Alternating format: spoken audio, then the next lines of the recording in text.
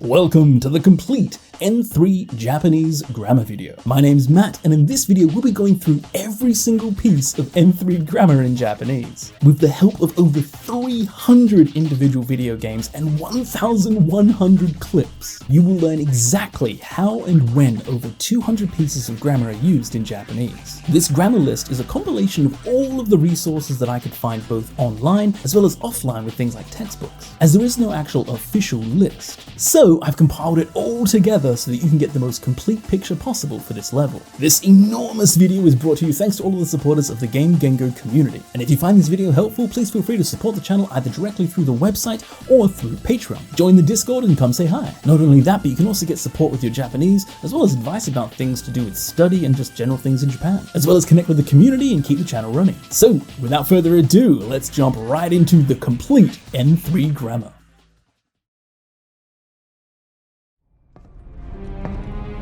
てめえが飯食ってる時、眠りこけてる時もこのバカでかいポンプが魔法をガンガン吸い上げるわけだ。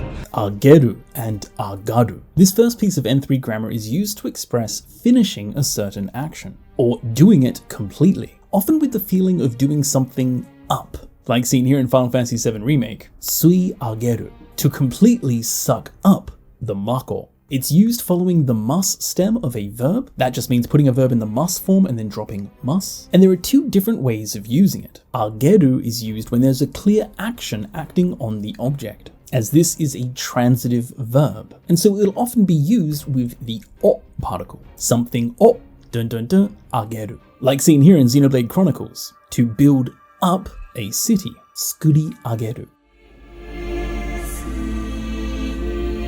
マシーナは高度な文明を築き、巨大な都市を作り上げるまでに至りました。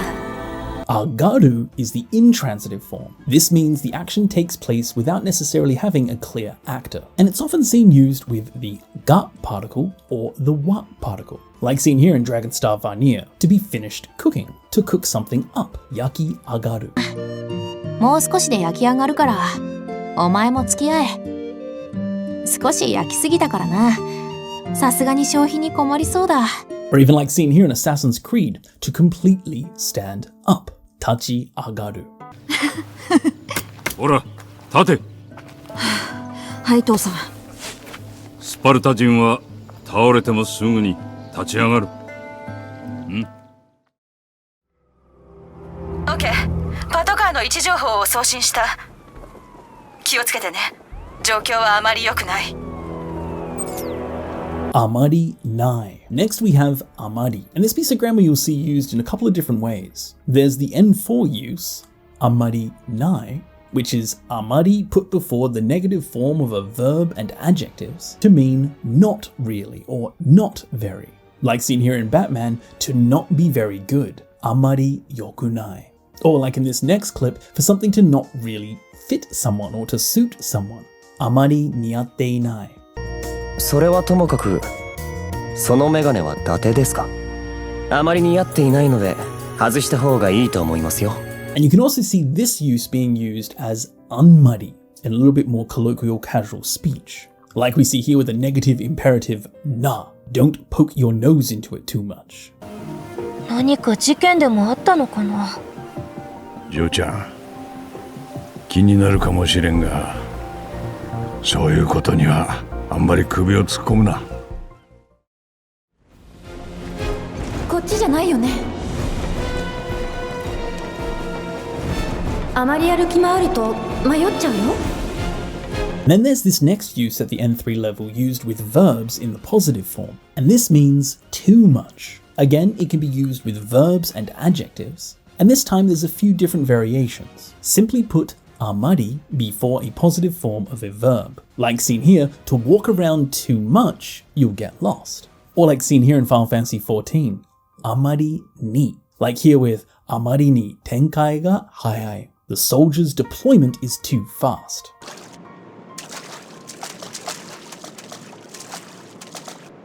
こっちだ！あまりに兵の展開が早いな。この水路のことはすでに調べがついていたか。Or something is too petty. They 国軍の目的？我が知るはずなかろう。人間の考えはあまりに小すぎて想像もつかぬわ。And it can also be used with added emphasis as amari ni mo, like here for the night road being far too harsh. どうやら未だ強運には見放されてはいないようだが、しかしこの道は人の身で行くにはあまりにも過酷な夜の道。Or something taking far too long. Amari ni mo osoi. あまりにも遅いわ。一体何をしているの？ Or the cost being far too high.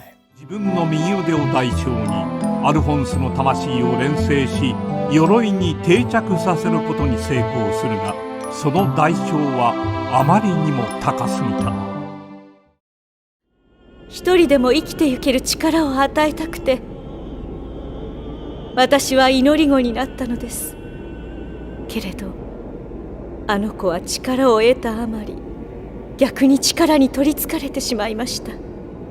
And the final use of amari here is no amari. And so this is used to express that something is so much a certain way that the following bad result is caused. It can follow verbs with verb amari, like seen here in Final Fantasy X with the mother telling a story of how her child obtained so much power that chikara o eta amari, he conversely became obsessed with it and taken over by it, this being the negative result. And it can also be used after nouns with no amari and na adjectives with na amari. So like seen here in Dragon Ball Z Kakarot, Frieza says to Vegeta, are you perhaps so scared that kyofu no amari, that your brain isn't working properly? ガキどもには見えなかったようだが、俺には見えるぞ。貴様の動きがな。大した自信だね、ベジータ。それとも恐怖のあまり頭がおかしくなったのかな？ここがマイカちゃんの部屋ね。憧れの一人部屋。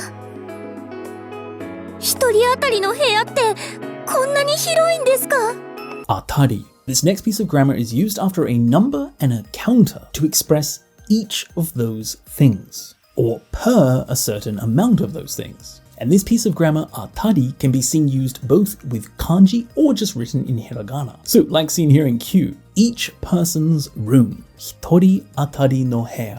So it follows a number, 1, and a counter here for people, hitori atari, each person's, or each person's reward, hitori atari no hoshū. 仕事の過程で頭数が減れば、一人当たりの報酬は多くなるという考え方もあるしな。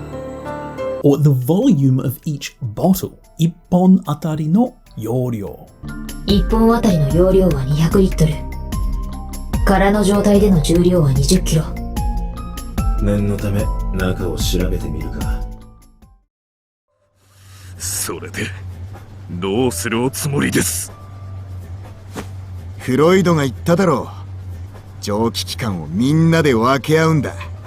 Oh, this verb is used following the must stem of another verb to express doing that action together with someone else. It can appear both written in kanji or in hiragana, and this ao can be conjugated in all the different ways that a verb can be conjugated. Like seen here in Octopath Traveler, wakeao, to divide together, or like here in Spider-Man, hanashiao, to talk together. さすがヒーローだぜ。ねえみんな、一回休憩してさ、話し合わない？いいでしょ？ダメ？ Or even like here in Ryuga Gotoku Ishin, koroshiao, to kill each other. やめろ。まさか身内で殺し合うつもりか。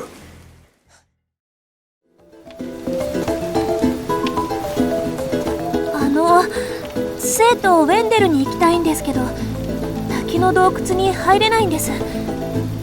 どうすればいいかご存知ですか？ Ba-i. This is used to express a suggestion or advice that an action should take place. Literally, it would be better if it took place, as this grammar point is a combination of the hypothetical ba, if, and i, for good.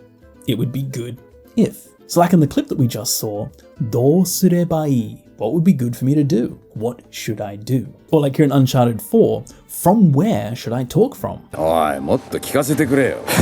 何から話せばいいか。一番面白いやつだ。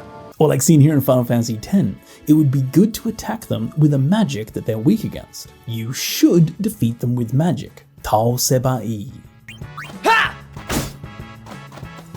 ほらな、奴は魔法で倒した方がいいんだ。殴ってダメな魔物は苦手な属性の魔法で倒せばいい。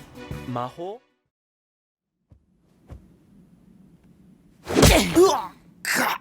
お前なんかあのままグリフィスに殺されちまえばよかったんだ。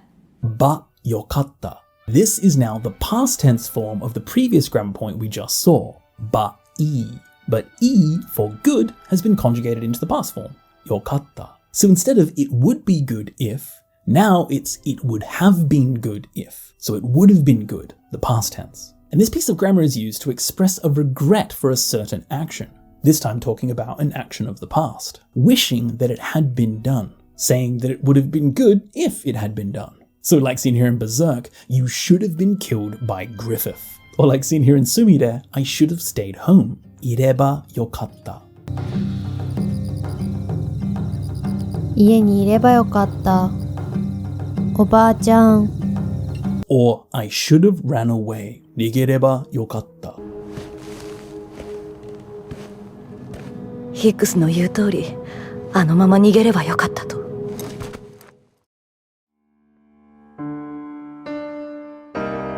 野望だと？望みは高ければ高いほど良い。そこへ向かって踏み出す勇気。走り続ける熱意が望みを。俺の夢を実現させる。ばほど。This is a combination of the ba hypothetical form followed by the same verb, noun, or adjective, and then ほど to mean the more of that verb, noun, or adjective, the more the following statement is true. Like seen here in Grandeur Extreme, the higher your desire, the better. Literally, it would be, if it is a certain way, to the extent it's that certain way, it would be good. Or like here in Cyberpunk, the more he says to his wife, it's fine, the more he feels like he's deceiving her. So, 言えば言うほど. The more he says, the more dun dun dun. しかし、大丈夫だ、問題ないって言えば言うほど、お袋を騙してる気がしてな。Or like seen here in Street Fighter 6, the higher strength you seek, the more you need a solid foundation. 基礎ってのはそういうもんだ。簡単で退屈。だけど、求める強さが高ければ高いほど、足元がしっかりしてないとたどり着けない。わかるだろ？ Or 取れば取るほど. The more you take, the more dun dun dun. Here talking about the time limit increasing.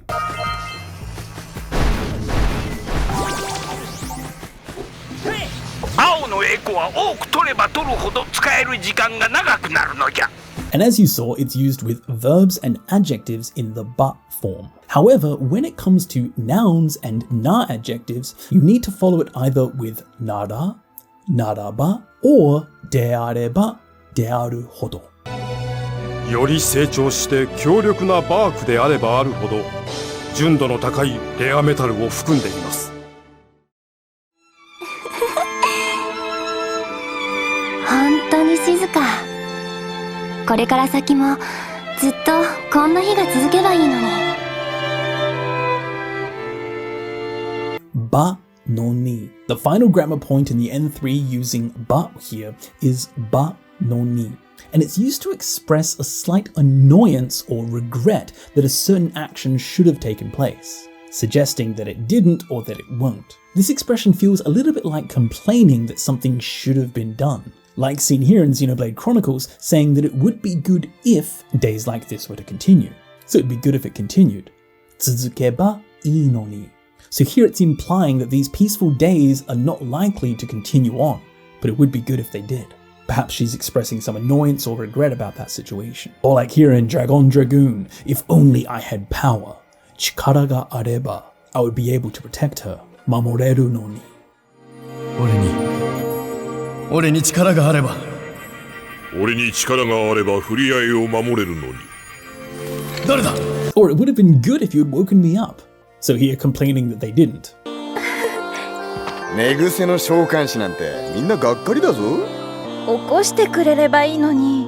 Or, if only we intervened earlier, it wouldn't have ended up like this. もっと早く手を打っていればこんなことにならずに済んだってのに。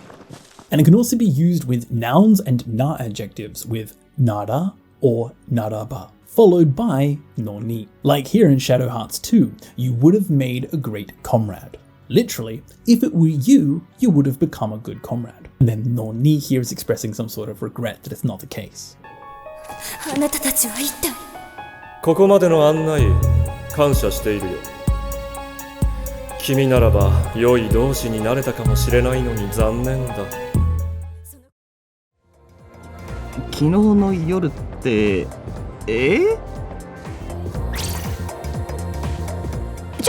なんか誤解してない？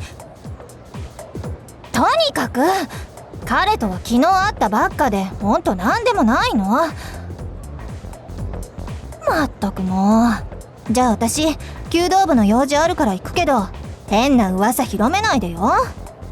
Bakari de. This is used to express only or just, often seen used in some sort of negative assessment of the situation. Like for example, you've only just woken up. Maybe that's why you're a little bit confused or disorientated. And then confused here is being the negative assessment. So like here in Persona, she only just met him. Atta bakari de. So don't misunderstand. Now this is a combination of bakari, meaning only or just, and de, which is actually the conjunctive form of da, to be, so it's like the tet form. So this has the exact same meaning as bakari da or bakari des.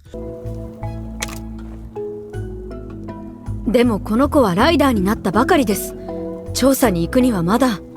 However, instead of being used at the end of a sentence, bakari de is used in the middle. So it can be used to follow verbs and e adjectives, like we see here in Legend of Heroes. I only just arrived. 到着したばかりで. So I don't know about you guys. 準備が整うまでの間、互いに自己紹介をしておこう。申し訳ないが、到着したばかりで、君たち二人のことは知らなくてね。Or like seen here in Dragon Ball, to have only just become a Super Saiyan. でも、お父さん、スーパーサイヤ人をさらに超えるには、まだまだ時間が必要そうだね。僕は、やっとスーパーサイヤ人になったばかりで、それを超えるって、どうやればいいか考えがつかない。Or to have only just waken up. 私は、一体。大丈夫です。きっとお目覚めになったばかりで、まだ混乱していらっしゃるのですよ。私は、あの魔導士だけは許すことができないのです。生まれて初めて敗北を喫したばかりでなく、我が国王陛下を侮辱した。Bakari de wa naku. This is now the negative form of the previous grammar point. Bakari de. Here meaning not just or not only. And this is often used as a way of emphasizing surprise at the way something is. It's not just the first thing, but also the following. Because of this, the following part of the sentence will often have the mo particle, also following. So like we just saw, not only did he suffer defeat, but he also insulted the king. Or like here in Final Fantasy VII Remake, sometimes instead of just using, 使うばかりでなく, it's better to return. はあ? 使うばかりでなく、時には返してやらないとな。And you might also sometimes see it used with the added wa particle, ばかりではなく。春菜、暴力で解決するばかりではなくてよ。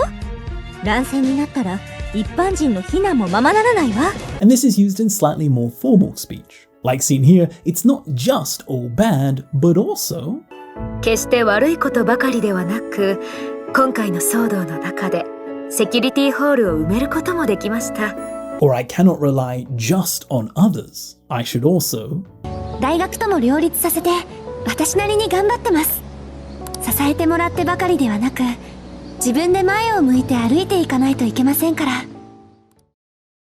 2年前のハドソン川、俺たちは新型メタルギアが極秘裏に輸送されるという情報をつかんだ。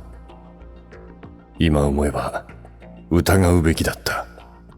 Bekida, quite simply, is used following verbs to mean that you should or ought to do that action. And verbs need to be used in the dictionary form, like seen here in Metal Gear Solid 2. utagau beki, should doubt. However, here it's being used in the past tense form. Beki datta, should have doubted. Or like here, that you should fight in this country. ありがとう。気にしなくていい。受け取って、これしかないけど。こんなの間違ってる。逃げずにこの国で戦うべきよ、ダニー。これはアレホがくれたプレゼントよ。生き延びるの。個人や軍隊の時みたいに。And when beki is used with suru, to do, this can be seen both used as suru beki. 我々はこれら重大な問題にどう対処するべきか考えねばならない。Or su beki, subeki, like seen here, a day that should be commemorated. Kinen subeki hi.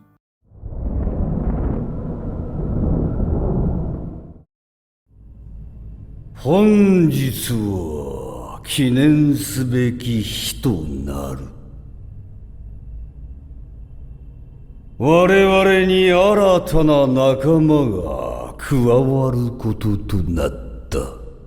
It can also be used to modify a noun. So instead of using da at the end of beki, you can put a noun directly after beki. This modifies the following noun, like here, people who should be cut down.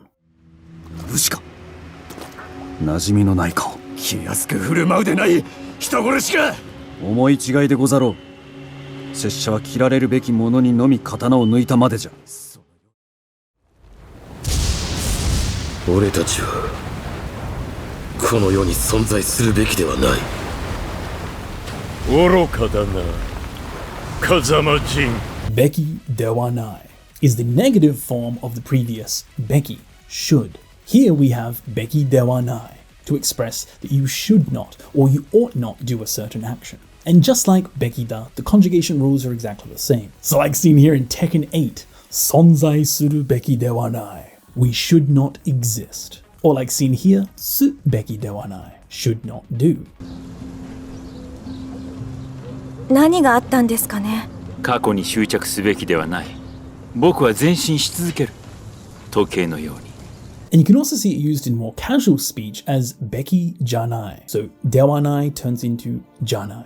Like seen here in Star Wars, shouldn't you run? Nigeru beki janai ka? 俺のことは心配しないでくれ。だが、もうここは安全じゃない。だから、すぐにお前は逃げるべきじゃないか。わしは別に困っていない。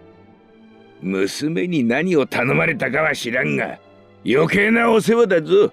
Betsuni nai. So you can use betsuni followed by a verb, noun, or an adjective in the nai form to simply mean not particularly, to express not really whatever that verb, noun, or adjective is. Like seen here, betsuni komatte inai. I'm not particularly in any bother. Or like here in Tales of Arise, I'm not particularly a prisoner. Betsuni horyo janai.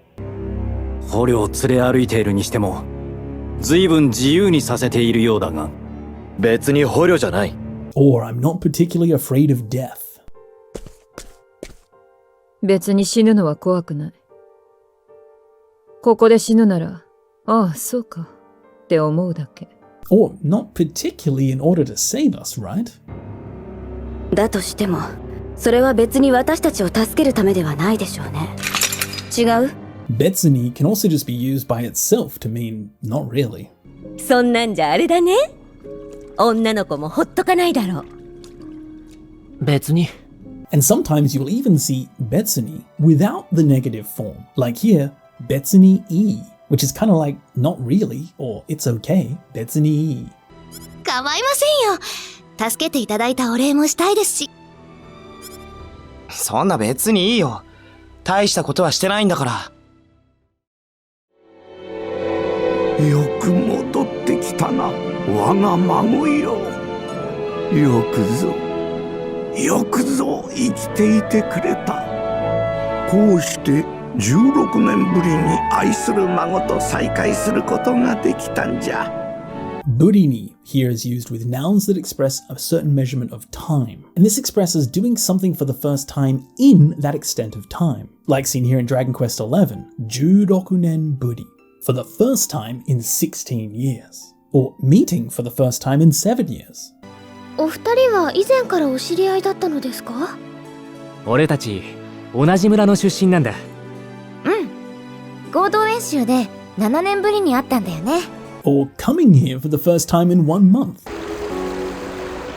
君たちが時代樹と呼ぶあの木は一月前には影も形もなかった。え？そうなんですか？ああ、俺も一月ぶりに来て驚いているところだよ。Or to finally meet a strong opponent for the first time in several hundred years. おお、川下か。はっはっはっはっはっは。やはり貴様は100年ぶりに出会えた強者であろう。And also very commonly seen used with the word for it's been a long time. Hisashiburi. 剣を使う仕事だ。久しぶりに会ってするような話じゃない。And so it's often used as buri ni, but it can also be used as buri da, like seen here for the first time in 2 years. 親父は俺が子供の頃に死んだ。だから母さんは一人で住んでいた。顔を見たのはほとんど2年ぶりだった。As well as being used with noun buri no noun, here to connect two nouns together.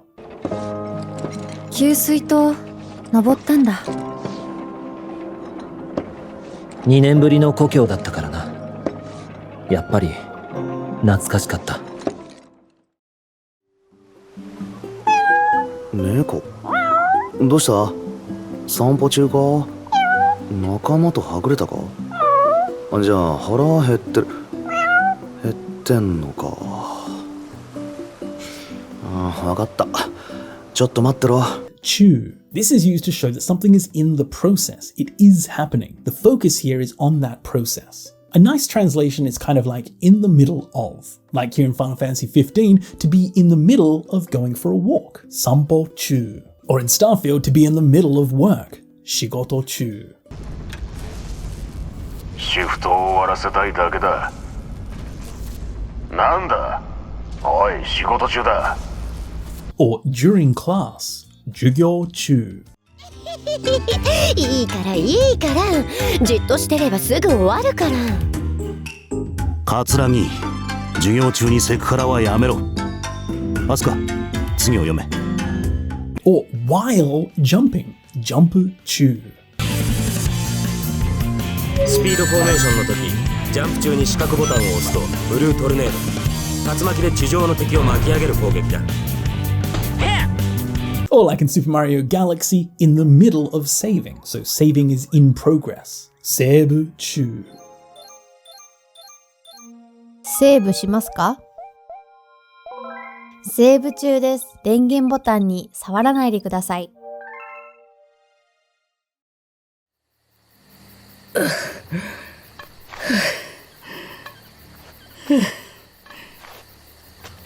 ようやく解放されたと思ったら体中が痛く、疲労が一気に押し寄せてきた。And when it's read as ju, this is used to mean that something's covering in its entirety, like throughout or all over. Like here, my body is hurting all over. 体中が痛い or all throughout August. ここにはどれくらいいるの？8月中ずっと31日まで。But it can also just mean to use before the end of. Like here in Final Fantasy VII, by the end of today, or before the end of today. 今日中に。それでも足りない分は後で渡すね。今バレットもお金をかき集めてるから。今日中にもらえるなら構わない。Or to return to Tokyo by the end of the day. 一人でここまで来たの？塩立まではお父さんの車で来たんだ。でもお父さん、今日中に東京まで帰らなきゃいけないから、さっき塩立の港でさよならしてきたんだ。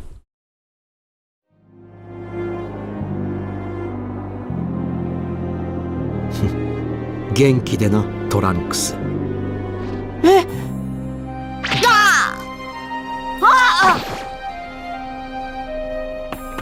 なんでトランクス君を殴るんだよ！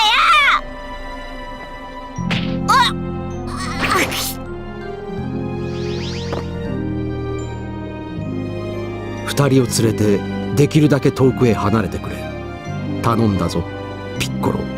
Dake, here used following a verb, noun, or an adjective, is used to mean as much as. Like we just saw here, as much as you can. Dekiru dake, get away. Or to hurry as fast as you can. Dekiru dake, isoide. まだ時間かかるのか？今これを引き上げたばかりなんです。1時間はかかります。できるだけ急いでやってくれ。輸送船が待ってるんだ。わかりました。やね。So, dake can be used after verbs, meaning to do that action as much as. Like to ask someone as much as you want. Kiku dake kiite. ここや死体の状況を聞きたいんですけど。なんだ。ま、聞くだけ聞いてみな。And it can also be used following nouns. Like here in Berserk, as deep as this. Kore dake fukaku. 俺の体にこれだけ深く剣を打ち込んだ人間は貴様が初めてだ。And also after na adjectives, but just make sure to use the na in between, like skina dake, as much as you like. Make sure to have that na, like here, to hang out as much as you like. どうも、僕がおさむくんです。どけ、俺一人でよけりゃ、後で好きなだけ付き合ってやる。何舐めた口聞いてんだ、おっさん。Or to rest as much as you like. 好きなだけ休め。休みたければ好きなだけ休め。俺は行く。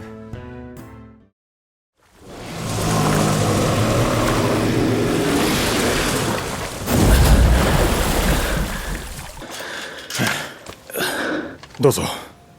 すまない。参りましたね。ゴブリン族だけでなく、モルボルまで現れようとは。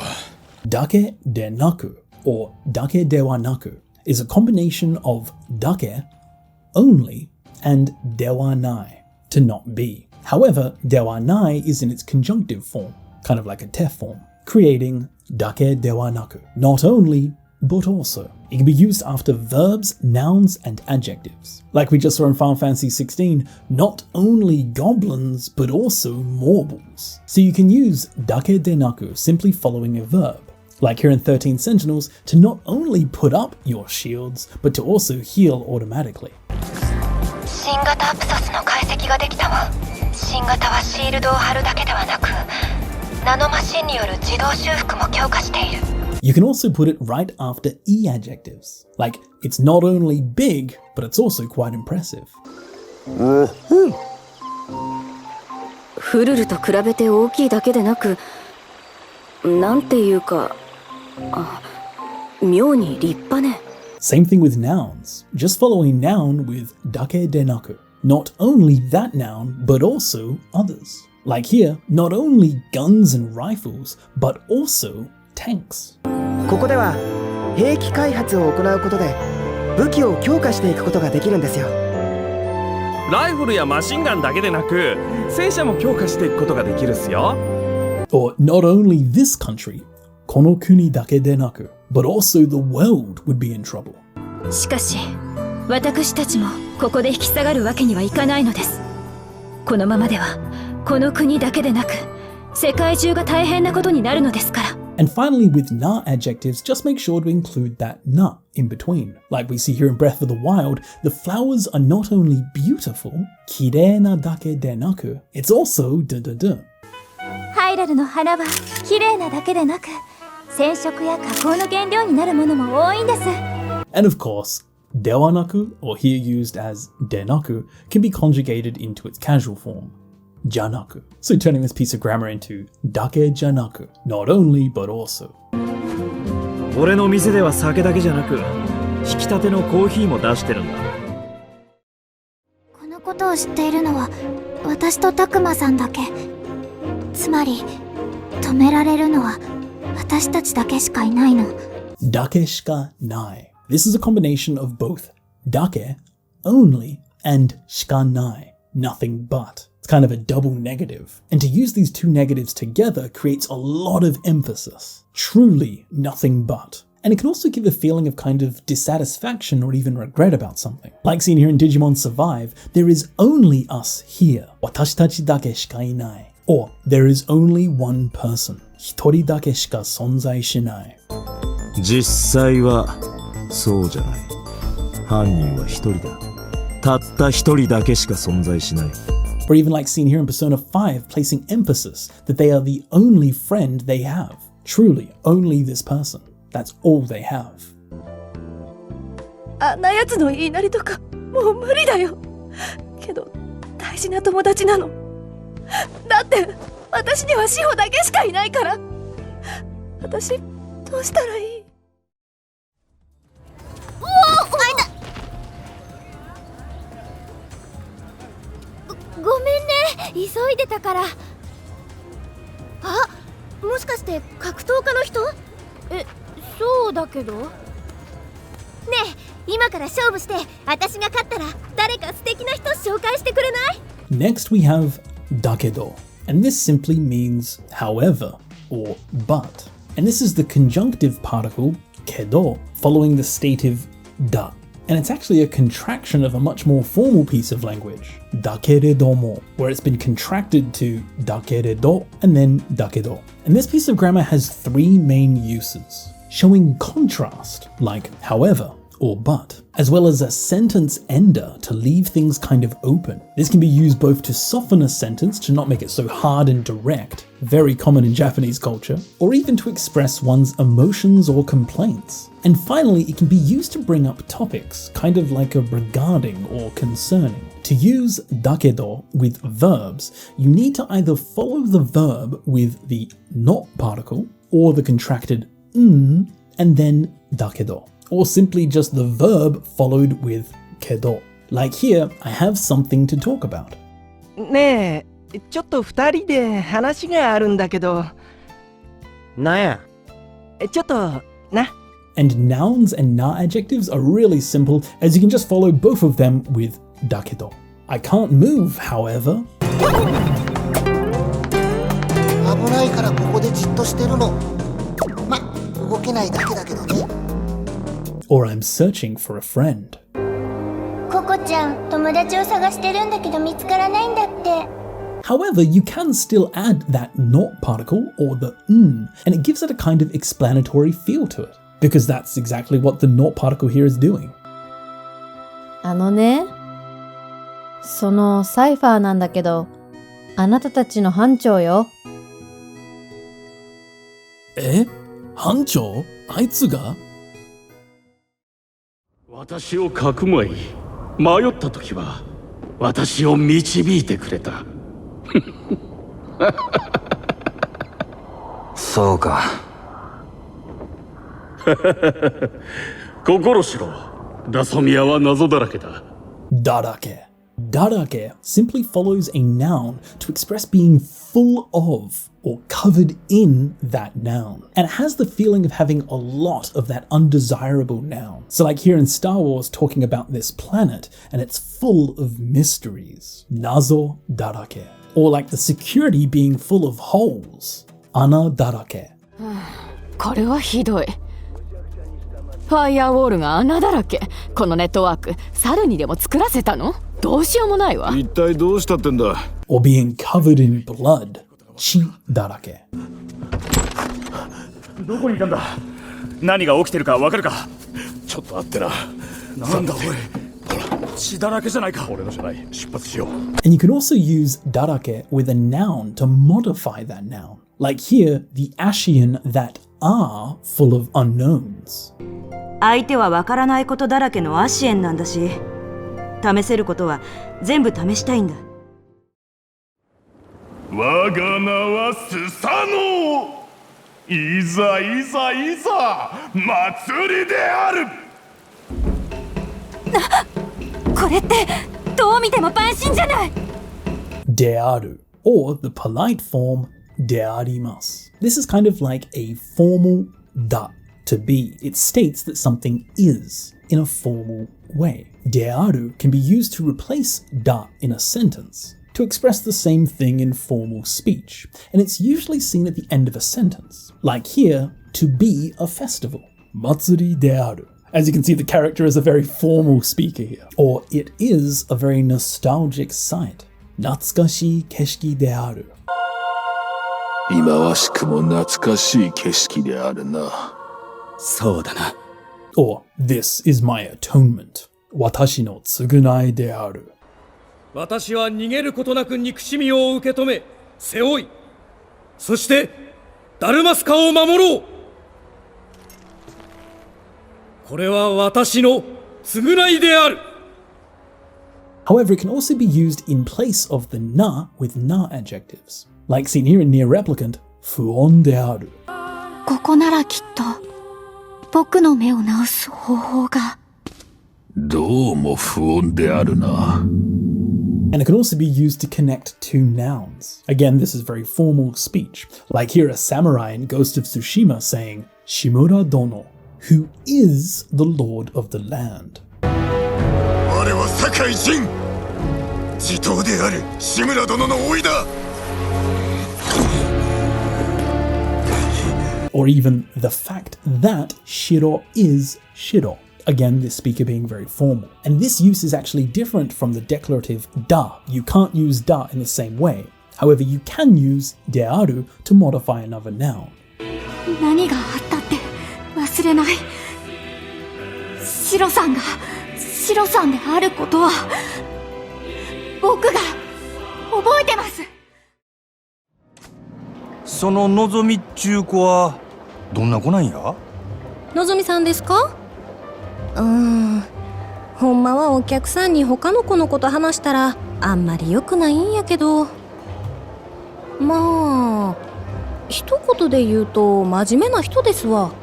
で言うと。This literally is if I were to say, and it's a combination of the de particle, eu, to say, and then to, when or if. Literally, if or when I was to say. Like we see here in Yakuza, if I said it in one word, hitokoto de iu to. Or if I were to say it in one word, it's kind of a bad taste. 一言で言うと悪趣味。いつ見ても吐き気がするわ。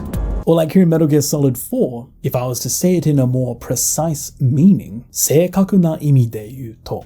スネークとビッグボスの遺伝情報が同じじゃない。正確な意味で言うと、リキッドとも遺伝情報は同じじゃないわ。Or if I said it in English, here the name of a flower. 英語で言うと Iris. ちなみに、あそこに咲いてる花は神崎あやめという。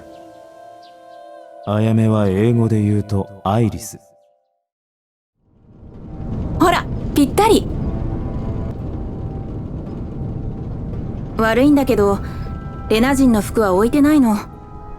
ダナの服でよければ提供できるけど、その気はなさそうね。でよければ。This is a combination of the de particle followed by yokereba, which is the hypothetical form of e, good. If it's good. So, if it's good or if it's alright. And then what's good or alright here is being marked with the de particle. So like here in Tales of Arise, if it's okay to have Dana clothes, she has some. Dana no fuku de yokereba. Literally, if it's okay for Dana's clothes. Or like here, someone asking for help and Clive says, if it's okay that I'm the person that does it. Ore de yokereba. 俺の代わりに彼らの話を聞いてやってほしいんだ。俺でよければ。そうか、助かるよ。Or for example, being asked for ID and then saying if a driver's license is okay. 身分証はお持ちですか？免許でよければ。赤池さんですか？お年は30歳。ありがとう、ルーシー。どんなに危険でも仲間のことを優先する。お前は相変わらずだな、ルフィ。どんなにても meaning no matter how much. This is a combination of donnani, how much, and temo, even. So even how much, no matter how much. And this is used to express that no matter how much something is done, it has no effect on the result or the resulting state. Like here in One Piece, no matter how dangerous it is, Luffy always prioritizes his friends. Donnani kiken demo. When used with verbs and e-adjectives, you just put donnani first, and then the verb or the e-adjective in the te form, followed by mo. So like here in Uncharted, no matter how much I scold you, どんなに叱っても it has no effect. どんなに叱っても、あなたはどうしてもお兄ちゃんと同じ道を歩みたいよね。Or, no matter how many sad things happen, you need to know the truth. 本当のことを知らなければならない。それがどんなに悲しいことであったとしても。あの人？母さん、あの人って誰なの？ Now watch out, as some verbs in the te form actually have a de sound. So make sure that with those verbs you use どんなにでも. Like here, 望む to hope or to wish for. This would be どんなに望んでも. No matter how much you wish for it, it has no effect. それからね、これも言っておくわ。あんたがどんなに望んでも、誰もチャップの代わりにはなれない。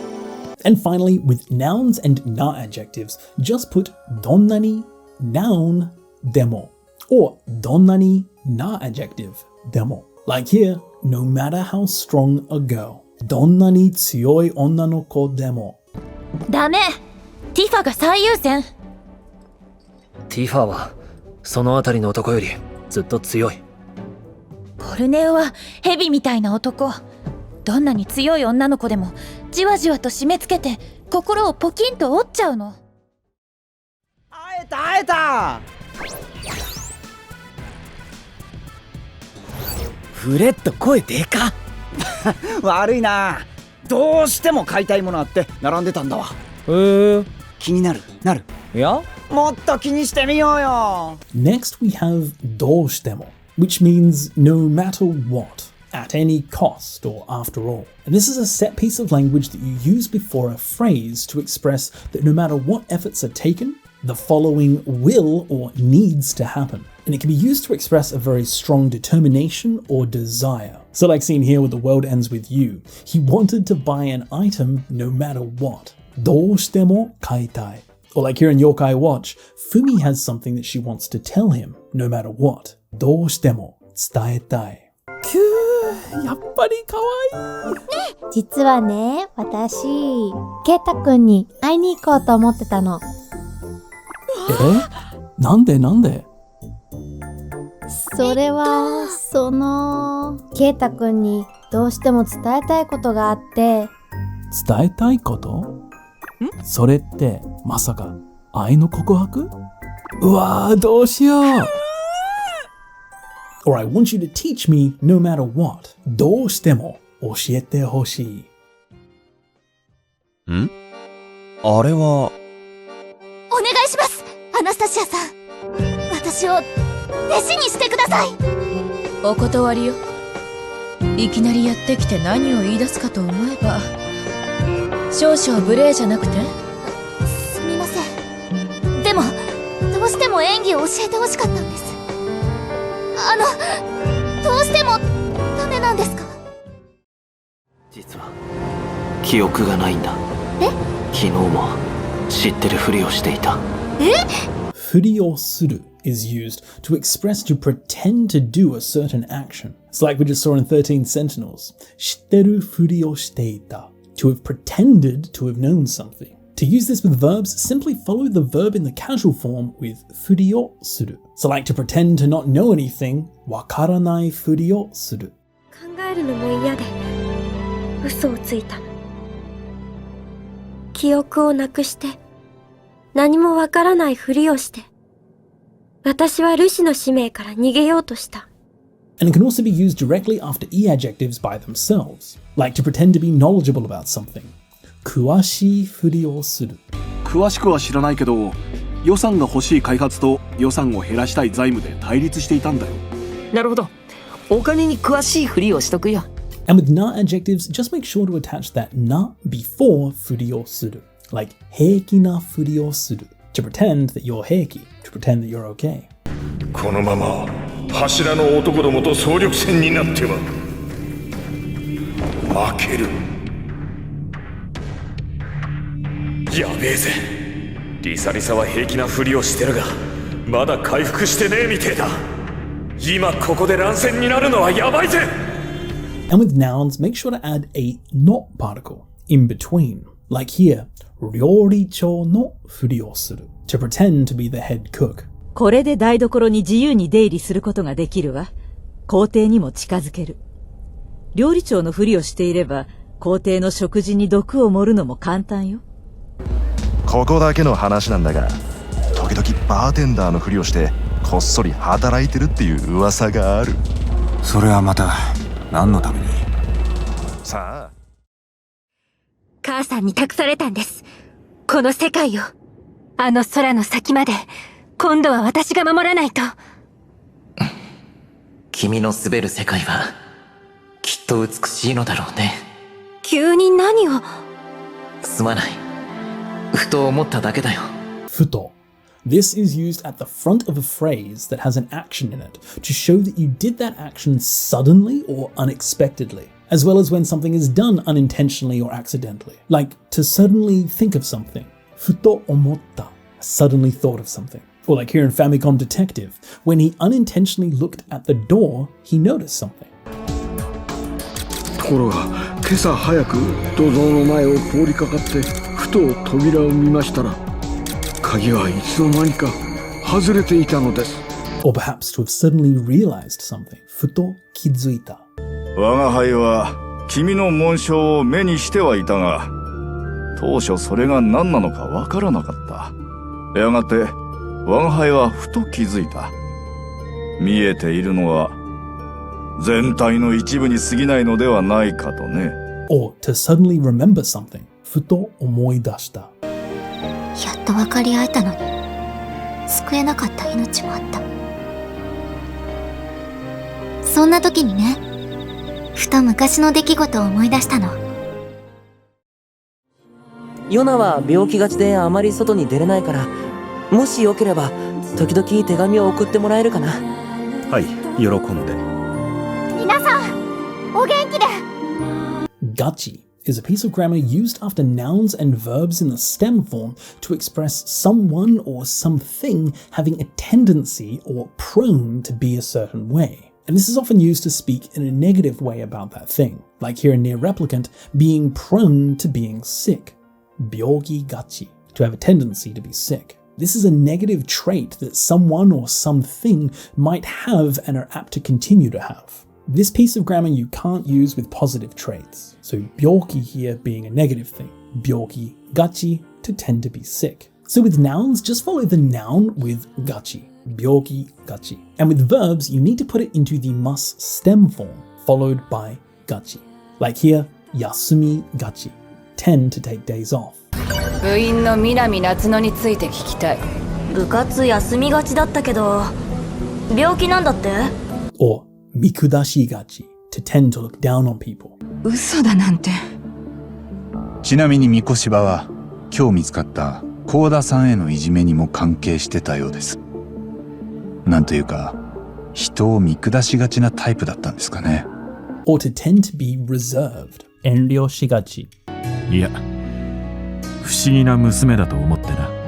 娘は雫は行儀が良くて人当たりはいいが、どうも遠慮しがちなところがある。それで同年代の子供ともあまり馴染まなかったんだが。ああ、なるほど。変な氷だ。中でなんか光ってるみたいだぞ。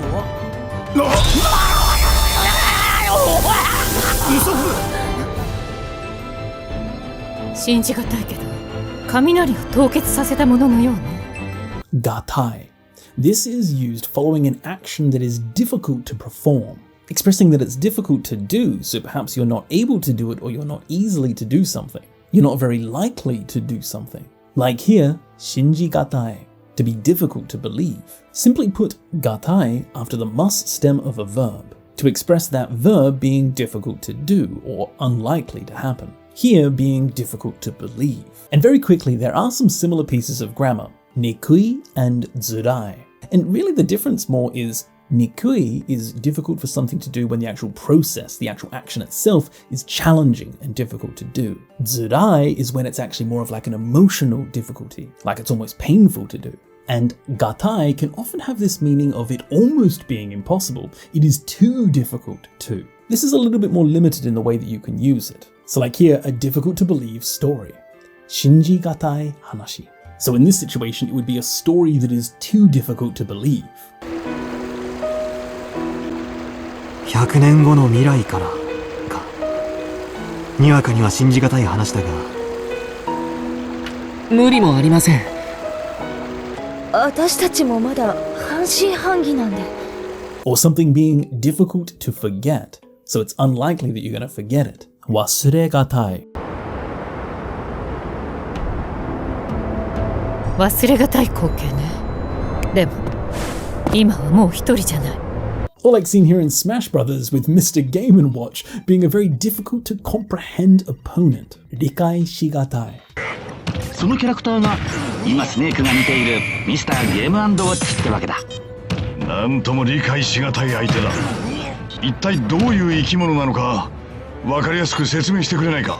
Or a difficult to approach person. 近寄りがたい。そういう時の先生には近寄りがたいものさえ感じます。やれやれ、巨大魔物に魔物付きか。綺麗だけどなんだか近寄りがたい人だったね。でも疲れ気味に見えるな。最近寝れてる？あまり。そっか。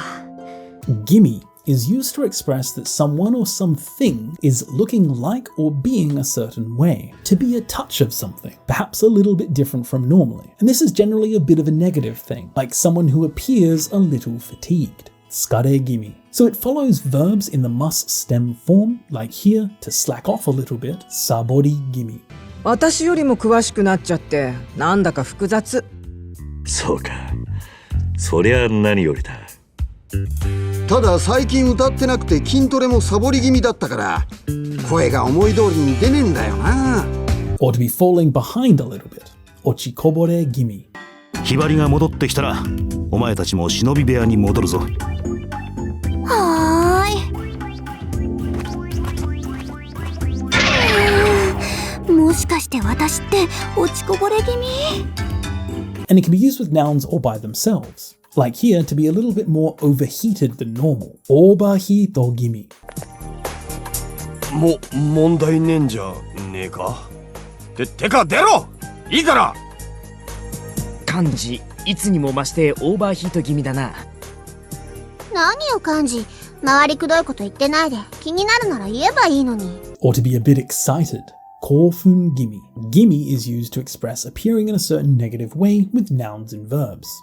ずっとロイドさんたちと一緒に行動していたおかげで体力もついてしまいましたし、それに少し興奮気味みたいで眠れそうにないですから。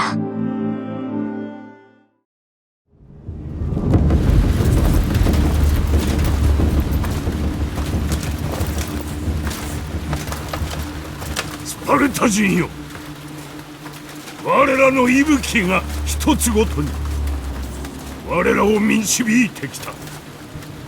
流れ出た潮と汗と涙、その全てが我らを連れてやってきた。今ここに。ごとに can be used to express the interval at which something happens or occurs, often seen translated as kind of each or every, or at intervals of, like here in Assassin's Creed, with each of our breaths. So all you need to do to use this is simply follow a verb in the dictionary form or a noun with gotoni to show that something is done or occurs at every one of those intervals that comes before gotoni. With verbs, it has a feeling of kind of like every time you do that action, something happens. Like here in Witcher 3, every time you say something, shaberu gotoni, something's gonna happen. 最近の謝礼の相場は鶏の卵か。3話分でどうだ。あなたが喋るごとに値上がりしてるわ。情報料はもう払えるような額じゃなくなってる。Or every time its damage increases, ダメージが増すごとに his attacks become stronger. あれは波動。波動？生命が持つ力のようなもの。ルカリオは自らの波動を駆使し、それを力に変えているのよ。ルカリオは自らのダメージが増すごとに波動を高め強くなっていくの。だからダメージを多く与えたからといって油断しちゃダメよ。キュウソネコを噛むといったところか。厄介だな。And with nouns, it's used quite in the same way as every. often with some sort of period of time or date. Like here in Death Stranding, every 21 minutes, his heart stops. 心臓が止まっていたようだが21分ごとに心停止3分間でビーチに行きまた蘇生する Or a train runs every 30 minutes 30分ごとにお金持ちにしか縁がないものだとは思うけど動力バスの本数が増えたのは正直ありがたいわね。南にある病院方面なんか30分ごとに走っているのよ。Or even a reminder to take breaks every hour when you're playing games. 1時間ごとに。健康のため1時間ごとに15分の休憩を取るんだぞ。ガッツ、お前は俺についてこい。今はほんの一歩に過ぎない。鷹の段も戦場でのいくつかの勝利もほんの手始め、ほんの始まりさ。面白いのはこれからだ。命をかけるほどにな。ほど。This is used to express the extent or the degree of some action or state, very much to the extent that. Like here in Berserk, to the extent that you would risk your life. 命をかけるほど。It can be used with verbs like we see here, 数えきれないほど. So much or to the extent that you can't count. その上で、さらに無限の可能性を見せつけていた。そこには、数えきれないほどの夢が広がっている。You can follow na adjectives with the na attached. Like seen here in Astral Chain, it's so quiet it feels eerie. 不気味なほどに静か. So it's quiet to the extent that it feels eerie. 不気味なほど静かね。本当にこんなところに潜んでいるの？さっきのコブ見たでしょ。油断は禁物よ。And simply with nouns by themselves, like resentment to this extent. これほどの憎しみ。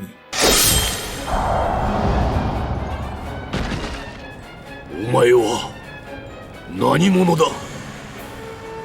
これほどの憎しみを受けながら相手が誰かもわからぬほど悪行を重ねてきたか。16年、この日が来るのを16年待ち続けたぞ。なんとなくらせ。 Or rights or qualifications to that extent. それほどの資格。お前に生きる意志はまだあるのか？何？他の道はない。契約だ。お主にそれほどの資格があるのか。資格などない。ただ俺は生きたいだけだ。Or how long have I slept for? To what extent have I slept? どれほど眠っていた。どれほど俺は眠っていた。お前さんを拾ってからずいぶん経つぞ。And ほど can also be used to kind of mean around or about a certain amount. Like here, there are about 30 people that need to be evacuated. 30人ほどいる。ヘリで脱出しかない。そうだ。しかも人数制限付き。情報によれば人質は30人ほどいるそうだ。ちょっと前を見て。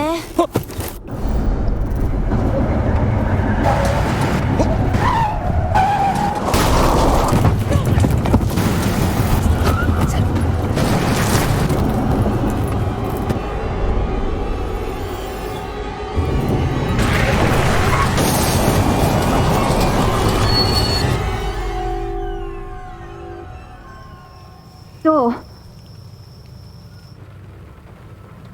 やっちゃったよ。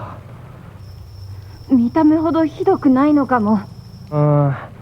エンジンをかける前に壊れてないか確かめた方が良さそうだ。ほどない。And so ほど can be used with the negative form of verbs and adjectives here with ほどない, which really just means that something is not to a certain extent. Like here in the quarry, the damage is not as bad as it looks. 見た目ほど to the extent that it looks, ひどくない. It's not so bad. It can follow verbs, like here, 思っているほど, as much as you think, 強くない. I'm not as strong.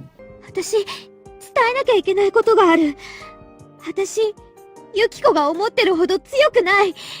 Or 嫌えるほど to the extent of being able to hate 考えてない I don't think of him. ルラン兄様のことがお嫌いなのですね。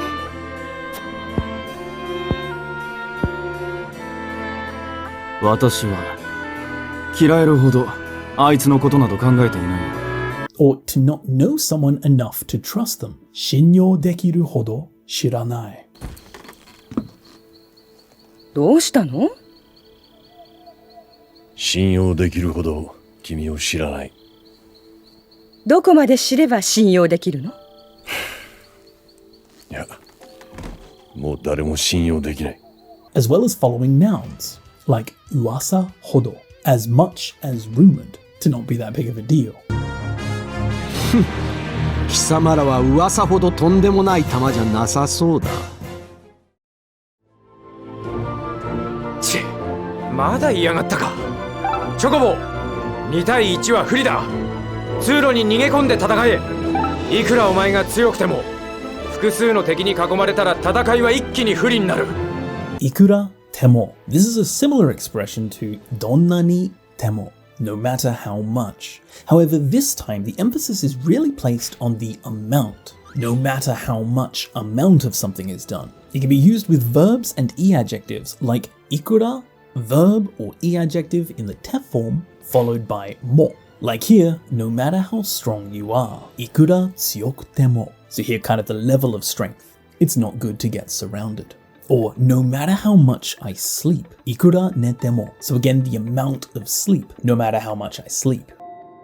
でもさすがに実践続きですごく疲れたわ。いくら寝ても回復が追っつかない感じがする。Or like no matter how much I explain something. いくら説明しても no matter how much I explain something. それを得るためには汚らわしい肉体など捨てねばならんのだ。まあよい。いくら説明してもわからんだろう。And it can be used with nouns and na adjectives with いくら plus でも. So like seen here, no matter how much of a genius they are. いくら天才でも. 考えたんだけどね。いくら双葉が天才でもそんな簡単に世界的なハッカーを潰せるもんなの？これから海王様にお世話になった者たちを生き返らせようとしておりましたが。地球のドラゴンボールは一度に複数のものを生き返らせられるのだな。一度に Here is a piece of language put before a phrase to express doing something or something occurring all at once. Like for example, to revive lots of people all at once with the Dragon Balls. Or like here in Witcher 3, to not be able to teleport everyone all at once. 一度にできない to not be able to do it all at once. ケイヤモルヘンに連れて行くわ。あなたとウーマとロチを一度に瞬間移動できないの。だから。馬で行く。瞬間移動は昔から苦手でね。Or like here in Kingdom Hearts, to ask something all at once. ヨシュアがライムを連れて行ったのか？それになんで俺の名前を知ってるんだ？そんな一度に質問しなくても、君の聞きたいことにはちゃんと答えるよ。Or even for two seals to break at once. So at the same time, they break. 封印が一度に二つ解けたみたいなのです。おー、ラッキー。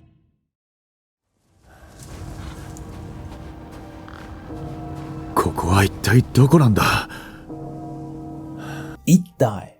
This is used before a question word to put emphasis on that question. Kind of like a what in the world or how in the world, what on earth. It expresses a very strong surprise, confusion, or even disbelief about something. So like here in Biohazard Village, as he's coming across this crazy location, he says to himself, 一体どこなんだ?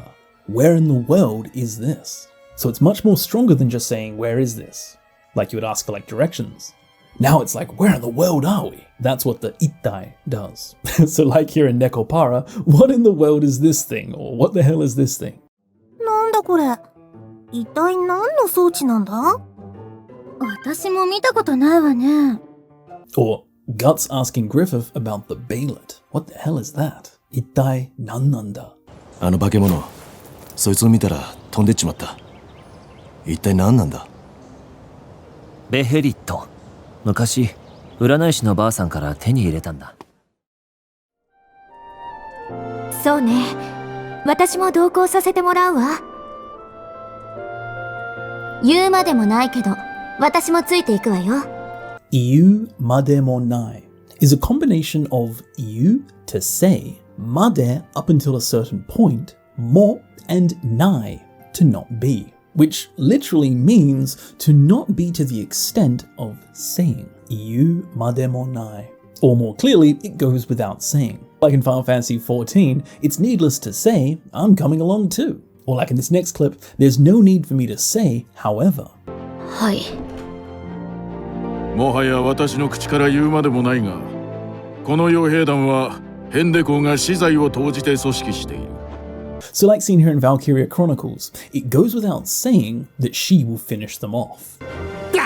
うるせえ！早くあいつを片付けてくれ！言われるまでもない。一瞬で済ませてやる。甘いな。実は行方がわからなくなったと連絡があってな。うちの連中で探しているんだが、まだ見つからない。仕事が増える一方でな。一方だ. This is used with verbs to express that verb continuing to occur. This can be used both for good and bad outcomes, as opposed to a similar expression, ばかりだ, which can only be used with negative changes. But here, 一方だ just means that something continues to occur. 一方だ is normally seen used with verbs of change, like to go up, to keep going up, to go down, to increase, to decrease, to get better, to get worse, and so on. So, like seen here in Persona 4, work just keeps increasing. 増える一方だ. It keeps increasing. Or the opposite, income keeps decreasing. 減る一方だ. このままだと彼女の収入が減る一方だ。そしてこれからますます支払いが遅れるだろう。Or feelings keep continuing to get worse and worse. 悪くなる一方だ. 行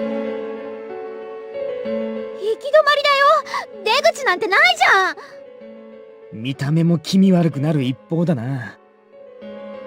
Or life continuing to get more and more difficult. 民を慈しんでくださった太閤様の御代が恋しいわ。ザンブレクの賊領になってから生活は苦しくなる一方でしょ。父はキリストが好きだった。こうも言っていた。キリストなら素晴らしいヤーラ大統領になるだろう。いいか、アントン。決して忘れるな。キリストは獅子であり、子羊でもあった。力で支配し、一方、苦しみも理解する。一方で. This is a different piece of grammar that we just saw with 一方だ, where that is used to express that something keeps happening. Here, 一方で is actually more on the other hand, while at the same time. So while it is in one state, on the other hand, something else is also true. So like here in Far Cry 6, he rules with power, but on the other hand, he also understands suffering. Or like in Final Fantasy 16, even if we save them, it makes their lives suffer. So while we do save their life, on the other hand, it makes their life suffer. 暮らしを脅かしてると受け取られても仕方ない。ベアラーを救うにしたって、その一方で彼らを苦しめてる。Or on the other hand, there are demerits. So maybe you're talking about some positives, and then on the other hand, though, there are some demerits too. 隠密行動にはとても便利だが、一方デメリットもある。ちょうどいいところに生きのいい実験体がおるじゃないか。Janai or janaika here can be used after a phrase to question or to confirm the idea that was stated, often seen kind of like a isn't it? Like here in Mega Man, Dr. Wily expressing surprise, saying that isn't it that there's quite a good range of experimental robots here? Or weren't we almost killed? ちょっと小づいた程度で簡単に道を開けましたね。危うく殺しかけてたじゃないか。 Or isn't it that you're a famous person? Here seen in polite speech, 有名人じゃないですか? 帝国どころかクロスベルでも知らない人はいないくらいの有名人じゃないですか。Or seeking confirmation, isn't it wise to work together? 賢明じゃないか? 静かに狙撃するには一人の方が都合がいいのさ。この場合は共闘した方が賢明じゃないか? And it can even just be used simply by itself with janai, with like a rising intonation, here in casual speech. 君もそう思うだろう？まあな。急に話を振られて困ってるじゃない。君、本当のこと言っていいのよ。マイルズ、手を貸してほしいんだけど、今暇？アレクセイ、ホリデー気分で興奮しすぎなんじゃない？ And you can also see it used in more formal situations as dewanai ka, as janai is just a contraction of dewanai. だが、それでも上に立つ者として、正しく部下を導くのが我々の役目ではないか。デスフロスト本国と同じやり方ですね。民にとってグスタドルフの統治は必ずしも悪性ではなかったということか。必ずしも. This is used with a negative sentence ending to mean not always, not necessarily, not entirely. Like what we just saw, it's not necessarily a bad government. It's fairly straightforward to use, however you do see it often used with some common sentence endings. Like for example, 必ずしも, phrase わけではない. So it's not necessarily that it's the case. 禰豆子は今、鬼だ。つまり、必ずしもお前が守ってやらねばならぬほど弱いわけではない。Or 必ずしも phrase とは限らない. It's not necessarily limited to that. 流行るのもわかります。ですが、せくことが必ずしも良い結果につながるとは限りません。むしろ拠点の環境を整えることは指揮に関わる重要な。くだらない。Or even 必ずしも phrase とは言えない. I can't necessarily say that. そうでしょ。きちんと研究され解き明かされるべきよ。世の中に変化をもたらすわ。隠しておいちゃいけない。変化が必ずしも良いとは言えない。まるでウイルスか何かのように変異が広がっています。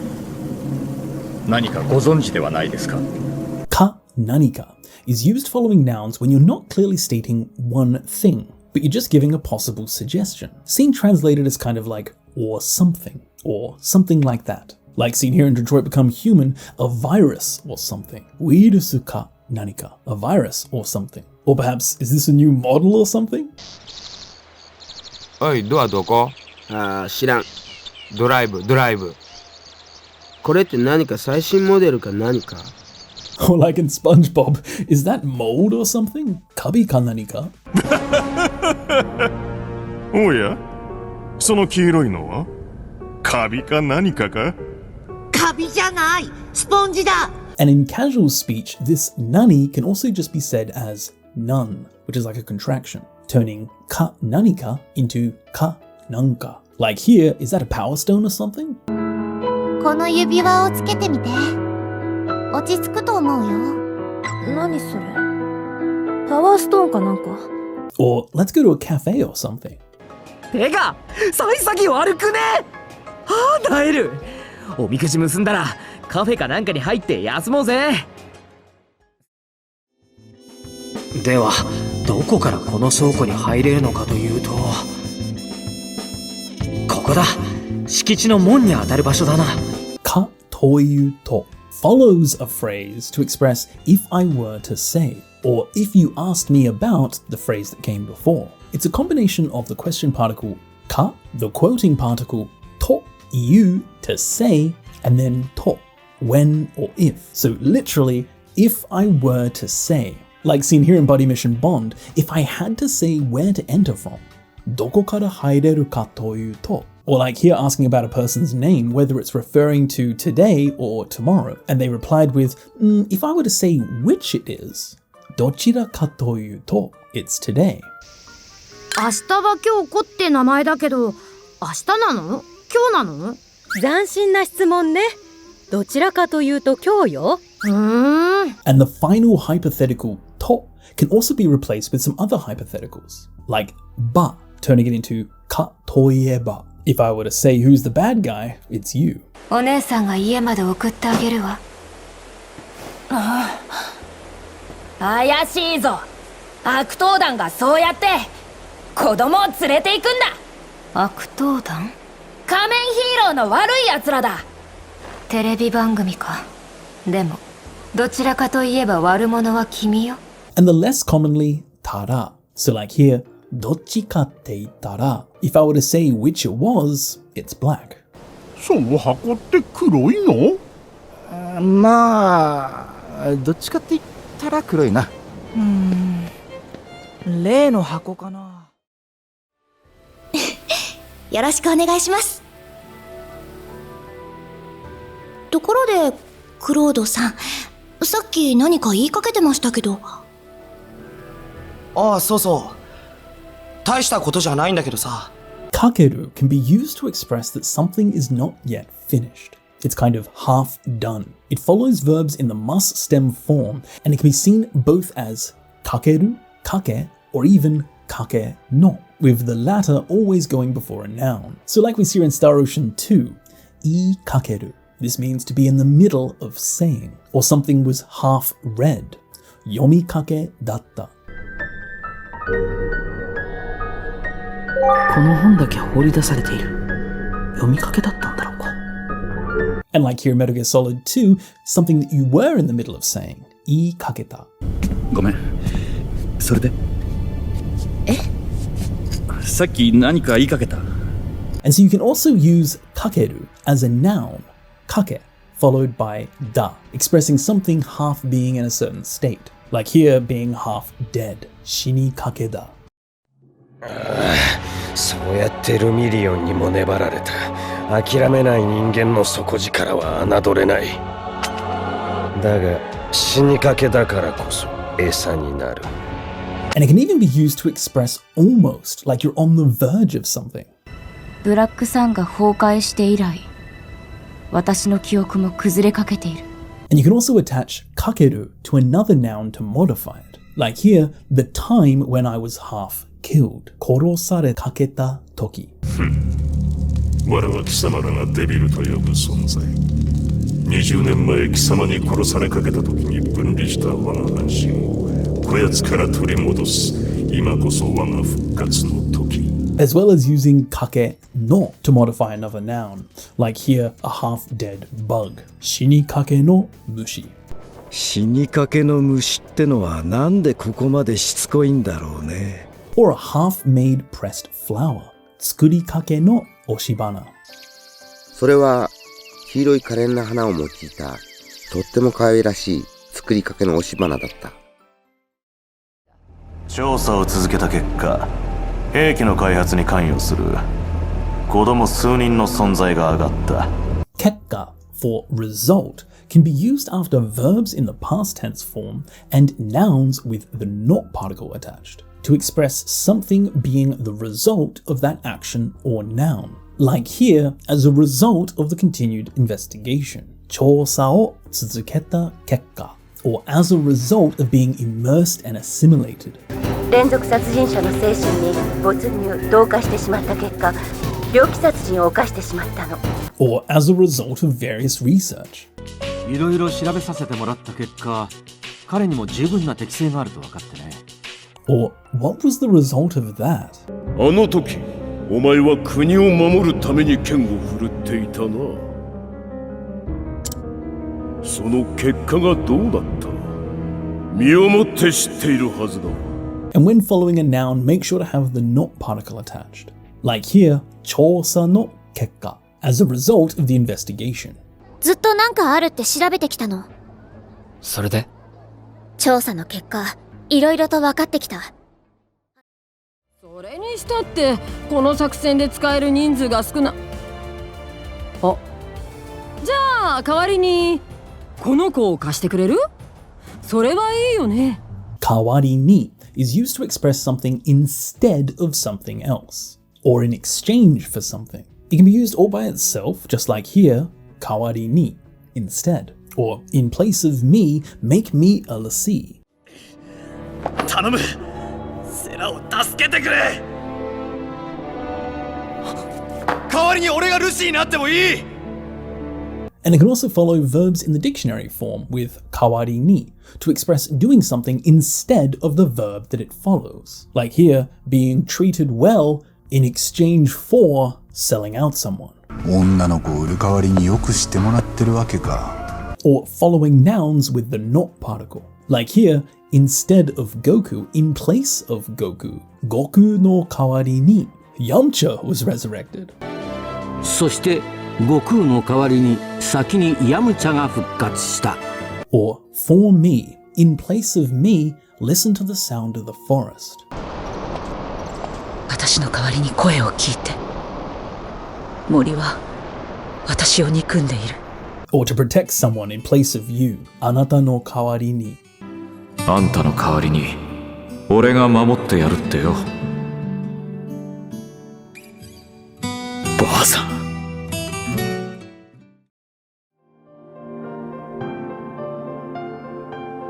これは罪ではない。これ自体に罪はない。大事なお前自身だ。決して忘れるな。決してない。This is used when you're expressing a very strong negation of something. Like a very strong never. Absolutely not. It places a large emphasis on the negative much more than just simply stating something in the negative. Keshite can be used before a verb in the nai form, like seen here in Berserk, a death that you'll never be able to escape. Here, nu is a bit more of an archaic nai. 貴様がもしこの男にとって真の友と言える存在ならば心しておくがいい。この男の野望がついえる時貴様に死が訪れる。決して逃れられぬ死が。 And it can also be used following nouns and na adjectives with dewanai. So like seen here in the polite form, the na adjective muda followed with dewa arimasen. 奏でましょう。今までの訓練は決して無駄ではありませんぞ。 As well as just following after a noun, like here, noun dewanai. It is absolutely not that noun. バビディ様、そいつは魔人ブーは決してあなたの忠実な部下になるようなやつではありません。 And it can even follow e adjectives. However, just be careful, you need to drop the last e and replace that with ku nai. So putting an e adjective into the nai form. Like here in this next clip, I'm definitely not in the wrong. Keshite warukunai. やあ、さくら。神山さん？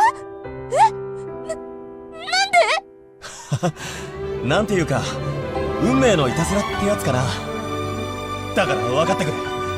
俺は決して悪くない。いいから、あっち向け！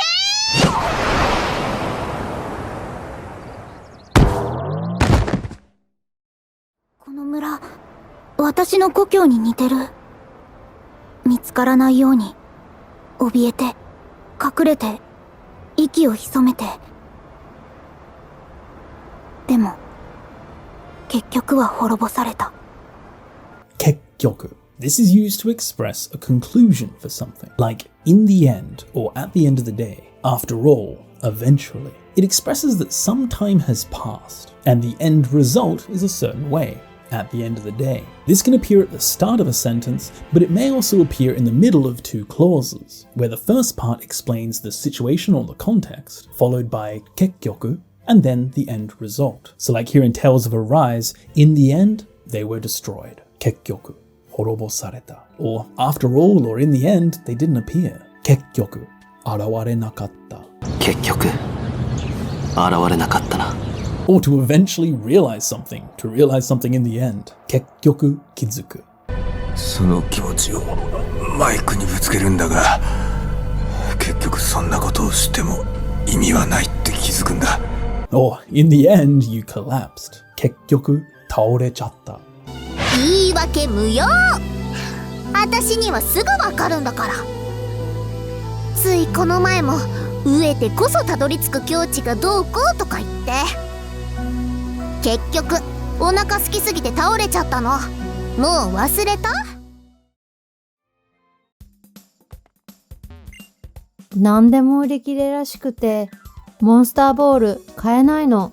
Kiru is used after verbs in the must stem to express doing that verb completely to the end. So like seen here in Pokemon, to be completely sold out, uri kireta. Or perhaps to have completely ran away, nige kireta. どうやら逃げ切れたみたいね。大丈夫？まだ歩けそう。Or to completely protect, mamori kiru. こ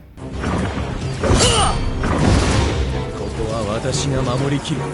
Or to completely cross, watari kiru. なんとか渡りきったね。寿命縮んだぜ。Or to completely become a man, otoko ni narikiru. 君がメリル、男になりきるには無理があるな。どういう意味？ここは男子禁制よ。君がこんなに女らしいとは思わなかった。Or with a completely weakened body, yowari kitta karada.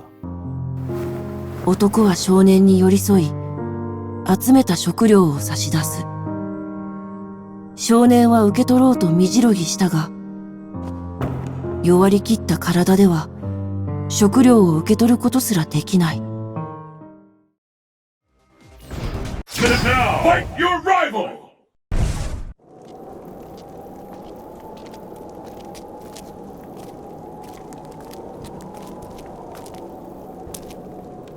よう、早いな。待ちきれなくてな。行くぞ。 Kirenai. Here, kirenai is used after the must stem of a verb to express being unable to completely do that action, in the sense that it's kind of too much to handle, or too much to complete. Like here in Street Fighter 4, machi kirenai. I'm unable to wait. I couldn't wait. So here expressing that it was too much for him to wait. He had to battle Ryu. Or to be too much to completely show gratitude for. Kansha shikirenai. 君には世話になった。私たちと部族の記憶と。感謝しきれない。Or to be uncountable. Kazoe kirenai. この手で数えきれないほどの人を切った。Or something to be too much to handle. Atsukai kirenai. お渡ししておきます。僕らにはまだ扱いきれないものですから。Or to be unable to completely hide something. Kakushi kirenai. なんなのこの生き物は。アイルっぽいけど。なんか違う？へへ、俺のカリスマ的オーラは隠しきれないようだな。その通り。お前たちは下がっていろ。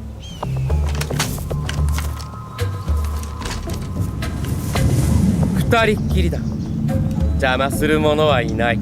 Kiri can be used both with nouns and verbs to express just, only, or even since. With nouns, simply follow the noun with kiri, or kiri, with a small gap in between, to express only or just that noun. Like here in Metal Gear Solid 3, just the two of us. And we can see that sometimes kiri can actually have a small gap in between the noun and kiri. This is just a colloquial spoken language thing. It can be used both as kiri or kiri, with that small gap in between the noun or the verb. 二人っきりですね。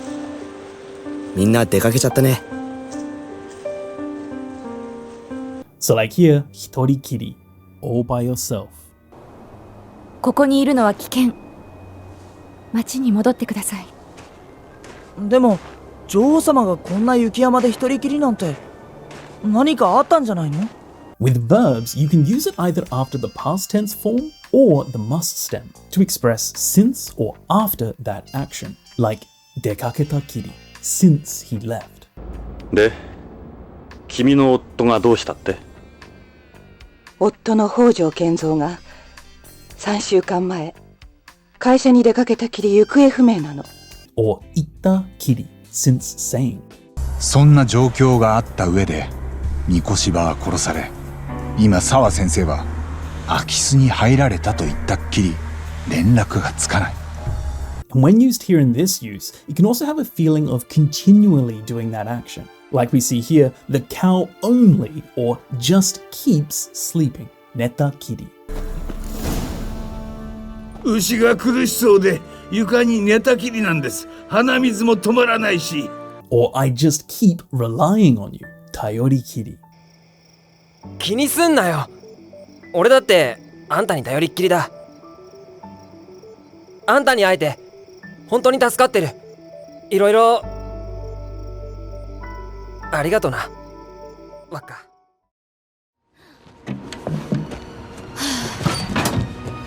タイムカプセルも錆びついたね。暗証番号覚えてる？あれなんだっけ。嘘だろ。暗証番号暗記しとけよ。いつも俺がいると思うな。わかりました。暗記します。暗記します。はいはい、タグ。Ke is a casual suffix that you can use after things to express that you've forgotten something that you should know. And you're trying to kind of remember that thing. Like for example, nandakke? What was it again? It's almost like you're trying to ask yourself a question, trying to remember that information. You can put it after verbs in the past tense form, followed by ke. Like here, wasn't it that I was killed? So he's trying to remember the fact that wasn't he killed? Korosare nakatta ke? あら？俺ってブーに殺されなかったっけ? Or what was your name again? Literally here, what was it called again? 名前なんて言ったっけ？教えない。え？ To use it with nouns and na adjectives, follow them with da or datta and then add ke. Like here in Kingdom Hearts, where was it again? Doko dakke? また3人で旅の続きだ。で、どこだっけ？列車に乗るんでしょ？そうそう。And for e adjectives, just replace that last e with katta, so turning it into the past tense form, and then add ke. And make sure you have that small gap in between. 確か一緒に逃げてたのはゴート先輩だわ。私こんなに気が多かったっけ？学校の男子ばかり夢に。い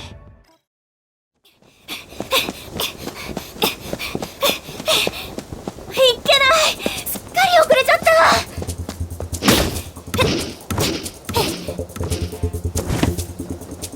うわー、今日の朝礼もう始まっちゃって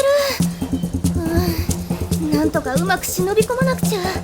Komu is used after the mus stem of a verb to express two different things. The first is to kind of move something inwards, like for example to sneak into a group, shinobi komu, or to get swallowed up or swallowed in, nomi komu.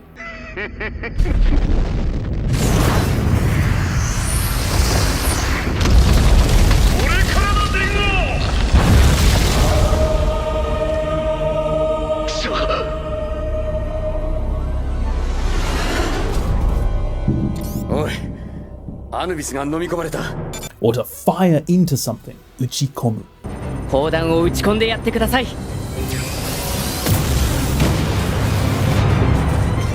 Or to insert something in, sashikomu. 順番に入力すればいいんだな。そうだよ。鍵は差し込むだけでいい。Or to be trapped in, like trapped in ice. 君はずっと氷の中に閉じ込められていたんだよ。And the next meaning is to do something for a long time, or to do that thing thoroughly, like nikomu, to boil well, so to stew. This almost has a feeling of boiling something in, boiling in something. You're doing the action of boiling thoroughly, so it's more like stewing. ゴロゴロミートボールも作り直しました。あとは煮込むだけです。お前さん、いつまでこの村にいるつもりなんじゃ。さあ、いつまでかな。あんたこそいつまで俺についてくる気だ。さあ、いつまでかの。Koso, very simply put, is kind of like underlining the word that comes before it. It adds emphasis to that noun that comes before koso. Like here in Shadow Hearts 2 being asked, how long will you be here? And he replies with, how about you? So the underline here is you. It can also be translated as kind of like a for sure, like this time for sure, kondo koso.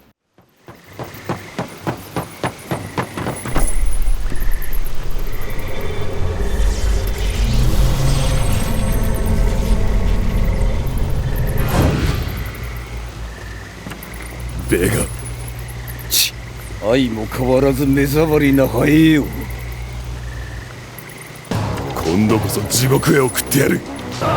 ロレインを殺した男だ。今度こそ逃がさん。エド、行くぞ。Or it's precisely because there is compassion and respect that we can lead. 人間は力だけでは統率できない。敬い、慈しむ心があるからこそ統率ができるのだ。くだらん。Or that for sure, それこそ. That very thing is a waste of time. 喋る気がないなら、それこそ時間の無駄だな。Or I am the one for sure, 俺こそ who deserves to be at the top. 今の俺こそ爆弾界のトップにふさわしい。お前はただの犯罪者だ。Or this very fist, この拳こそ is the real deal. せ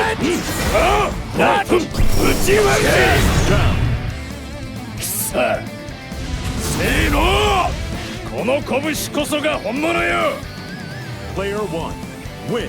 Or like here in Tekken 8, today for sure is the day. 今日こそ。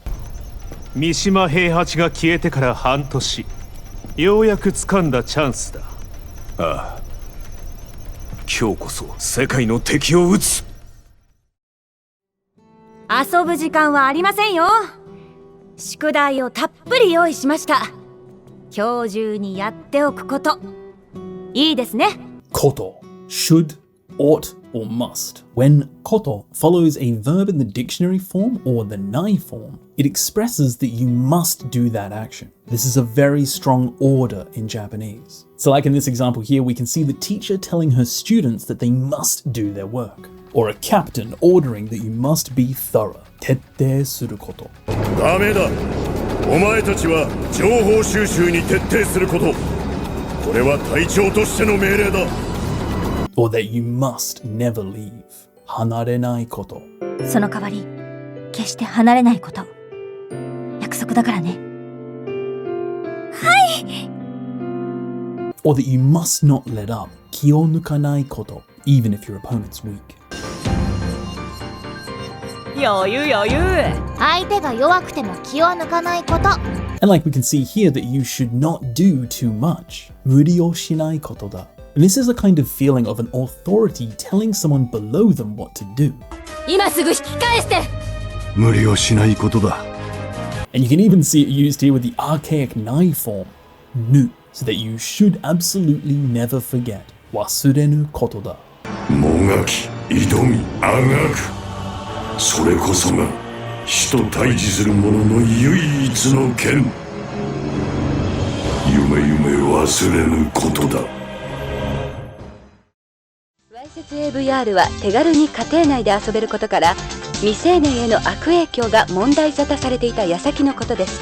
ことから is used to show the reason or something being the basis for a certain conclusion about something. Translated literally as from the fact that.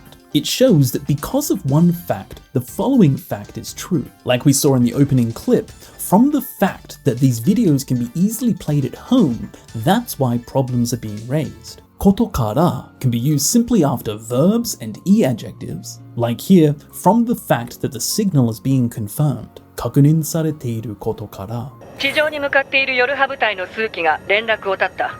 現在もブラックボックス信号が確認されていることから、死亡はしていないと推定される。Or like here, from the fact that they take a person's body and slip into it, that's why they're called snatchers. 彼らは人の体を奪い、すり替わることからスナッチャーと呼ばれた。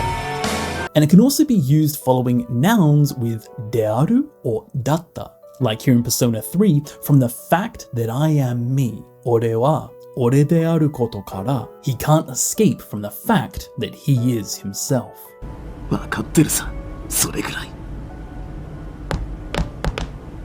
どうせ俺は俺であることから逃げられない。 And it can be used with na adjectives with the na attached, or just like with nouns with dearu or datta. 調査場所の危険性も不明であることから、目の届く場所に置いていた方が隊全体のリスクが下がると当機は考えます。機構に依頼したいのは木薬の塔の調査、源流ミドガルゾールムの生死を調べることなのだ。Koto nano. Here, a combination of koto for a thing or a matter combined with the explanatory nanda or nanoda. And it's used to explain that something is a certain way, often used when defining what something is. Like here, defining, explaining what your mission is. It can be used following verbs, like here, is it that you put your life on the line? So here, seeking explanation for it being a certain way. 祈りが通じれば正式な召喚師になれるって思い出したか？誰かが奥の奥から帰ってこない。それは分かった。もう一日経っちまった。命に関わることなのか？ And it can be used following e adjectives by themselves, like here, tsurai koto nano, explaining that it's tough. キリク、この話をするのは私にとってとても辛いことなの。Or explaining that it's something you'd be better off not knowing. 知らなくてもいいことなの。たとえ本当でもひどい。ごめん。やっぱり知らなくてもいいことなのかな。And it can be used with na adjectives with na koto nano. Like here, 素敵なことなの. Explaining that it's wonderful. でも、やっと手枷が取れた。体を動かせるって、なんて素敵なことなの？ And with nouns, you need to use the not particle. So, noun no koto nano. Like here in Final Fantasy XIV, the answer that I was searching for was just that. それだけのことなのよ。はぁ、って思ったわ。私の求めてた答えなんて、きっとそれだけのことなのよ。Or like here used in a question. 何のことなんでしょう? What kind of thing is it? へ、ずいぶんとふざけた犯罪者じゃねえか。しかし、この星の塔というのは何のことなんでしょうか? And it's also often paired with toiyu, or the contracted teiyu, to present what it is you're defining. So it would be toiyu koto nano. So it's explaining that it is whatever toiyu is quoting before. ありがとう。この船に出会えてよかった。けれど、仕事を終わらせるということは、フィムと別れるということなんだよな。そうか。それじゃあ二人は正式に婚約者になったということなんだね。おめでとうございます。クイーン、悲しむことはない。俺は一度死んだ男。Koto wa nai is used to express that there's no need to do a certain action. It can both be used as a way of consoling someone to make them feel better about something, or as a way of criticizing someone else's actions, saying that they don't need to do that action. To use this, simply follow a verb in the dictionary form with koto wa nai to express not needing to do that verb. So like we see here in Metal Gear Solid 2, there is no need to be sad. Kanashimu koto wa nai. Or there's no need to worry. 心配することはない。心配することはない。君にはその資格と力がある。あの子はね、お前よりも新しい友達の方が大事なんだ。でもね、心配することはないよ。あんな子のことは忘れて私とおいで。お前が望むものを見つけてあげるよ。Or there's nothing to be afraid of, or this isn't something you should be afraid of. 怖がることはない。またお前か。そんなに怖がることはない。副長が君を呼んでる。And we can also sometimes see that the wa in koto wa nai is sometimes dropped in casual speech. Like here, 心配することない。中に入って銃を向けて情報を聞き出してトラブルが起こる前に帰る。心配することない。何も心配することないわ。今度の旅でもたくさんの格闘家と戦うことができた。戦いの中で俺はどのくらい強くなれたのだろう。波動拳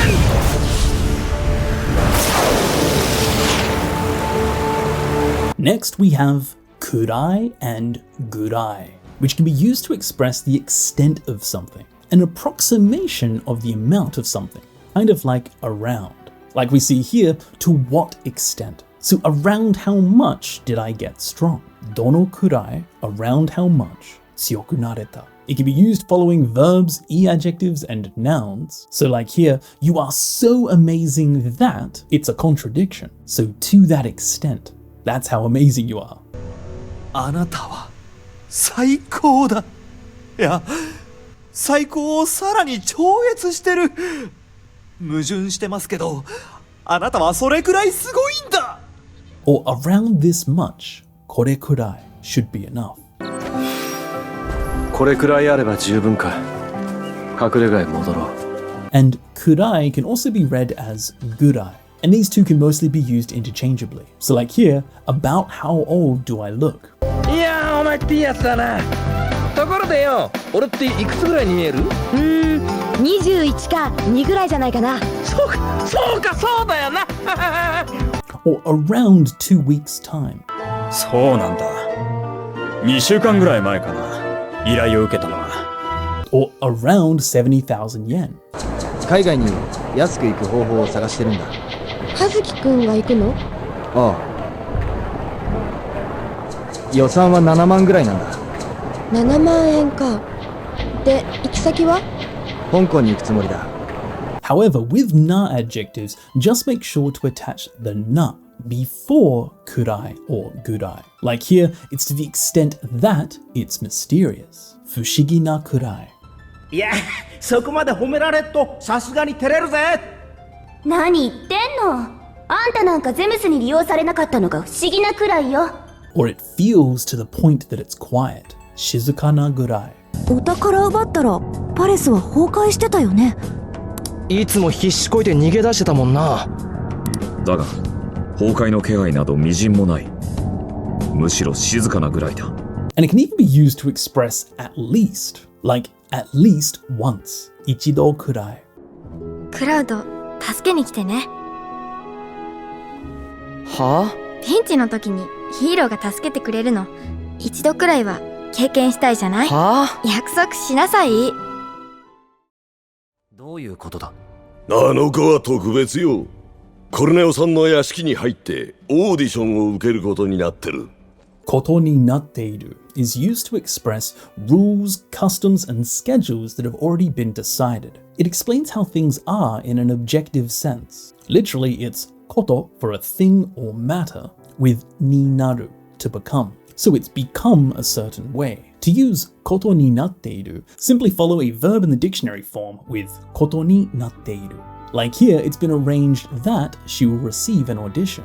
Or used after a verb in the nai form, followed by koto ni natteiru. So it's been deemed that you should not approach. その妙な気配は調べたのか？いいえ。なぜ調べぬ？近寄ってはいけないことになっているので。なぜ近寄ってはいけないのだ？ And it can also be used following nouns with toiyu koto ni natteiru. So like here, you are said to be the perpetrator. 確かにあの事件、犯人はお前ということになっている。表向きはな。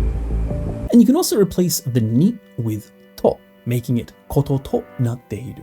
And this makes the expression a little bit more formal feeling, like here in Fire Emblem Engage, to become possessing certain abilities. こんな風に紋章師として特殊な性質を持つこととなった。異形兵となる前の体。こらー！あたしと旅するって言ったのに。あれは。ユーナを好きになるなって言われたくせに。そっか。いや、そう、だからあたしと行くの。なーにやってんだ。ガキのくせに女と旅だ。1000年早いって。Kuseni is used to express very strong feelings of dissatisfaction or blame, despite or although. Like we saw here in Final Fantasy X, despite being told, iwareta kuseni, as well as despite being a brat, gaki no kuseni. So here the speaker is criticizing the person's actions, or criticizing how they are, despite having been told or despite the fact that you're a kid. Now to use with verbs, simply follow the verb with kuseni. Like in this next clip, mi kudashiteiru kuseni, despite looking down on people.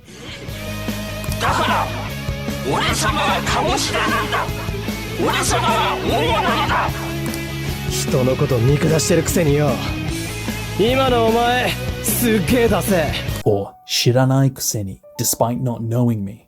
どうして放っておいてくれないの？私のことなんて知らないくせに。 And you can use it after e adjectives, like isogashi kuseni, despite you are busy. でもさ、やっぱり君って変人。忙しいくせにずっと私の世話焼いてるよ。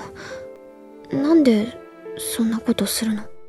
You can also be used with na adjectives with the na attached, like heta na kuseni, despite being bad at something. バカみたい子供なのね。夢を追って傷ついて嘘が下手なくせに笑えない笑顔を見せた。 And finally, it can be used with nouns with the not particle, like okami no kuseni, despite being a wolf. スターフォックスの宿敵だな。狼のくせに仲間とつるんでいるのか？ Or jiji no kuseni, despite being an old man. ほう、老いぼれと侮るか。まだまだ若い者には負けてやるつもりはないぞ。はっ、ジジイのくせに生きりやがって。この場で棺桶に叩き込んでやろうか。なんなんだよこいつら。これじゃまるでアニメじゃないか。Marude is used to express that something is just like something else. And it often has yo or mitai to show what it's like. Like here in Metal Gear Solid, Marude anime janai ka. Isn't it just like an anime? So he's surprised at the events that are happening. It's just like it's an anime. Or it's just like being in a really realistic dream. Marude, riaru na yume no naka ni iru you da. 見覚えのある場所だった。だが何かが、どこかが違っていた。いらっしゃいませ。まるでひどくリアルな夢の中にいるようだった。Or it's just as if you're looking for a place to die. まるで死に場所を探している。なぜそう生き急ぐ？わしにはまるで死に場所を探しているようにしか見えん。Or it's as if all of the color has been absorbed. なあ、なんかこの場所見覚えがないか？そうかな。それよりソニック、この世界まるで色と力を吸い取られちゃったみたいで気味悪くない？ Or it's as if I like this guy. 肌をか頭ったら、それじゃまるで私がこの男を好きみたいじゃない。Or it's just like a castle. まるでお城みたい。大きな建物ね。まるでお城みたい。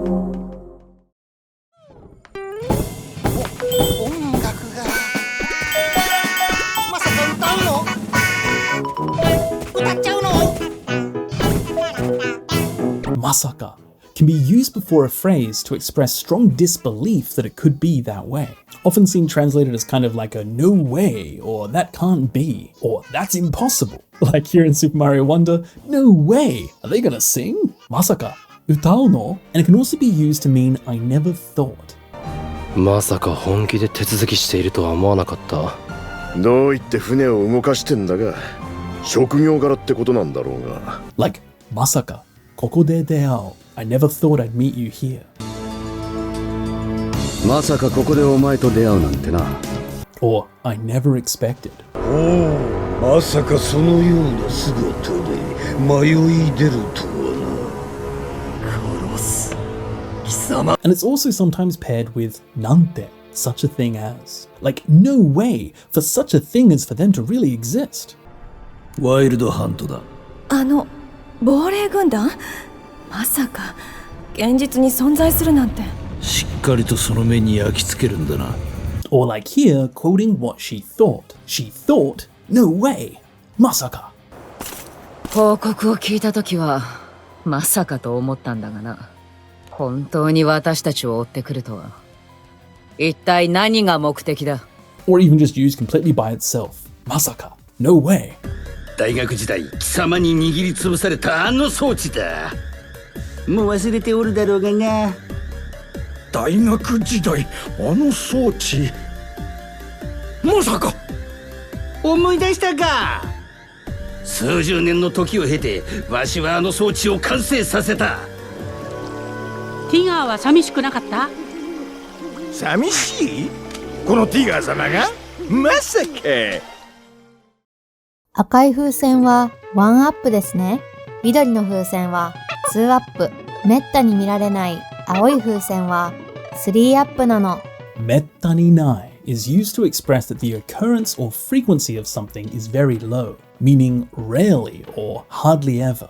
To use this, just put mettani in front of any verb in the nai form to express rarely doing that action. Like here in Donkey Kong Country 2, mettani mirarenai. You can very rarely see these blue balloons. In fact, there are only 2 of them in the entire game, so it's very rare. Or like here in Pokemon talking about Clefairy, mettani dete konai. It rarely appears. 自分たちの世界を大事にしているらしく、めったに人前に出てこない妖精の仲間。Or something is very rarely said. Mettani iwarenai. すごく親切なのね。めったに言われないが、ありがとう。And to use it with nouns, simply follow that noun with mettani nai. Like here, this chance is very rare. Kikai wa mettani nai. よし、よく言った。それでこそ私のまれびと様だ。お前たちもこんな機会はめったにないから、目をかっぽじってよく見ておくように。つうことは、今日は南国ビーチで遊び放題ってことじゃね？せっかくだから行っちゃう？こんな機会めったにないし。アンドロイドを尋問するなんてどう考えても時間の無駄だ。痛みつけてみりゃいいだろう。どうせ人間じゃないんだよ。アンドロイドは痛みを感じない。ダメージは受けますが、口を割りはしないでしょう。Here, me turns adjectives into nouns, and it expresses a kind of subjective feel, as opposed to a similar piece of language, sa. That expresses a more objective level. Me can only be used with a very limited set of adjectives to turn them into nouns. That express a subjective quality, something that's more personal, almost like a feeling or a perspective. Like here, itai, the e adjective for painful, where itasa would be the level of pain. Itami here is more of a personal feeling of that pain. So it can be used with e adjectives by replacing the final i with mi. Like here, itai, itami, pain. Or like here, atatakami, warmth. Here referring to the warmth that you feel rather than the exact level of warmth. 人の温かみに触れ、白い鷹率いる傭兵団を己の居場所と決める。そして3年の月日が経過した。Or like yowai for weak turning into yowami, the thing of being weak, weakness. 弱点じゃない、弱みだよ。人も兵器も弱みがないと可愛くないじゃないか。そうだろ？ Or tanoshii for fun into tanoshimi, the thing that you're looking forward to. じゃあ、オラからやらしてもらおうかな。ほう。一番の楽しみは最後に取っておきたかったのだがな。And it can also be used very, very rarely with na adjectives. But be careful, as this is very rare. It's best to just learn these words individually rather than a function of grammar. Like for example, awaremi, pity or compassion. あれほど憎み合った私たちが再会して感じたのは懐かしさと深い哀れみだ。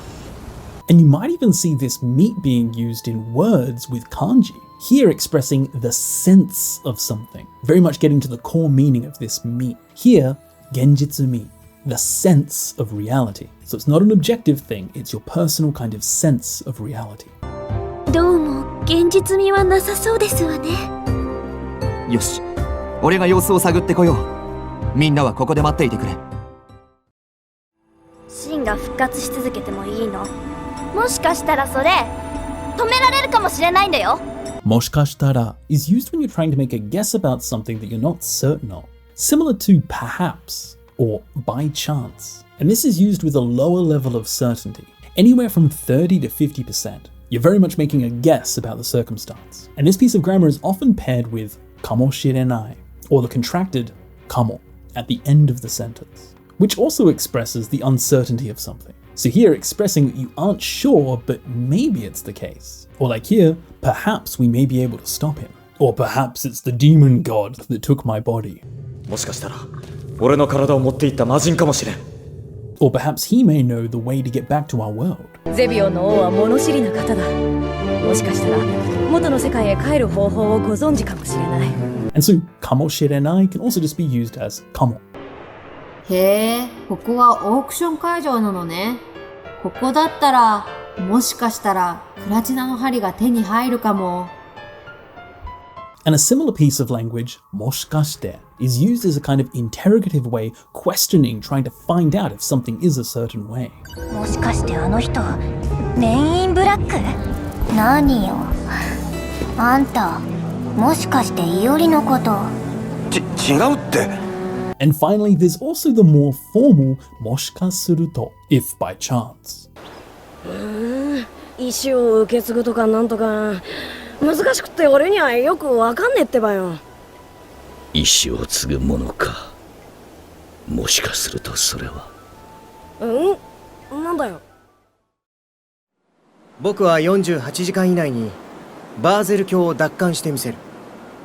もしも僕の作戦が失敗したら隊長を辞任しよう。Moshimo tara is used to express if, in the case that, or supposing, Here, the speaker is imagining something that isn't actually the case, but supposing that it were. To use this, just put moshimo before a verb in its hypothetical form, like tara. So like here, supposing I fail, I will resign. Or what will you do if something happened, the hypothetical situation. どうして助けに行かない？ちゃんとガードがついてるし、何より掟だし。もしものことあったらどうすんだよ。死んじまったらおしまいだろ。 And can also be used with other endings like ba. ところであなたはフラジャイルの知り合いなのか？もしも彼女に会うことがあれば伝えてほしい。頼む。助けてくれてありがとうと。もしもマイミが太田よりも先に現場に行ってたとすると、犯人の顔を見てる可能性が。もしもそうだとすると、翔子殺害の件とも関係がありそうだな。なら？あの日から全てが変わった。だからちゃんと知りたい。もしもあなたの言ってたことが本当だったのなら。もしも父さんがモンスターに殺されたのなら、俺が父さんの仇を撃ってやる。And even moshimo temo for even supposing if. もしも仮にそうだとしても、大脳生理学上は何の矛盾もきたさない。彼って不思議なやつですよね。そうだな。でももしもなんとかなんなくても、みんなと一緒なら私はいいかな。まあ、世の中にはいろんなやつがいる。いいやつもいれば嫌なやつもいる。Next we have mo, ba, mo.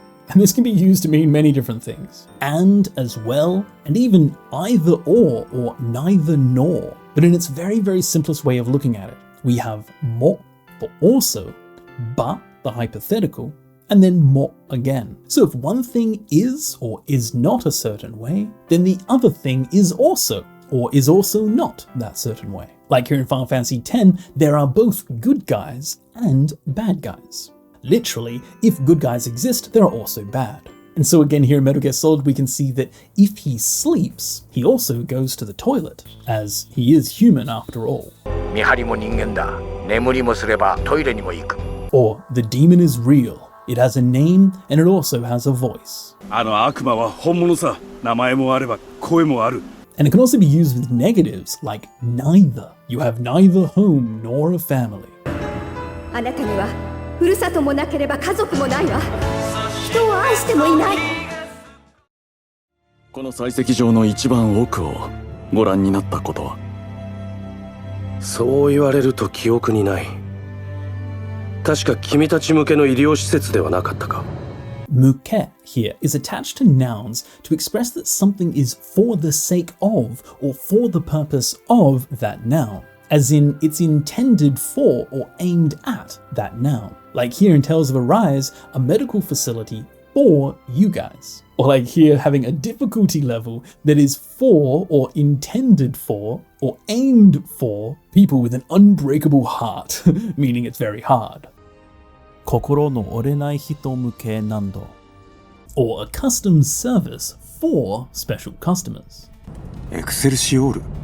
エクセルシオールは特別なお客様向けのカスタムサービスです。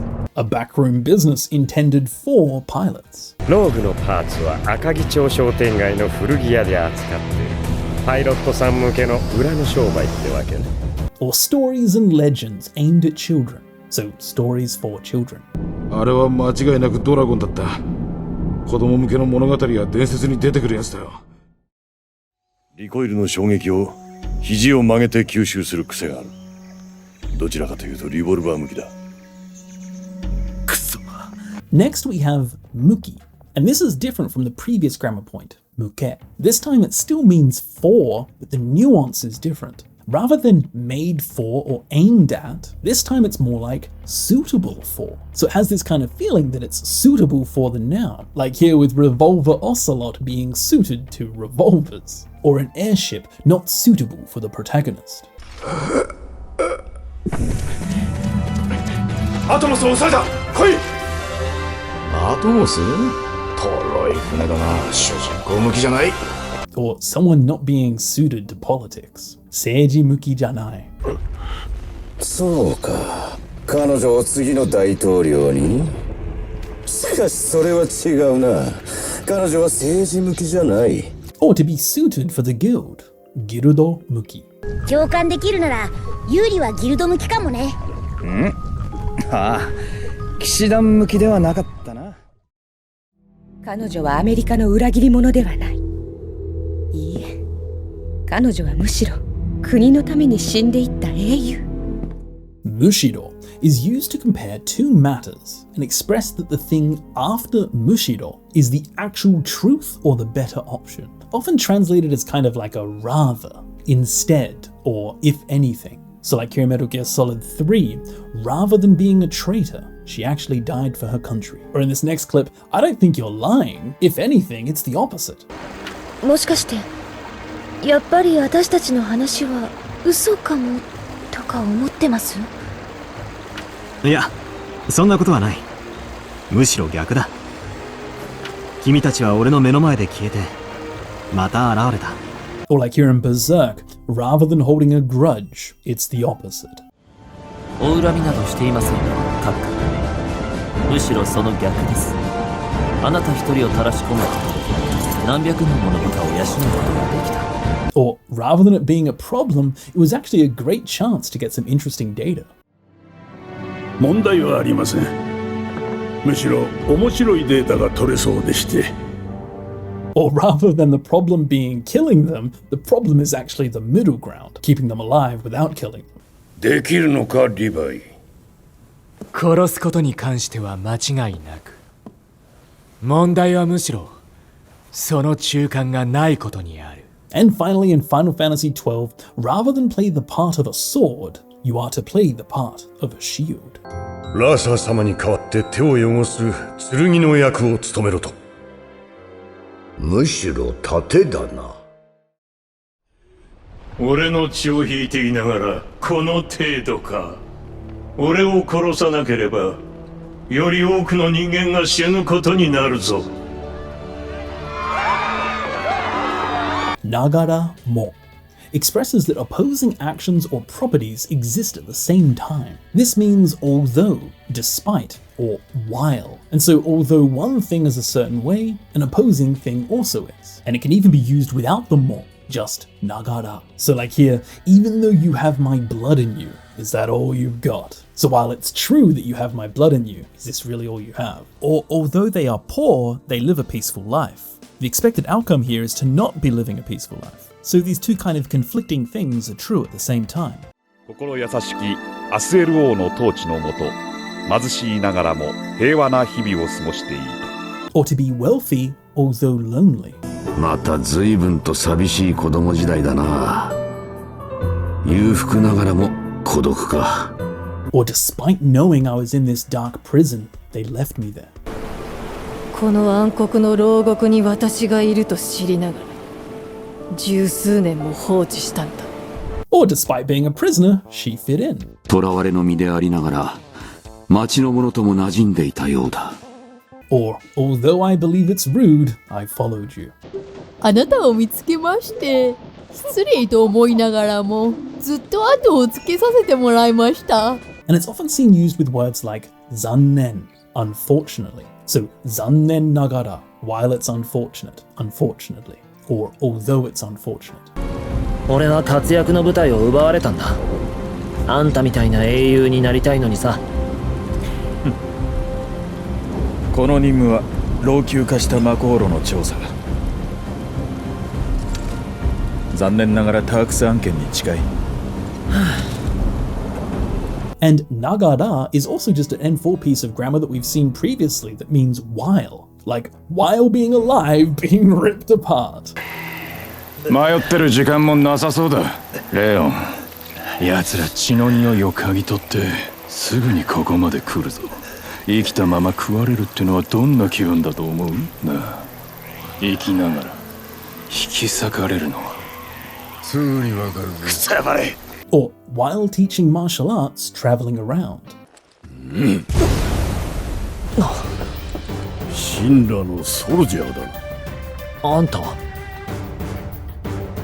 私はザンが子供たちに武術を教えながら東へ西へあちこち旅をしている。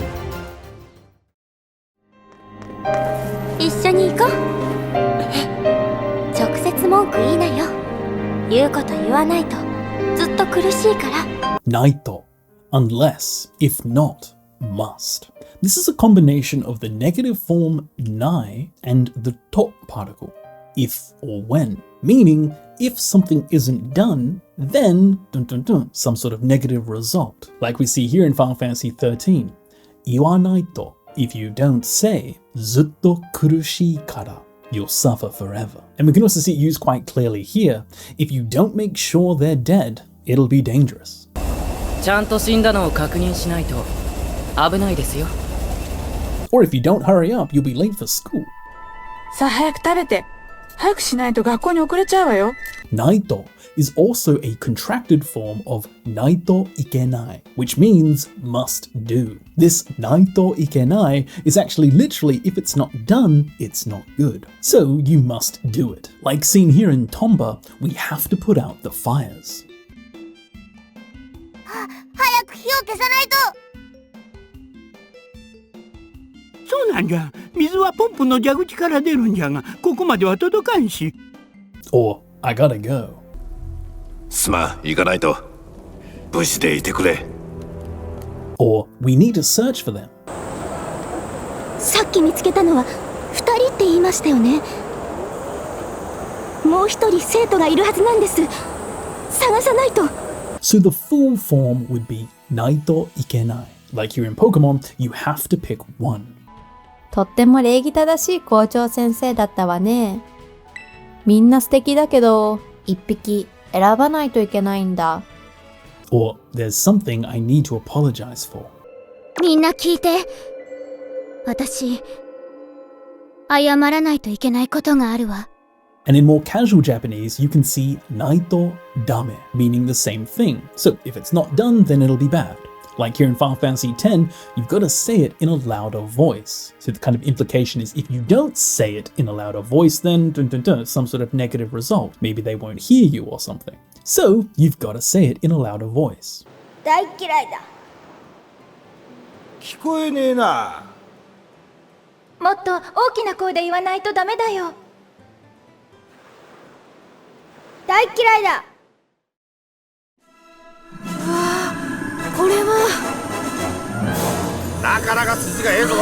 これがお前の心の戦士イマージェ。心の戦士？そうや。Naka means very or considerably, and it's used before adjectives or nouns to express being considerably or far more than expected. So it can be used in front of e adjectives like here in Natsumon, nakanaka ii tokoro. It's a pretty good place, so it's better than expected. この町はなかなかいいところなんだ。パパは中1までここに住んでたんだぜ。Or that Aerith is pretty cute, nakanaka kawaii, cuter than expected. でもレズリーさん、なかなか可愛いっすよ。なかなか？ Or you're quite the film buff. 冬坂さんもなかなか映画通だね。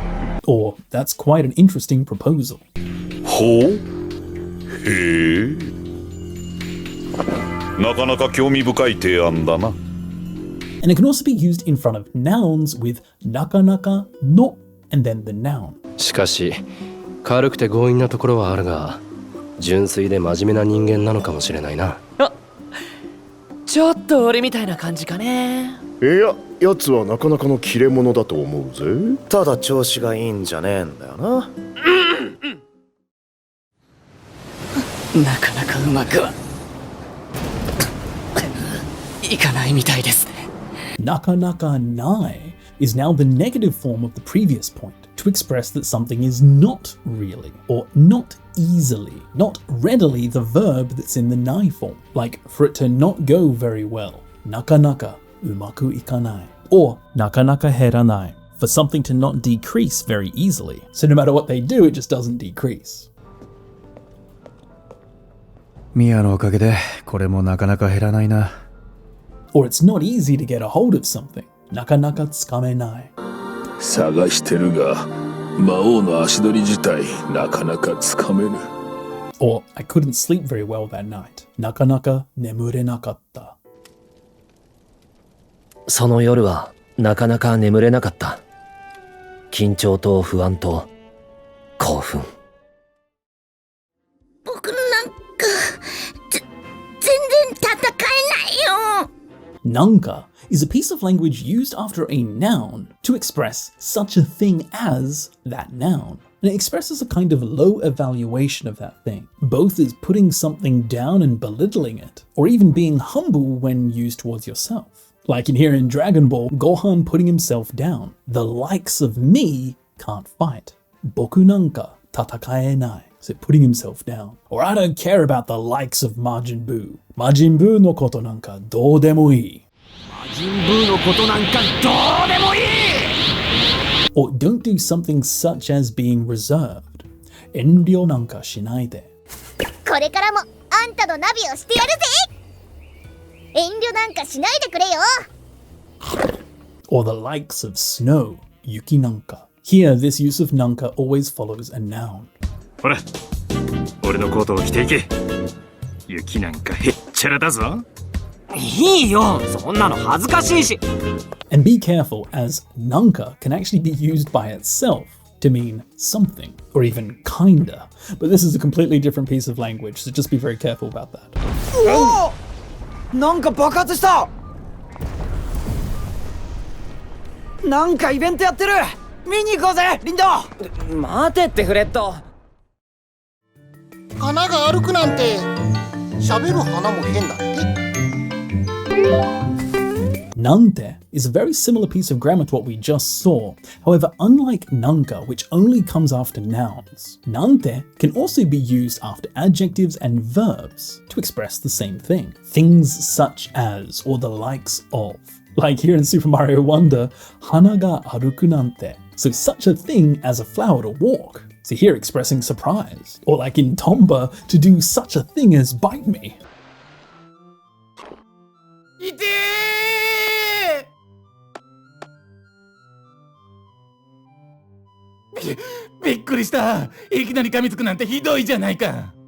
Or to do such a thing as leave at a time like this. お待ちください、義経様。ん？どうした？こんな時間にお出かけになるなんて心配で。俺なら大丈夫。案ずるな。Or to do such a thing as not contact me for 3 days. ニーニー、生きてた。3日も連絡ないなんて、どこかに出荷されたと思ってた。Or to do such a thing as to wake up in these circumstances. この状況で目覚めるなんて奇跡だわ。And just as nanka, nante can also be used at the beginning of a sentence, but this is not the same piece of language. This instead expresses some sort of surprise at something, like what a, like here used with a noun, what a huge dun dun dun. Or when used with adjectives, how, like how fast. But this is not the piece of grammar that we're looking at here, so just be careful. ドレイクヘッド、なんて巨大なの。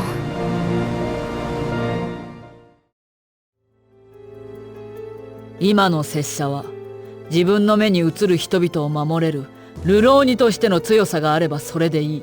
人を殺める人斬りとしての強さなどもう必要ござらん。And you can also use this nado in the very same way as nante to give an example of something, such a thing as. Like here, such a thing as strength, or such a thing as a Saiyan who can't move. 何よ、ベジータ！動けないサイヤ人など必要ない！ Or to hear such a thing as retreat from your mouth. 見損なったぞダリュー。そなたの口から退却などという言葉を聞こうとはな。エル王国に渡る船は出ていないんですか？ないことはないが制限されておる。Nai koto wa nai is used following verbs, e-adjectives, and nouns in the nai form to express that it doesn't mean that, or that it's not impossible that. Literally, this is a double negative. It isn't that it isn't. So like here, it's not that there aren't any ships. Or simply by itself, it's not that it's impossible. ありゃ、俺に惚れてるな。ねえ、ないことはないだろう。Or, いけないことはない。It's not that you can't go. そってん山か。歩いていけないことはないけど。Or, 関係ないことはない。It's not that they aren't related. とにかく6年前の事件と今回の事件は何の関係もないのよ。関係ないことないだろ。ああ、ごめん、かけ直すよ。仕事が残ってた。Naosu is used after verbs in the must stem to express doing that action over again, kind of redoing that action. And this comes from naosu, to fix, repair, or to redo something, attached with a verb, meaning to redo that verb. Like to call someone back on the phone, kake naosu, or to redo something, yari naosu. だから安心して人生をやり直すがよい。Or to reconnect, つなぎ直す。サマンサ・アメリカ・ストランド、新たな大統領だ。孤立した都市と都市をつなぎ直す。Or to repaint, 塗り直す。壁土を取り除いて死体を隠してから塗り直すことは可能じゃ。Or even to rebuild, 立て直す。わかった。手伝うぜ。お前がぶっ壊して俺が立て直す。いいね、それやろう。俺は喧嘩も心ももっと強くなるぞ。牛乳もなるべく飲むぞ。 Next we have narubeku, and this is used before an action phrase to express doing that action as much as possible. Like here in Full Metal Alchemist, to drink as much milk as possible. Narubeku nomu, or to leave as soon as possible. 仲間を助けたら、なるべく早くこの星を去ってほしい。To not talk for so long as much as possible. 悪いね。なるべく長話しないようにするからさ。To be back as fast as you can. なるべく早く戻るから待っててね。To speak as much as possible. 今のうちに協力できそうな子を見かけたら、なるべく声をかけておくといいですよ。Or to hide your key as much as possible. ごはん、なるべく木を抑えながら急ぐんだ。はい。では、敵とは何だ？時間には関与しない絶対的な敵とは。そんな敵は地球上には存在しない。なぜなら敵はいつも同じ人間だからだ。なぜなら, the reason why, is used when explaining the reason why something is a certain way. なぜ meaning why, and なら if. So if I were to say why, なぜなら. Like seen here in Metal Gear Solid 3, the reason why is our enemies are people. Or like here in Naruto, the reason why you can is because you're my son. お前ならできるはずだ。なぜなら、お前は俺の息子だ。And as you saw, because なぜなら explains why something is a certain way, it's often paired with the explanatory から because. Like, the reason why you can't proceed is because this is the demo version. この先は君たちが訪れるべき場所ではない。なぜなら、これは体験版だからだ。Or the reason why no one will die is because I'll protect everyone. 僕らは知らない！あんたは知らない！なぜなら、あんたが僕たちを守ってくれるから！なぜなら、僕らが絶対あんたを守るから！ And it can even just be used as a question. The reason why? みんなで海へ行こう。なぜなら、俺たち、この夏休みは一度も海へ行ってない。And なぜなら can also be used less commonly as なぜならば。ベグナガンの破壊は可能。必ずきっと絶対にだ。なぜならば人が作った機械だから。And there are also some similar pieces of grammar, like なぜかというと, or the slang speech like seen here, なぜかってと。それがなぜかってと、こいつらユータのことをガキの頃からずっと監視していたからだ。Or even どうしてかというと, if I were to say why. このマシンは血管の中を通して脳へと送り届けることはできない。どうしてかというと BBB の小人さんたちがうにゃーちけーって弾き飛ばしちゃうからですね。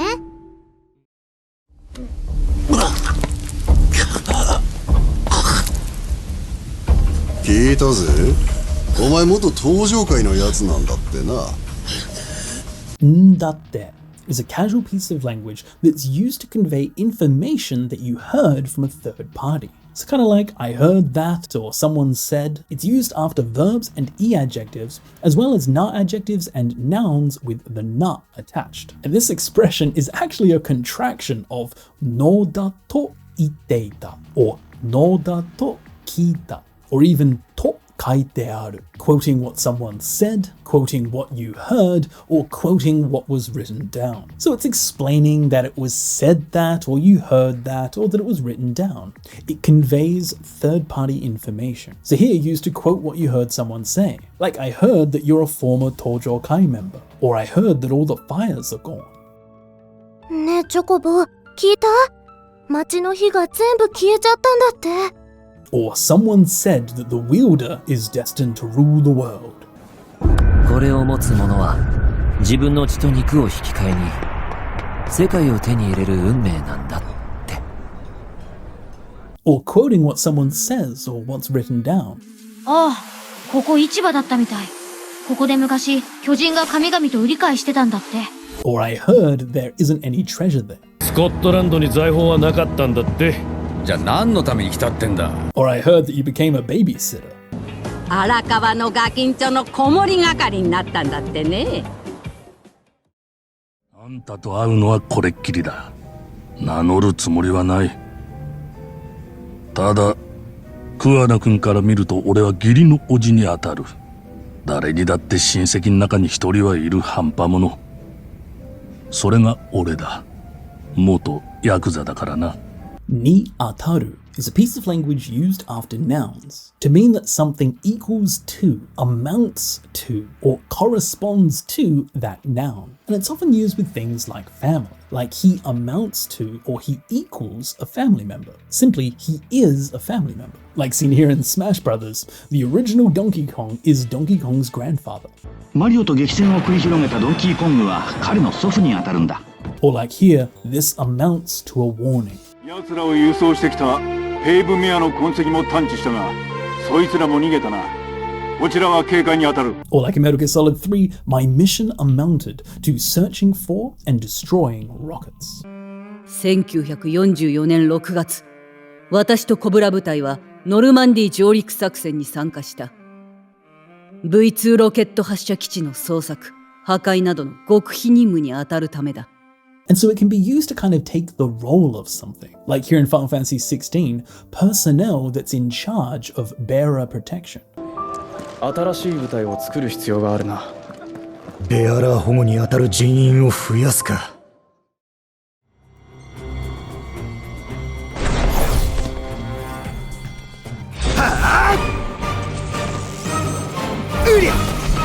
ロクト、武器召喚できんだろ。敵に合わせて使え。やったな。ああ。Niawasete is used after nouns to express something being in accordance with, matching, fitting, or suited to that noun. Like we saw in Final Fantasy XV, to use your abilities matching the enemy. So depending on the enemy, choose the right ability. So for something to match or to fit something. And this is actually a combination of the ni particle and the verb ao, to fit or to suit, which we can see used here in ni awaseru, to be made to fit or to suit. Like we can see in the translations, fitting, suitable for, in accordance with, and matching. Like here in Star Ocean, clothes made for her, so it's made to fit her or to suit her. とても似合ってらっしゃると思います。そうだろう、そうだろう。この服は私に合わせて作らせた特注品だからな。そうだ。もしよかったらレティシア王女も着てみるか？え？私がですか？ Or like here in Valkyria Chronicles, changing certain equipment in accordance with or suited to every different situation. 状況に合わせて。戦いの状況などに合わせて自由に付け替えをしてみてください。 Or like here in Pokemon with Ludicolo, matching the cheerful rhythm. And so here it moves its body matching the rhythm to increase its power. 陽気なリズムに合わせて体を動かすことでパワーを増幅させているのだ。And it can also be used connecting to another noun with noun niatta noun.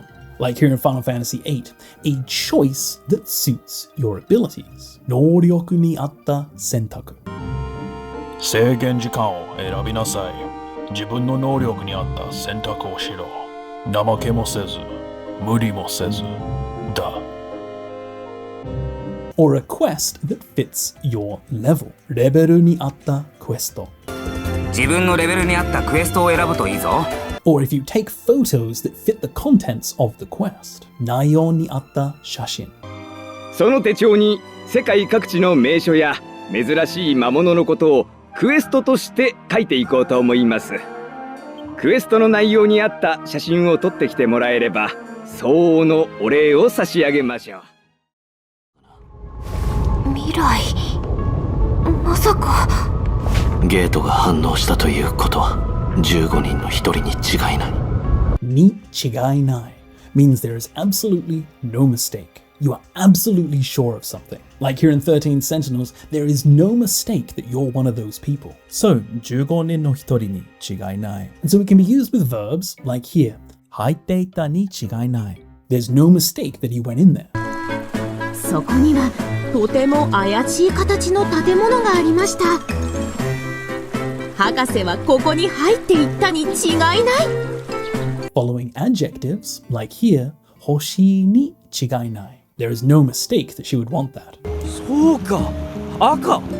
僕たち赤色が好きで意気投合して結婚したんだよ。きっと赤色のものが欲しいに違いない。 As well as with nouns, like here in Demon Slayer, 鬼に違いない。There's no mistake that they're a demon. きっとそれが女性をさらっている鬼に違いない。 Or I'm certain they set up a camera in here. 犯人の盗撮用カメラだ。物質を荒らした変質者が仕掛けたものに違いない。 Or there's no mistaking that I once had this crystal. これはこの水晶は確かに昔わしが持っていたものに違いないが、ここに小さな傷のようなものがあるぞ。今回のメミヤ君も本人の意思に反して戦わされています。に反して or に反する is a formal piece of language that means for something to go against or to be contrary to the noun that it's attached to. に反して is often used to connect two actions, like here, to go against their will and fight, or to go against the rules. 規則に反して and take them back. 非常に申し訳ないが、規則に反して連れ帰るのはベビーメトロイドだけにしてくれないかね。or contrary to expectations. 予想に反して。バクラム軍はそのままアルモリカへ進軍すると思われたが、予想に反して一向に動く気配を見せなかった。And に反する can be used to modify another noun. So like things that go against the teachings. 教えに反すること。倒せる倒せないの問題ではないのです。教えに反することが問題なのです。エボンの教えに反する作戦止めないとまずくないですか？ Or actions that go against the Jedi ideals. 理念に反する行為。お前は私欲のためにフォースを使っている。ジェダイの理念に反する行為。今は暗黒の時代だ。ちょっと事情があって同行してもらってるの。大丈夫よ。私が一緒にいる以上、遊撃士規約に反する行為はさせないから。or things that go against my duty. 義に反すること。武芸者への夢が断ち切れないでいるのでしょう。だからこそ義に反することはできないんです。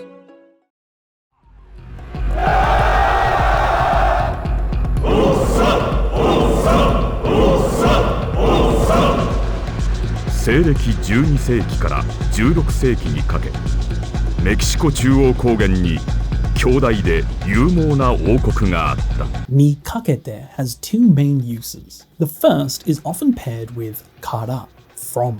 So からにかけて. And this means from one point until the next. This is often used with things like times and dates, like from the 12th century to the 16th. Or what were you doing from Sunday to Monday? これが日曜日から月曜日の未明にかけての出来事。夕べの7時から9時ぐらいにかけて、お前は何をしていた？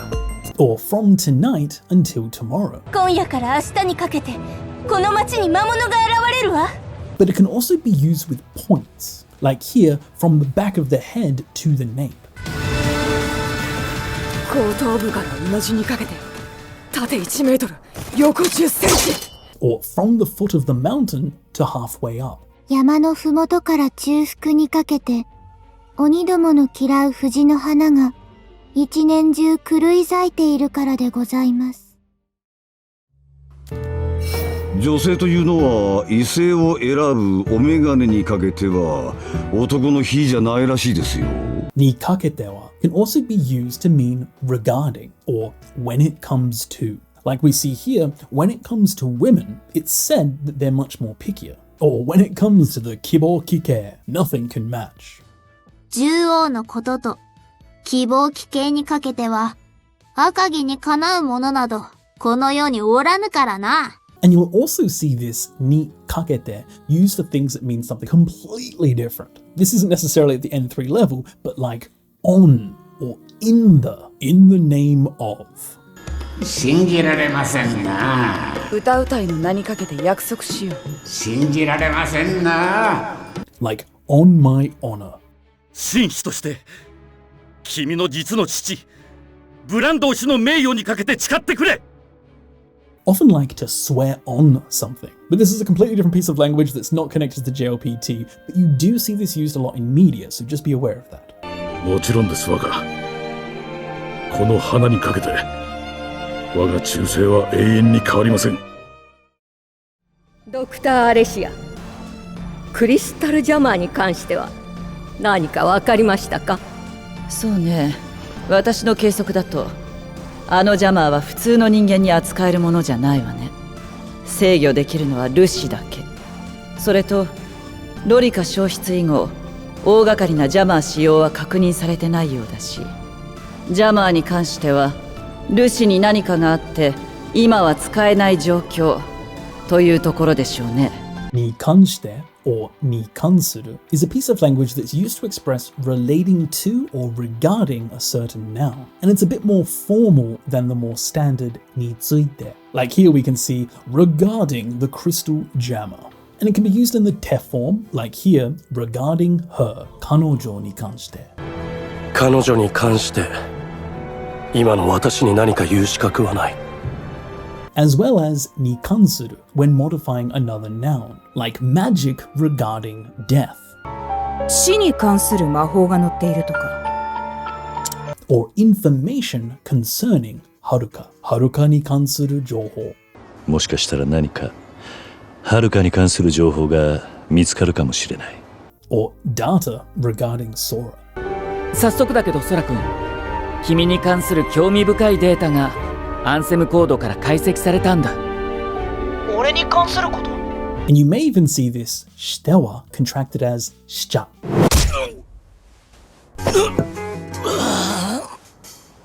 野球に関しちゃ真面目なんじゃなかったのか？あの人。月に変わって足焼きや。に変わって This is used to mean doing something in place of someone else, on behalf of, and it's used following a noun to mark who or what the action is being done in place of, or on behalf of. Like in this classic line from Sailor Moon, 月に変わってお仕置きを I will punish you on behalf of the moon. Or like here in 13 Sentinels, she will ride the mech instead of you. So あなたに代わって乗る。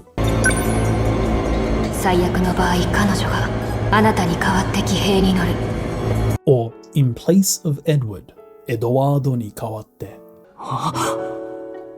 エドワードに代わってお願いするよ。どうかそのコートを受け取ってあげてくれ。Or in his place, I apologize. こうも言ってた。頼むから事務所を守ってくれ。何せあの鬼ババアどもは。ババアはひでえな。奴に代わって謝ろう。But also just simply as instead of, like instead of Frieza. これで俺はフリーザに代わって全宇宙を支配することができる。And you can also see this being used as に代わり in slightly more stiff formal speech, like here with royalty talking in place of his father Simon. こうしてセレノアは父シモンに代わりウォルホート家当主の座についた。Or in place of her mother who became ill. その後、病気になってしまった母に代わり、リディがずっと借金を返済し続けているという。でも、あの子たちの服は見た目がもうドレスのようなものじゃない。それに比べて私のは地味な黒い制服よ。に比べて is used after nouns to express comparing to that noun. Or in comparison to that noun. So it's used to compare one thing to another, like compared to their clothes, mine is plain. Or compared to Hera Vista, this village is desolate. この村はヘラビーサに比べて随分寂れてるんだな。Compared to the mainland, it's easier to catch fish in Hokkaido. お前、魚釣りやってる？そういえば北海道の魚は内地に比べて釣りやすいって。Compared to before, you've gotten better. はい、そこまで。以前に比べて本当に良くなった。Compared to us, the Renner don't have as many people. 俺たちに比べてレナ人は頭数が少ないからな。And it can also be used as ni kuraberu to when comparing to. Like, compared to that, when you compare to that, we are like insects. こいつらを見るたびに、私は真の大いなる力を実感するのです。それに比べると、人間なんぞ虫けら同然ですわ。Or when compared to yours, it's older. 私のゲーム機だ。お前たちのに比べると古くて処理能力も低いがな。Or compared to the size of the ship, it's quite small. そこは食堂だね。船の大きさに比べると小さいな。As well as even being used as ni kurabereba, if compared to. 火影たちが成した異様に比べれば、わしのしてきたことは取るに足らんくだらんことばかり。何も残すことができなかった。And even just ni kurabe in more formal speech. あの頃は地球から逃げるために火星に行こうとしていました。ですが今は何もかもが違います。あの頃に比べマスターはだいぶ変わられました。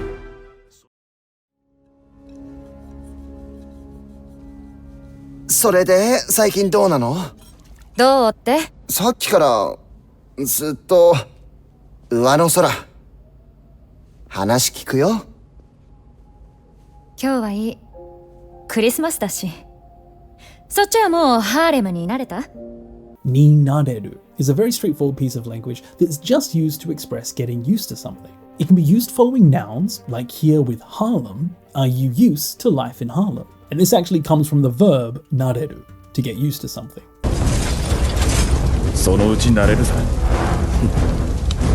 And then ni marks what you get used to. So, like here, being used to dealing with dogs.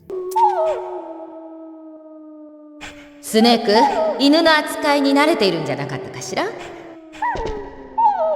Or used to fighting titans. 私たちは確かに巨人との戦いに慣れているけど、だからって必ず君を守り通せるわけじゃないからね。Or to get used to this body.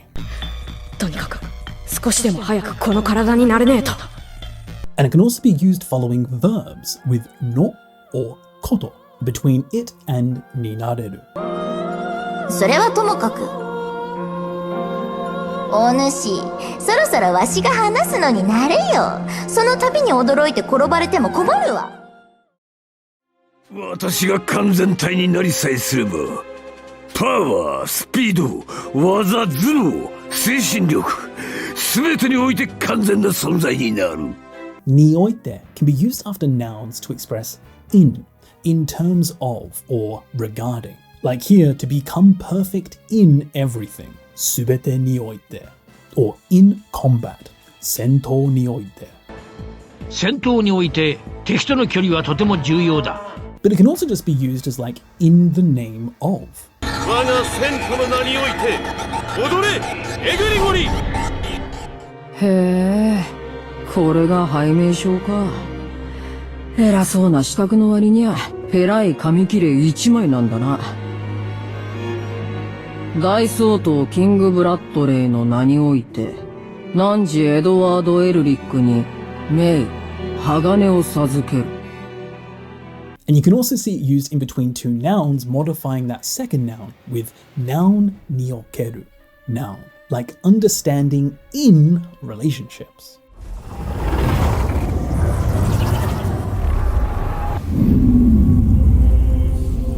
関係性における理解とそれを媒介するソウルの力よ。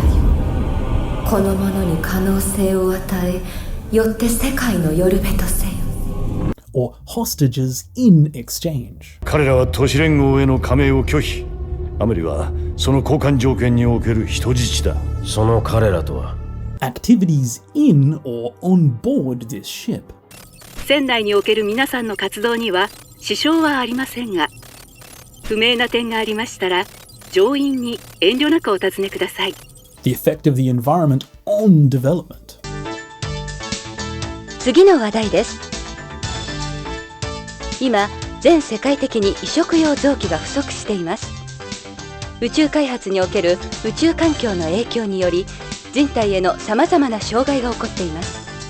the information network in Kamurocho. カムロ町における我が社の情報網はちょっとしたものです。私と手を組めばきっと真犯人を追えます。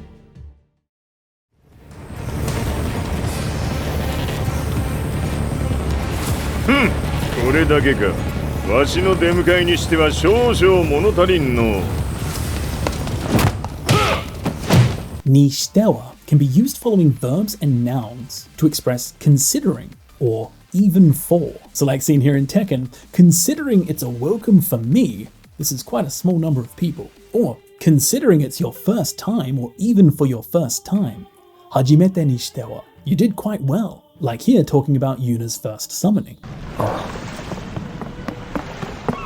私、うまくできたかな？初めてにしては上出来。 Or here with Pokemon catching your first Pokemon. 初めてにしては上出来じゃ。 Or for a stormtrooper, you're a little small. ストームトルーパーにしては小柄ね。ルーク・スカイウォーカーです。逃げましょう。こっちへ。 Or considering they were raised in a small hut, they're too strong. この土地のものではないな。敵意を感じる。こんな荒れ地の小屋で育ったにしては強すぎるほどのな。そうよ。どっちを選ぶにしてもクリアすべき障害がいくつかありそうだな。Ni shitemo follows verbs, adjectives, and nouns to mean even though, even if, or regardless of. Like we saw here in Buddy Mission Bond, dochi o erabu ni shitemo, regardless of which you choose. To use it, simply follow with ni shitemo, like kikidasu ni shitemo, even if we get the information out of them. 情報を聞き出すにしても慎重にやらなきゃいけないってことですね。Or even though I was friendly, shinsetsu ni shitemo. 俺たちがせっかく親切にしても、あいつらはお礼の一言すらない。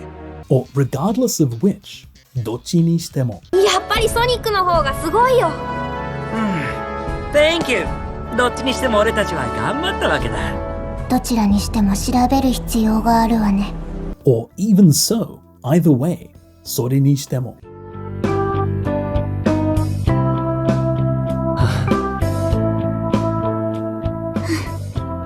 それにしても全然混んでないですね。それにしても遅いな、グリフィス。And it can also be used twice to give multiple options, whether this or this. でも、もう俺には何も。まだ指輪にしても嫁にしても、わからねえことの方が多いんだ。Seen also here as ni seo. どんな世界にせよ、あいつは放っておくわけにはいかないな。As well as ni shiro. 多くの村人が傷を負った。戦うにしろ逃げるにしろ、休息は必要だ。俺だけ残ってもいいよ。善逸さんは少し女の子に対して気遣いや節度を覚えてくださいね。はい。Ni taishite is used to mean towards, to, or against. Used following a noun, it indicates which object the action or feeling is directed to, like towards girls. Onna no ko ni taishite, be considerate. Or towards him, kare ni taishite, I have no feelings. 正直僕は彼に対して友情を感じていない。Or even towards yourself, 自分に対して。戦いが始まった時、あなたが自分に対して求める能力は何ですか？ The what particle can also be used to add further emphasis, like as for towards or as for against. Like here, as for against the enemy. シャ、この敵に対しては作戦を立て直す必要がある。素晴らしいな。Or even against に対しても。戦闘において敵との距離はとても重要だ。誰に対しても有利な間合いを保て。ああ、分かっているつもりだ。And you can also use に対する to modify another noun, like here, an attitude towards your mother. 生きがるんじゃないよ、ガキのくせに。なんだいその目つき。それが母親に対する態度かい？ Ni taishite can also be used to express in contrast to, and this can be used with verbs and e-adjectives as well as nouns. Like here, in contrast to the land of Risto, these lands are filled with bad guys. リトスの地が聖なる木で満ちているのに対し、グラドロンの地は邪悪な木で満ちていたとか。Or in contrast to white bread being made with wheat, black bread is made with rye. なんだよ、このハイジに出てきそうな白いパン。あれ？すごく柔らかくて美味しい。うんうん。白パンは精製した小麦から作られるのに対し、黒パンはライ麦で作られている。この世は想像もつかない大きな法則に従って流れている。その流れを知り、分解して再構築する。それが錬金術。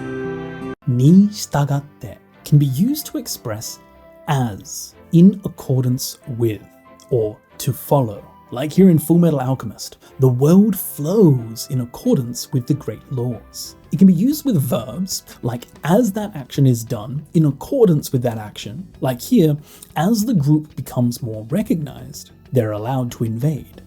どういうこと？私たちが広げてる。あるいは怪盗が大衆に認知されるに従ってメメントスが奥への侵入を許している。It can be used with nouns, like here, to follow your heart, 心に従って in accordance with your heart, to follow your heart.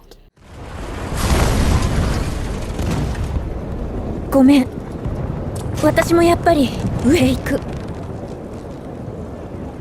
うん。心に従って。Or to follow the steps of a custom. 着いた古い神社。ここで願い事をして神様に感謝するの。決まった手順に従ってね。Or to follow or to obey the words of someone. 言葉に従って。そうじゃな。わしらの部隊からも鉄仮面の言葉に従って出て行ったまま帰らなかった者たちが大勢出てしもうた。And it can also be used in more formal speech as に従え, like in accordance with this bond. 僕たちはShinRyuとの絆に従い、世界を良くするための力を授けに来たんだ。Or like here in Persona 3 Reload, in accordance with this contract. あなたが支払うべき対価は一つ。契約に従い、ご自身の選択に相応の責任を持っていただくことです。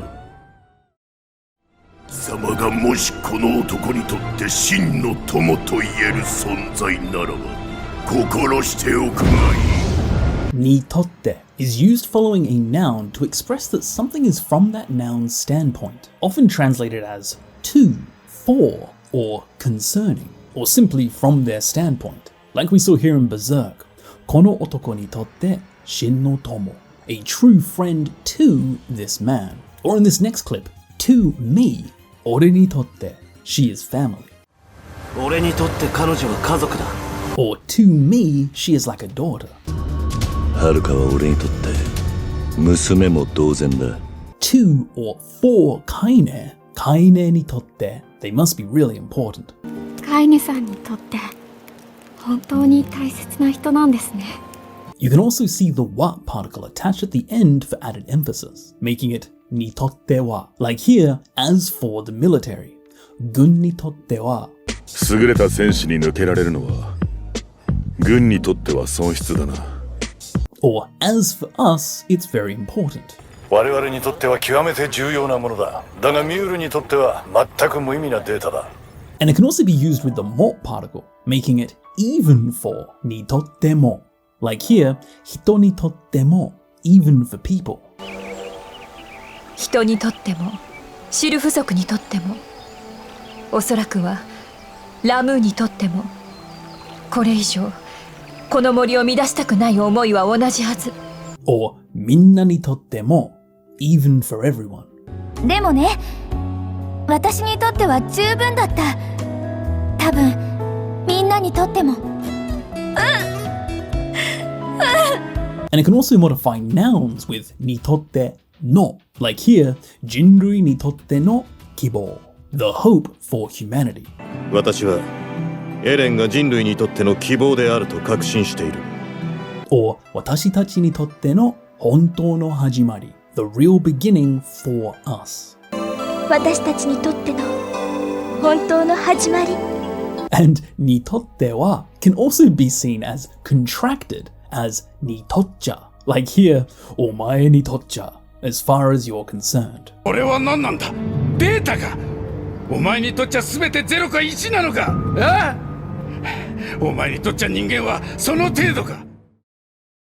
マトイ、四天王と戦い勝ち抜け。そうすれば私が相手してやろう。なんだと？父親の死について知りたいのだろう？お前が勝てば語ってやろう。いいだろう。やってやる。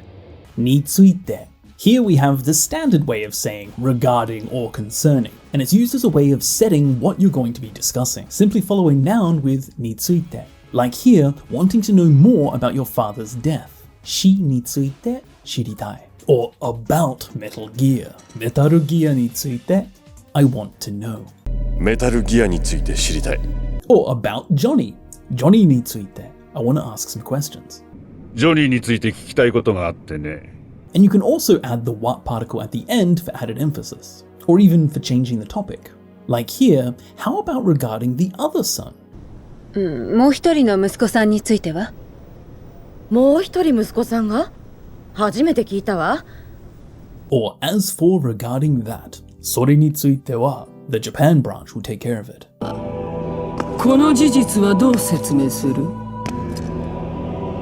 それについては日本支部で調査いたします。Or even also about についても like その件についても regarding that matter as well. 我々はその件についても徹底的に追求します。あなたは父さんの死についても何か知っているんですか？ And it can also be used to modify another noun with についての like here, information about Mr. Garcia. ガルシア氏についての情報知りたくない？ Or memories about the woman. まずはその女性についての思い出を話して。なぜだ？ And it can even be used in formal speech as につきまして。本日は弊社の労働実態につきまして全てをお話しさせていただく所存です。 Or even につきましては。その件につきましてはちょっと難しいというか。無理ってこと？町へ行くにはモンスターの出る場所を通らないとダメなので、それじゃあ行きましょう、リュウさん。には in order to, in regard to, or for, often used as a way of expressing doing something for a certain purpose. And it can be used following both verbs and nouns. Like, in order to go to the village, 町へ行くには, or in order to enter Corneo's mansion, 屋敷に入るには。コルネオの屋敷に入るには代理人の推薦状が必要ってわけだ。はあ。Or in order to govern a country. しかし、国を治めるには綺麗事だけでは済まないということですか。In order to climb trees. 木に登るにはツタの絡まった木の前でアクションボタンを押せばいい。In order to destroy Metal Gear Rex. レックスを破壊するには僕が必要だよ。Or even for, like for this research. この種の研究には長い年月が必要だったのだ。But just be careful, as には can also just be the combination of the ni particle and the wa particle. But this is actually a completely different use of language, and this more means like as for, not in order to. So just be careful about that. ここにはお母様のお墓があるの。俺には奴らは見えない。感じるだけだ。犯人は自信をつけるにつれて行動範囲を広げていく。につれて. This is used with verbs and nouns to express as. Like, as something happens, some change occurs. につれて is actually a combination of the ni particle and the verb つれる to take, bring, or accompany, which can help you see the connection here with how it expresses this strong connection to the action. Like here, As the culprit gains confidence, he does crimes in a wider range. So there's that change. As the first change happens, so does the second. Or as the mission progresses, the unit grew. 任務が進むにつれて、あんたの部隊は順調に膨れ上がっていった。Or as he grew older, strange things happened. 樹海が想像していたように、百鬼丸が成長するにつれて、奇怪なことが起こり始めた。And it can also just be used simply as nitsure, like as time passed, the seal weakened. しかし、時が経つにつれ封印の力は弱まり、ついに邪竜復活の兆しが見え始めたのです。Or as she grew up, she overcame her illness. 成長するにつれ、アメリは病を克服し、同時にその能力が開花した。Or as he got into the upper grades of school, his height stopped growing. 高学年になるにつれ、背が伸びなくなって、周りの奴らにどんどん抜かれていった。背の順が前になるにつれ、周りの奴らの態度はどんどん大きくなっていった。確か木製の鍵って、あの長い直線通路の突き当たりの鍵でしたよね。そうだ。マップによると、その先は大階段につながってるらしい。Niyoru to. This is used to express that some information is according to a certain source. According to. Like here, according to the map. Mappu niyoru to. There should be a staircase. You can use it following nouns by themselves to mark the source of information. Like, according to the town mayor. Chocho niyoru to. 海岸の町の町長によると、崖の村に魔物がまた大量発生しているらしいの。Or, according to a story that I heard, 聞いた話によると。ロミアに聞いた話によると、世界一の真珠が取れるって有名だそうよ。Or, according to rumors, 噂によると。モンストロは噂によるとクジラの王様なんだ。船だって丸ごと飲み込んじゃうらしいぞ。Or, according to the experts, 専門家によると。専門家によると、世界最古のスパイは聖書に出てきた蛇らしいわ。And によると can also be used as によれば. This is a bit more hypothetical. If according to. Like here in Star Wars, if according to Dex, Camino should be just around here. デックスによれば、カミーノはこの辺りのはず。しかしながら、何もありません。Or, if according to one theory, there is a ghost. 一説によれば、今もオーナーの霊がホテルをさまよっており、立ち入ろうとする者を呪い、そして殺してしまうらしい。And によると can also be used in the polite form. によりますと. And this is often used by TV casters and reporters when expressing where certain information comes from. 宇宙推進事業団によりますと、宇宙開発におけるナークの依存度は 30% を超えると報告されており、宇宙でのナーク中毒者は増加の傾向にあるとの見解に達しております。警察の調べによりますと、小西さんの死亡は昨晩1時過ぎ頃と見られています。ですが、死因はすべて雨水による溺死。殺害は雨の多い秋に限られています。による、によって and により. These are all different variants of the same grammar point, and it's used to express the cause, reason, means, or basis for something. Seen here translated as by means of, due to, by, or owing to, or even depending on. And it's simply used following nouns to express the cause or the basis for something. Like, the causes of death were due to rainwater, or self-destruction due to degrading. ソルジャーの死因で最も多いものは劣化による自己崩壊。But it can also be used to express the means of something, like to disinfect by antiseptic.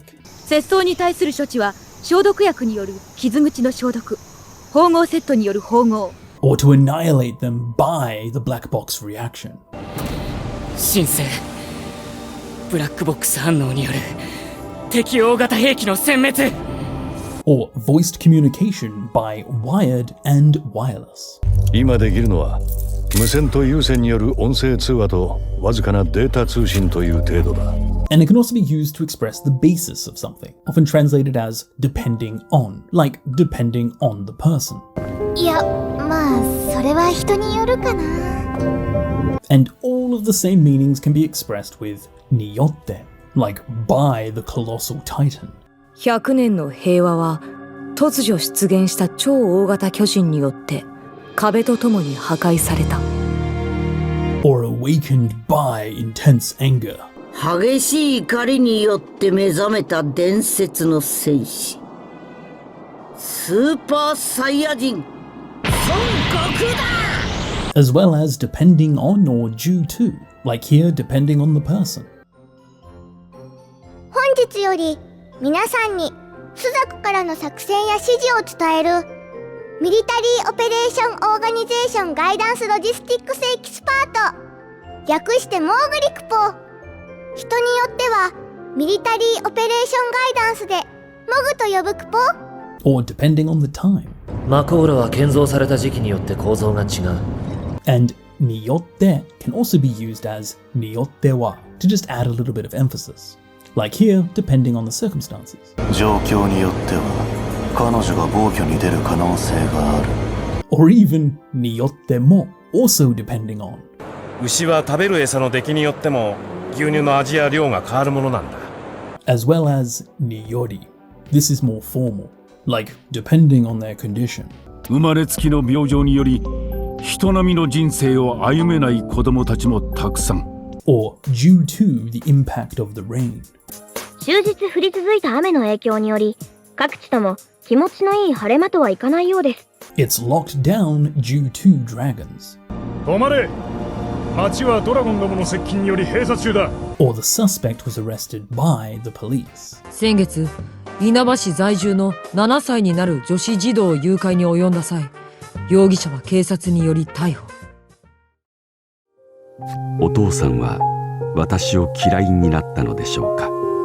No deshoka is used to ask a question in a polite way, often translated as kind of like I wonder, and it's a very soft and indirect way of asking a polite question. You're almost wondering about the answer. It can be used following verbs and e-adjectives. Like here, I wonder if I disobeyed the order. 私は命令に背いたのでしょうか。いいんだ、いいだ。And na adjectives and nouns with nano deshoka. Like, I wonder if they'll be okay. 大丈夫なのでしょうか。しかし、これだけ短期間に連続して犯行が行われているわけですが、シンラカンパニーは大丈夫なのでしょうか。Or, I wonder if this is his house. 姫、これがレイモンドの家なのでしょうか。本当にアキラ様が犯人なのでしょうか。Or like here, I wonder if it's true. 本当なのでしょうか。それより最後の一節は本当なのでしょうか。And the explanatory no here before deshoka can also be contracted into deshoka. So like, I wonder if there isn't anyone here. 人はいないんでしょうか。ここ、他に人はいないんでしょうか。I wonder if it's okay to ask. 聞いてしまっていいんでしょうか。聞こう。And it can even be used without the not explanatory particle. However, this is a little bit more like the polite form of desu, asking a question, whereas no deshoka is more like wondering or expecting some sort of explanation. ああ、ちょうどよかった。ちょっとよろしいでしょうか。少しお話をさせていただいてもいいでしょうか。Like here, may I have a moment of your time? すみません。突然ご迷惑でしょうが、少しだけお時間いただけないでしょうか。Or, may I ask who you are? どちら様でしょうか。先生なら今は。高巻ですけど。すぐ行くよ。And there's even a casual form of deshoka, daroka, which can be used in the same way as well as having the same differences when you have the not particle or not before daroka. これは呪いか、それとも罰か。不可解なパズルを渡した神に、いつか私たちは弓を引くのだろうか。マスター、俺たちはやはり犬に過ぎないのだろうか。アルテナの女神様を守って戦った英雄、ドラゴンマスターダイ。あの人もこんな風に遠い世界を夢見て旅立ったんだろうか。そしていつか僕も行くのだろうか。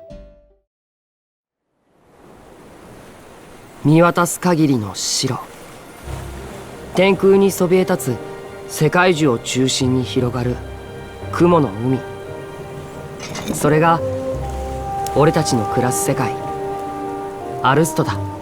お中心に can be used following a noun to express being centered on that noun. Like here, a sea that's centered around the world tree. 世界中を中心に広がる or being centered on a location. 場所を中心に。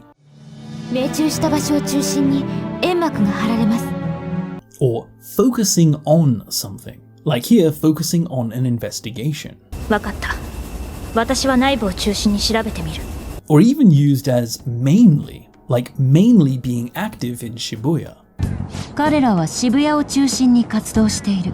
それだけが頼りの情報。Or it flourished mainly around the royal family. オルンブルグは忘れ去られた古代宗教。その司祭であった王族を中心に栄えた。Or composed mainly of ability users. フォルス能力者を中心に構成された国王直属の部隊。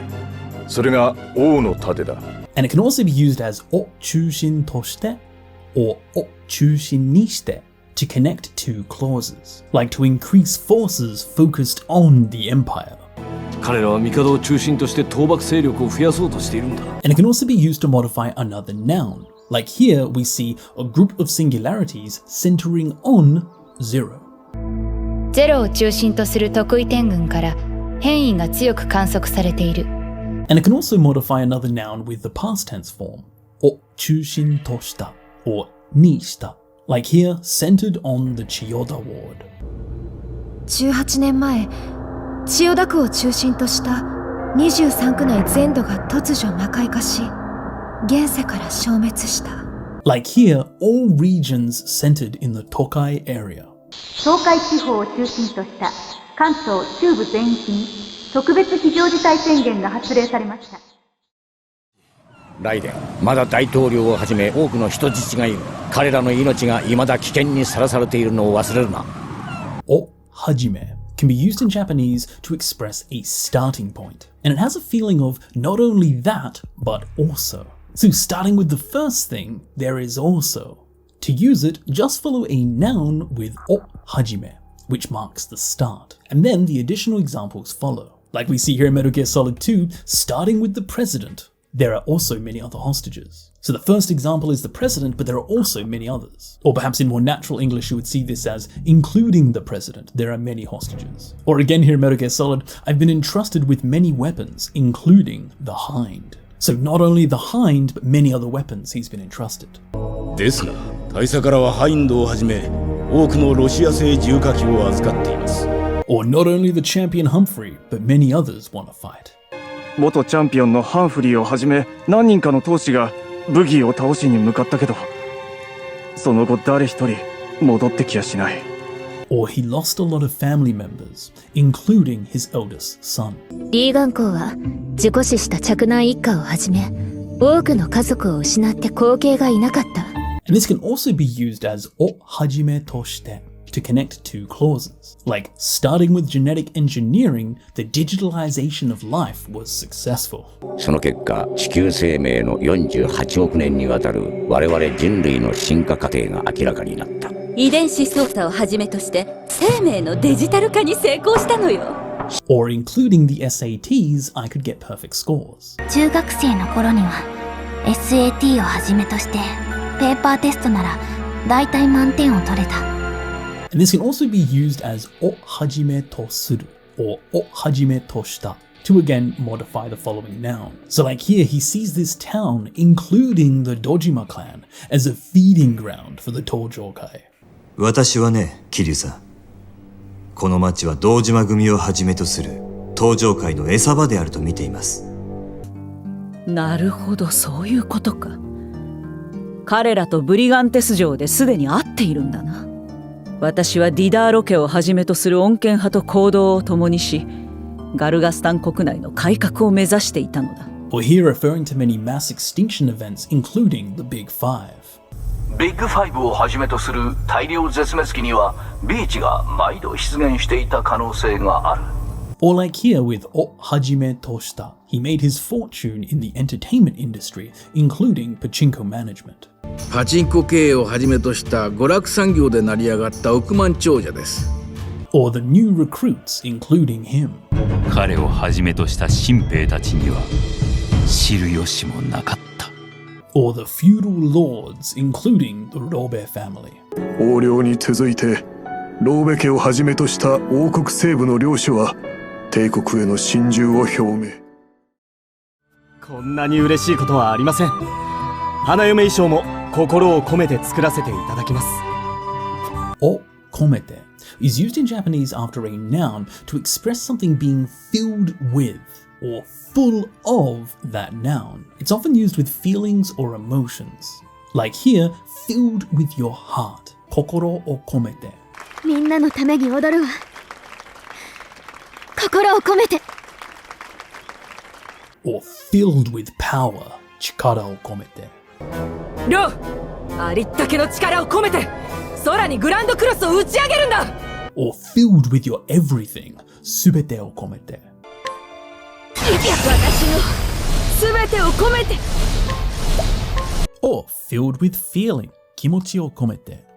いいか、霧島。最後に復習だ。ローグはただの機械じゃない。気持ちを込めて動かせば答えてくれる。Or filled with gratitude. Kansha o komete. ありがとうございます。それでよい。女神への感謝を込めて労働に励みなさい。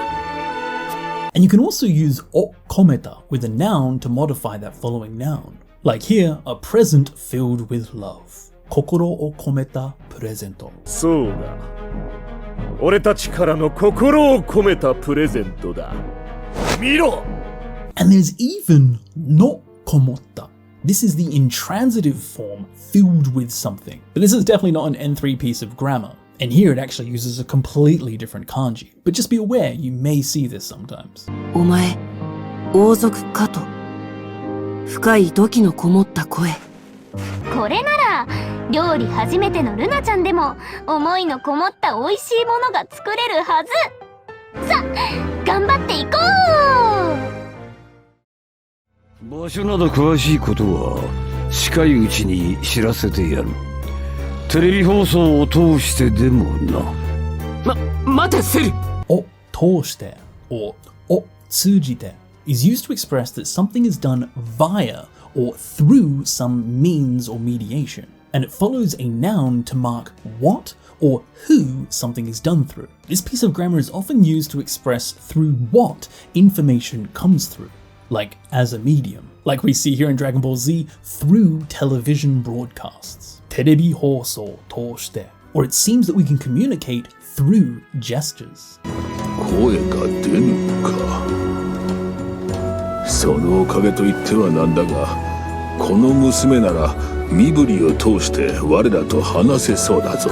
Or here, Hideo Kojima telling us that he wants us to experience real feelings through stories that you can't experience in real life.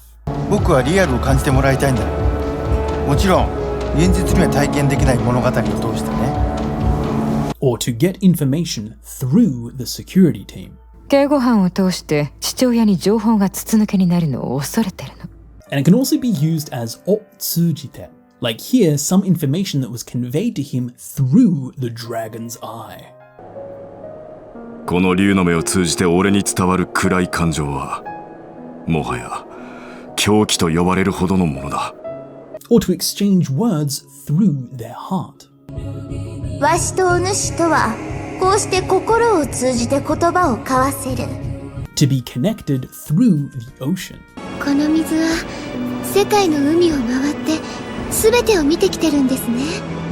この海を通じて世界中がつながっている。Or it monitors the world through this terminal. ターミナルを通じてユニバーサルコントロールが世界を監視している。Or perhaps through a network. 警察本部から動力ネットワークを通じて情報を受け取ることが可能です。なんで？どういうわけか、奴は俺の官房仲間だ。おかげで脱出できた。おかげで is a simple expression that's used to express thanks or appreciation to something, thanks to whatever comes before it. It can be used by itself, often used referring things that were previously mentioned or talked about. Like here, thanks to him, okage de, I managed to escape. Or like, thanks to that, I understand a little. It can be used after verbs and e-adjectives, like thanks to that action or thanks to that state.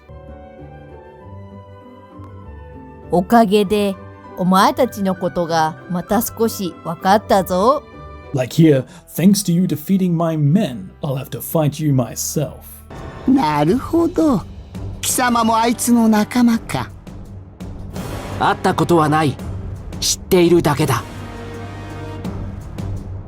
やれやれ。貴様が部下を殺してしまったおかげで、このフリーザ自らが働かなきゃならないよ。As well as being used with na adjectives with the na attached, and it can also be used after nouns with the not attached. So something not okagede. Like here, thanks to Saori-san. 久々の大盛況だったよ。これも沙織さんのおかげだ。いえ、メグさんとクニコさんが一緒に頑張ってくれたおかげです。Like here, it was thanks to him that I was saved. お前も随分大物になったな。そいつのおかげで助かったんだ。感謝しろよ。Thanks to Gran and the others. 噂をすればだな。おや、カタリナさん、その様子は元に戻られたんですね。ああ、グランたちのおかげでな。Like here in Pokemon Arceus, thanks to Perida-san. ペリーラさんのおかげで手強いポケモンとも戦えますね。では、ヨネさんに会いに行きましょう。片道チケットを1枚くれ。はい、片道チケットになります。15分おきに運行してますので乗り場へどうぞ。Oki-ni, here used after a number and a counter to express something happening at every one of those intervals. Like we saw here with the bus coming every 15 minutes. 15分おきに運行しています。Or they bring it every other day, so at intervals of one day. 1日おきに持ってくる。ジョーデンのこと？あの子はクレジットを稼ぐために見つけたものを1日おきにここに持ってくる。そう、かわいそうに思ったの。Or it resets every 2 hours. 2時間おきに消去しています。見ていたんです。お前何言ってんだ。変異体が部屋を出た。青い髪のアンドロイド。店は2時間おきにメモリーを消去しています。3分で他の目撃者を見つけないと。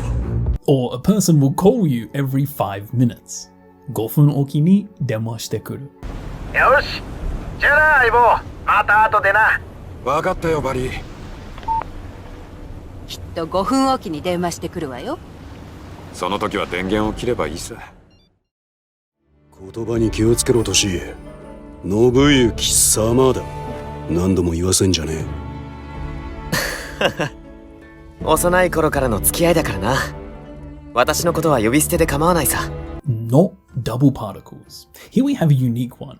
So the not particle can be used with other particles to form a link between two nouns. So you may sometimes see particles such as kara, to, e, de, made with the not particle following it. So they're combining together. And so with these particles, you can't just use them by themselves in between two nouns. You need to use this not particle following these particles to express a connection between those two nouns. However, just be careful, as particles like ni, mo, wa, ga, and o can never be paired with the not particle following. And so the usage varies a lot because it's the not possessive particle with whatever comes before it. But let's take a look at some examples. Like here, an acquaintance since childhood, osanai koro kara no tsukiai. Or like here, a gift from Spider-Man. ねえ、これ見て、スパイダーマンからのギフト。開けようぜ。Or the photo from the right, 右からの写真。OK だ。右からの写真はこれでいい。the battle with Karlan's soldiers. 今すぐ山を降りればカーラーンの兵との戦いは避けられません。 I severed my bond with the Force. So Force to no Kizuna. なぜもうジェダイじゃない？出来事があったのよ。私の心を変える。だからフォースとの絆を断ったの。Or a souvenir to the temple. そんな荷物邪魔になるだけよ。あ、私のものは何もないの。お世話になる寺院へのお土産。ユーナの旅、そんなんじゃないだろ。 Or things that happened in Louisiana. あなた本当に気にしすぎよ。だけどルイジアナでのことや君の妊娠、クリスに引っ越しさせられて戦闘訓練までいろいろあったから。でも家族が一緒にいるわ。Or as for the road until Ektabana. エクバターナまでの道はルシタニア兵で溢れ返っていると思われます。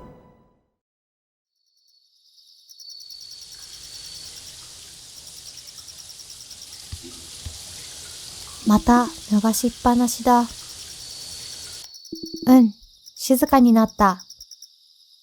Panashi. This can be used following verbs in the mus stem to express being left in a certain state. This is generally used as a kind of negative feeling, like here in Sumire to have the sink left running. So the mus stem of a verb, nagashi, followed with panashi. So you have that small gap in between. Nagashi panashi, or ake panashi, to have left the door open.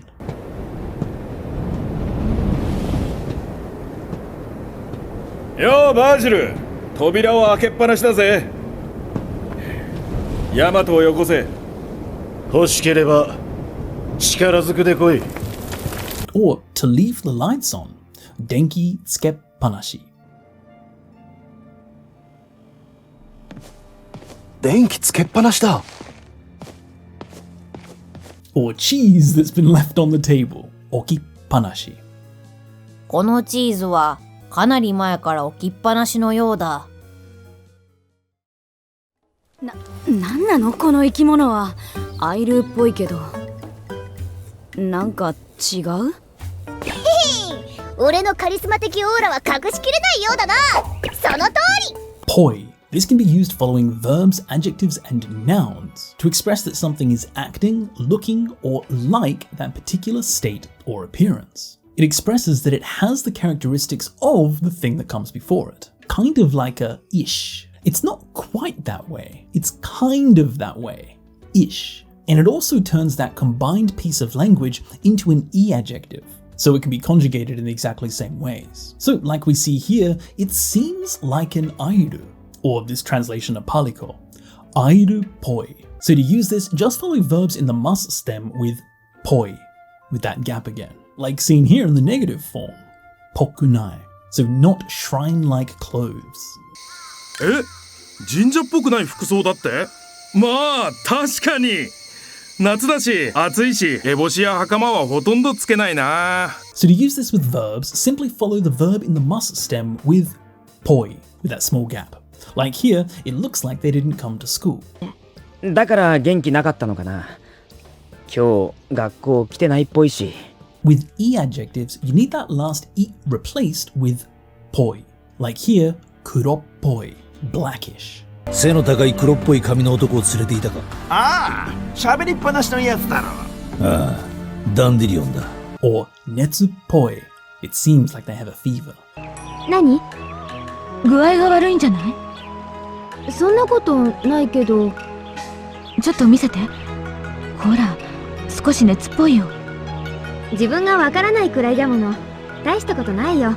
気にしないで。And with na adjectives and nouns, simply just have poi following. Like here, my sarcastic-ish humor. この辺のニュースやアナウンスを流すようプログラムして。私のちょっと皮肉っぽいユーモアも真似させたの。すごく人気が出たから、見習いコメディアンみたいにくだらないジョークも言わせてみたってわけ。Or like here to be a bit kinky-ish or perverted-ish. Hentai poi. 今日はどんなプレイをしに来たの？ちょっと激しめのノーマル？もっと変態っぽいやつならワックスに電流とか。そういえば言い忘れてたな。俺はコテコテの実の能力者。この手で掴めるものなら何でも受け止めたり動かすことができる。見ての通り、雷でさえ掴めりゃこんなものだ。もっとも生きてるものは掴めねえかな。Sire. This can be used to add emphasis on something existing, often seen translated as even or not even when used with a negative. Like here in One Piece, even if I grab lightning, kaminari de sae tsukameria. Or like here, o nushi de sae, not even you. Tomoe? Onago ka? Umare wa? Umare wa 100所。だが弓は並ぶものなどおらぬ。大主でさえな。So to use sire, you can use it following nouns, often with the det particle in between. Like here, even Oz tricked me. いや、バールゼフォンだけではない。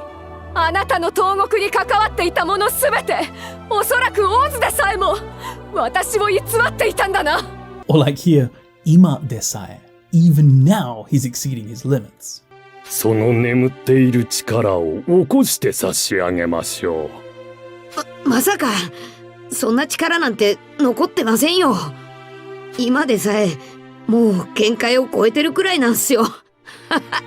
To use it with verbs, you can use it either with verb koto sae or verb no sae. Like seen here with the negative form, I will not even be able to remember. Omoidasu koto sae dekinai. ほら、早く帰ろうぜ。俺たちの家に。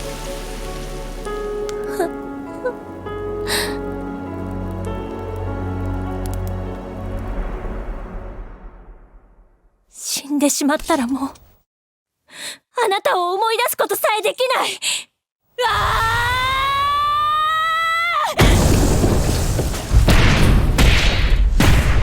And it can also be used after verbs in the mus stem and the te form. ニーズヘッグもその七大天竜の一翼なんだぞ。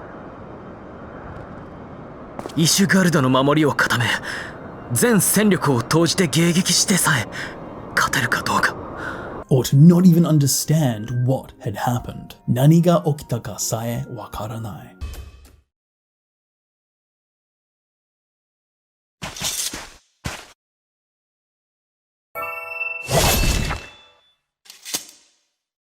あまりの嫌疑に辻斬りの男は何が起きたかさえわからないまま絶命した。And it can even be used with noun ni sae. Like here, to be impossible even for God. ベガの人形か。あのような醜い体をさらに改造までして使用するとは、相も変わらず理解しがたい趣味だ。だが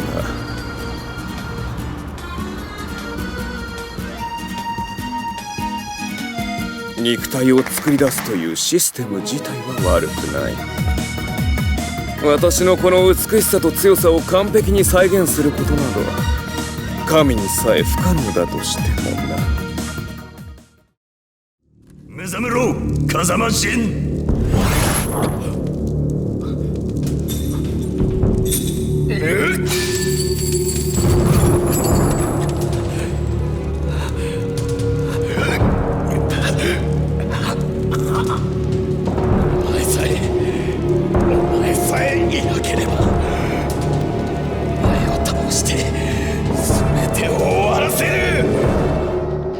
Sae ba. This is a combination of the previous sae, even, with ba, if, even if.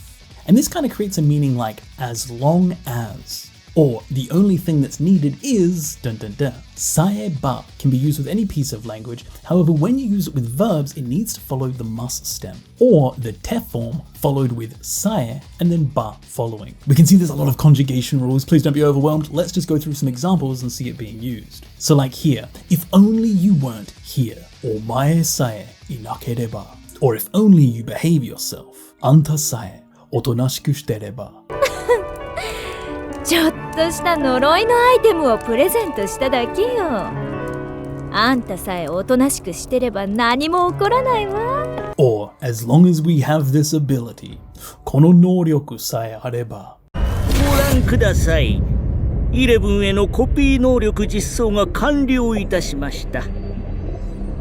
この能力さえあれば最強の兵士を量産することも。 Or if only my mother were there, everything would be okay. 俺は母がいてさえくれればそれでよかった。なぜだ。 Or as long as we repair you, you should return to normal. 君は欠陥品なんだ。プログラムに問題がある。修理さえすれば元通りになるはずだ。 Or again here, if only I had 5 minutes, I could finish the investigation. So, あと5分さえあれば, if only I had 5 more minutes. そりゃ残念なこったな。だが俺は帰る。悪いな。あと5分さえあれば捜査を終えられるんです。刑事として一生懸命働いてさえいれば家族は守れると信じきっていた。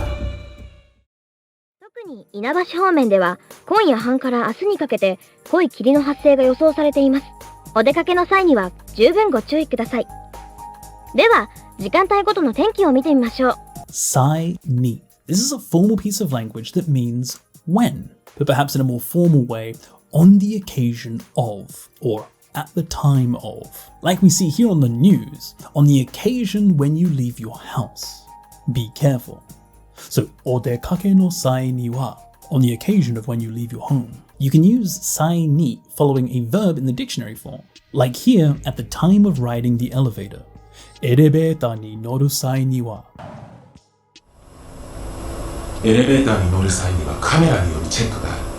これを着ていないとまず通れない。変装しろと。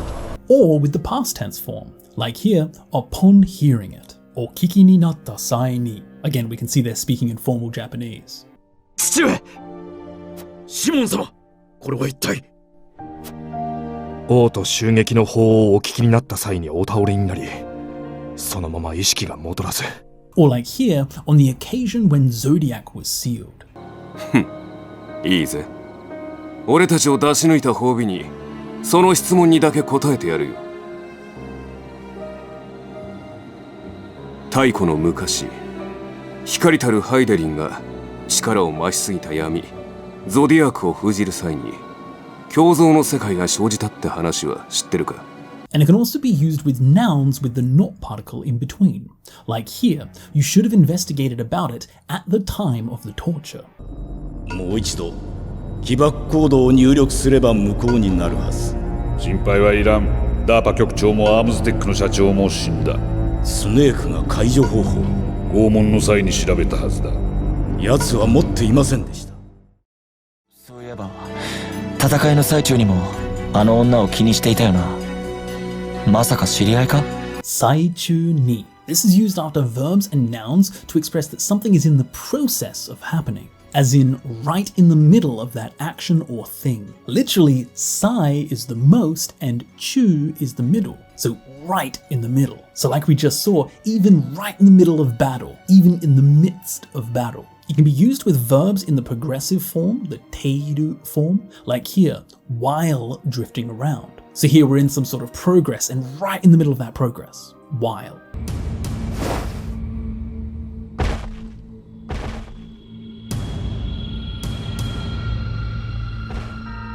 この辺りじゃ見かけん顔だな。差し詰め漂流してる最中にアルスに飲まれでもしたってか。 As well as following nouns with the not particle, like here, praising the enemy during battle. So, 戦いの最中に, right in the middle of battle. ふざけないで。戦いの最中に相手を褒めるなんて余裕のつもり？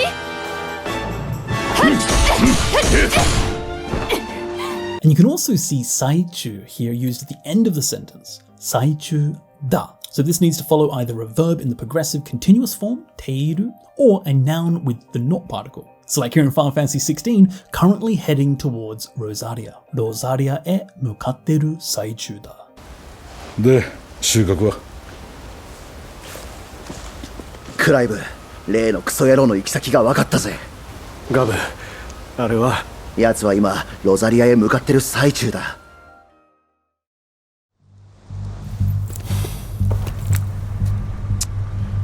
さてこんな真夜中にこんなところで一体何をしてたのか教えてもらえます？ Sate, an incredibly common piece of language. This is used when changing the topic of conversation and kind of bringing attention to that. Kind of like a well or well then. So you're getting the conversation ready to move on to the next thing. This is often used at the beginning of a sentence before the speaker then talks about what they want to talk about. So like here in The Quarry, a cop-looking guy was investigating these people, asking them lots of questions, and then he kind of changes the questions and suddenly he says, well now, what are you doing around here at this late hour? So he's bringing attention to him now talking about a new topic. This is often paired with things like tsugi, next, like sate, tsugi wa, well then, next.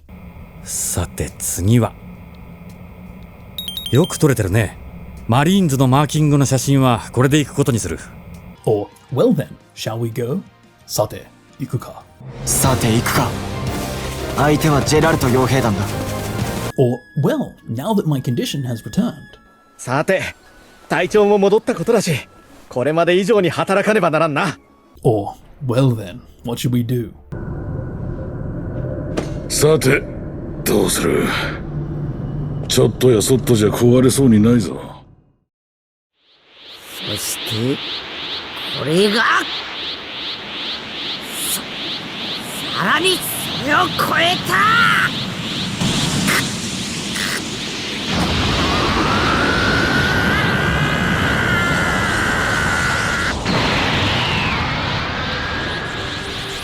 これがスーパーサイヤ人3だ。Sarani is used before a phrase to express doing some action more and more than some previous amount. Like we just saw here with Super Saiyan 3 Goku, to go even further beyond. Or the Empire's momentum is increasing more and more. Sarani mashiteiru. そこまでか。けどそんな状況じゃ戦争の継続自体が。ああ、帝国の勢いはさらに増している。このまま戦いが長引けば。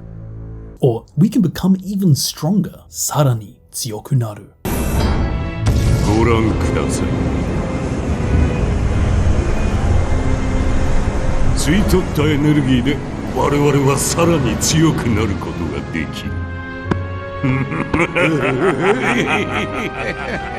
Or if you continue training like this, you'll become more stronger. マークスはどうしてそんなに強いんだ？それは私がお前と同じように訓練を積んできたからだ。お前もこのまま訓練を重ねればさらに強くなれるだろう。見ろよ。あの腐ったピザのせいで下の人間がどんなに苦しんでることが。神羅がどんどん幕を組み上げちまうから、土地は枯れ、空気はよどみ、花も咲かねえ。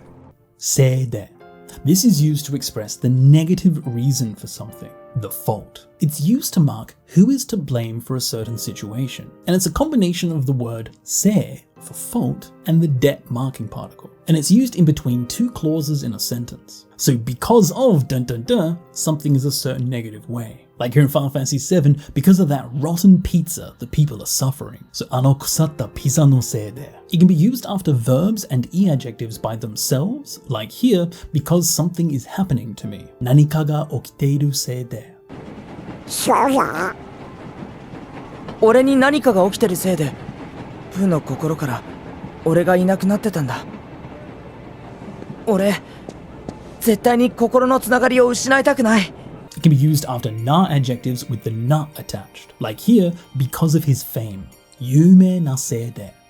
あいつのせいで、俺も母さんも苦労したし、あいつが有名なせいで俺はいつでも。ユーナなら、わかるだろ？ユーナの親父さんも有名なんだろ？この世界の人はみんな知ってるよな。嫌じゃないか？ And it can be used after nouns with the not particle, like here, お前のせいで, because of you. お前のせいでこれまで何人の仲間が死んだと思ってる。 Or here even stronger, 貴様のせいで. It's all because of you, it's your fault that my mum, dun dun dun.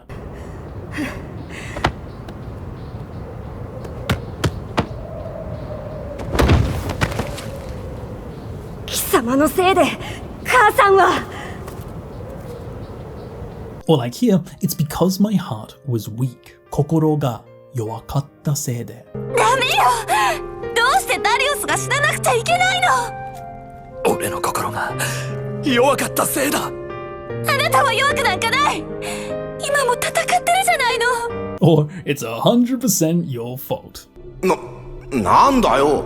俺のせいだってのかよ。100% あなたのせいね。正論だ。せいぜい後悔させてやる。自分が何者なのかを忘れ、人形の分際でこのベガ様に逆らったことだ。せいぜい. This is used with nouns and verbs to mean at most, at best, or no more than. It's expressing going to a certain point that can't be exceeded. Like here in Street Fighter 4, I'll make you regret it to the fullest. せいぜい後悔させてやろう. And this せいぜい can sometimes have a negative implication to it, often like you're looking down at someone's ability to do something, or saying to do an action as best you can given a certain circumstance, situation, or time. Like here in Detective Pikachu, I'll have you do your best. せいぜい頑張る. So literally to do your best as much as you can. なんだお前、いい格好しやがって。そんなんじゃないよ。まあ、せいぜい頑張ってもらうとするか。Or like here with Vegeta leaving the battle, telling them to enjoy the time left they have as much as they can. せいぜい楽しんで。よく覚えておけよ、ゴミども。今度は貴様らに奇跡はないぞ。せいぜい楽しんでおくんだな。Or like here in Fire Emblem, let's aim at best for a dramatic comeback. だが主が選ぶなら構わぬ。おう、せいぜい一発逆転目指して派手にやってやるぜ。 Or like here in Yakuza, at best, my limit is about 10 seconds. 今の私ではせいぜい10秒というところが限界ですが、いずれは殻の一粒を手に入れてカムロ町の支配者層に食い込むつもりです。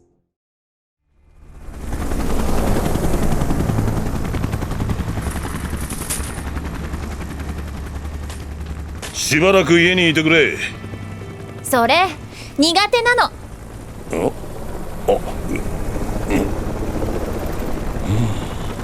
Shibaraku. This very simply means for a short period of time, and it's used to mean for a moment, for a while, or for the time being. Like we saw here in Final Fantasy VII, stay home for a while. So shibaraku, for a time being, ie ni ite kure, be at home. So here he's giving her caution that she should stay at home for a bit. Or like in Genji, please spend some time here for a while. 義経殿、我々の戦いに力をお貸しください。すぐに答えを出せと言っても無理な話かもしれません。しばらく我々と共にお過ごしください。そのうちに戦いの決意もできましょう。Or, this is goodbye for a while. しばらくお別れだな。これでしばらくお別れだな。ああ、そっか。そうだな、カル。Or I'll refrain from reckless battles for a bit. So for a bit, I'll pass. 兄様はなんでそんなに気楽でいられるの？命を落としてもおかしくない戦だったのに。確かにこたびは際どい戦でしたが、あんな無茶な戦、しばらくはごめんです。そうだな。しばらくは控えるとしよう。Or please rest here for a while. しばらくこちらでお休みください。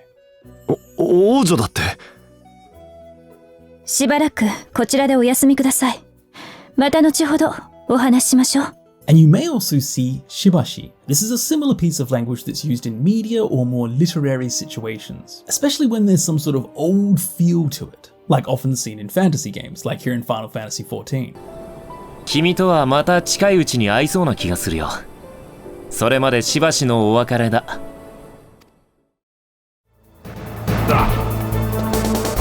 スネーク、そのエレベーターには逃げ場はない。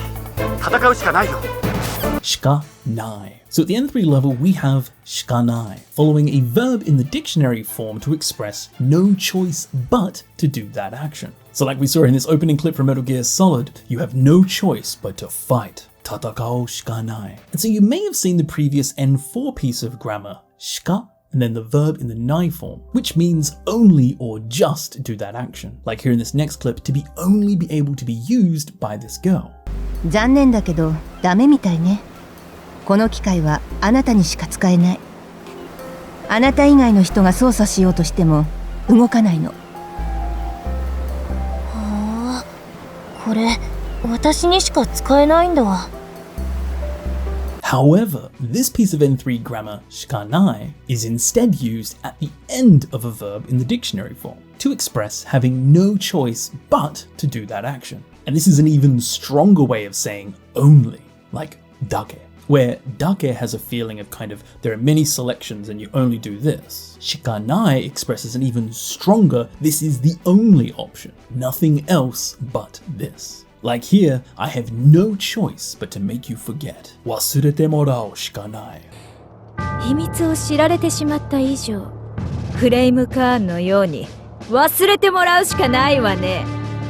Or I have no choice but to investigate. 探ってみるしかない。ベがなき今も何かが続いている。その可能性があるのだとすれば、探ってみるしかない。Or doing that was the only choice I had. そうするしかなかった. So here we can see it conjugated into the past form.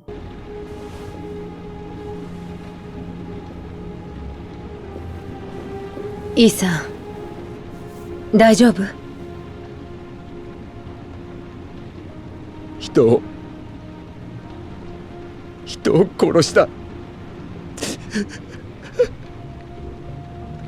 仕方なかったんだ。そうするしかなかった。 And it can even be used in polite speech, like we can see here, have no choice but to continue forward. So, 進むしかありません. And so the nai is being put in the polite form, ありません. でも、もう後戻りはできない。進むしかありませんね。行きましょう。はい。もう違法院に戻るつもりはありません。そこでお願いがあります。私をウォルホート家に取り立てていただけませんか？そこで. So this is a combination of soko for there and de, literally at that place. However, this piece of grammar is actually more used to mean to that end, accordingly, therefore, as such. It usually follows a sentence that expresses how the situation is, then followed by soko de, and then with the explanation for how to solve that thing following. Like here in Triangle Strategy, I no longer intend to return to the hospital. Soko de. Therefore, I have a request to make. So we have the first situation, not wanting to return, then we have soko de in between, therefore to that end, accordingly, and then the following explanation. So just like here in this next clip from Hi-Fi Rush, it can be difficult to find the beat. Therefore, soko de, as such, I will help. 君にとっていい話だよね。人によってはビートを見つけるのが難しいこともあるよね。そこで僕からの助言だよ。Or, it doesn't feel good to return it like this. Therefore, そこで I would love to show you something first. それを仮のままにしておくのはあまり気持ちいいものじゃありません。そこでまずはこれをお見せすることにしました。Or like we see here, they need to investigate the demon's blood. そこで Therefore, she has two requests to make. 治療薬を作るためには、たくさんの鬼の血を調べなければなりません。そこで、あなたにお願いしたいことが2つあります。However, just be careful as そこで can also just simply be a combination of そこ for there and de marking the place of action. So doing something there. And this has completely different meaning and it's a completely different function of language, like we see here in Final Fantasy VIII, marking where to do your mission. This is not the same use as the N3 grammar point. So just be careful. さて、初任務ですね。君たちにはこれからティンバへ行ってもらいます。そこである組織のサポートをすることが君たちの任務です。ジュリー、待ちなさい。ああ、まだやられたんないの？それとも、私に惚れちゃった？それとも、or or else, rather. This is used in Japanese to highlight two choices or options. Like here in Street Fighter, you want to get beaten up again, or perhaps, soretomo, you've fallen in love with me. So soretomo is used in between two options, very much like or in English. Like here in Nier Automata, is this a curse, or perhaps is it punishment? Noroi ka, soretomo, batsu ka. これは呪いか、それとも罰か。不可解なパズルを渡した神に、いつか私たちは弓を引くのだろうか。Like here in Mass Effect, perhaps he simply likes violence, soretomo, or perhaps whether he wanted to discredit me. ご自分を責めないでください、大佐。もちろん、悪いのはサレンダー。奴は生成施設を破壊する口実を探していたのだと思う。単に暴力が好きなのか、それとも私を貶めたかったのか。いずれにせよ、まんまと成功したわけだ。Or like here at the very beginning of Pokemon choosing, are you a boy, or perhaps are you a girl? ところで、君は男の子？それとも女の子？ついでに申し上げておけば、弓も剣も槍もそこらの兵よりもうまく使います。そなたの弓の腕はすでに見せてもらいました。忠実なシャプールを苦しみから救ってくれた礼を言います。すでに。This is a formal piece of language saying already or even no longer when used with the verb in the negative form. And you can kind of look at this as like a formal more, meaning the same thing, already or no longer. And so sudeni usually goes at the beginning of a phrase, like seen here in Arslan, sudeni misete moraimashita. So I have already received seeing something, here referring to seeing his skill with a bow. Or like here in Star Ocean, already a second lieutenant, sudeni shōi da. クロード、お前もすでに勝利だ。もし戦闘になったら、これでみんなを守ってやれ。Or already an investigation as a murder case has begun. ブレイサーギルドと CID にしてみりゃ、一刻も早く片付けたいってところか。ええ、すでに連続猟奇殺人事件として合同調査も始まっているわ。And it can also be used in the negative form, meaning no longer, like we see here in God of War 2. You are no longer a god. Or more literally, you are already not a god. すでに神ではないのです。スパルタの亡霊よ、あなたはすでに神ではないのです。オリンポスの剣があなたの力をすべて奪い取ったのです。奴らがメタルギアを。状況が変わった。もう単純には行きそうもないよ。確かに。俺も今サイファーらしき無人偵察機を見た。海兵隊のサイファー T？ いや、陸軍のだ。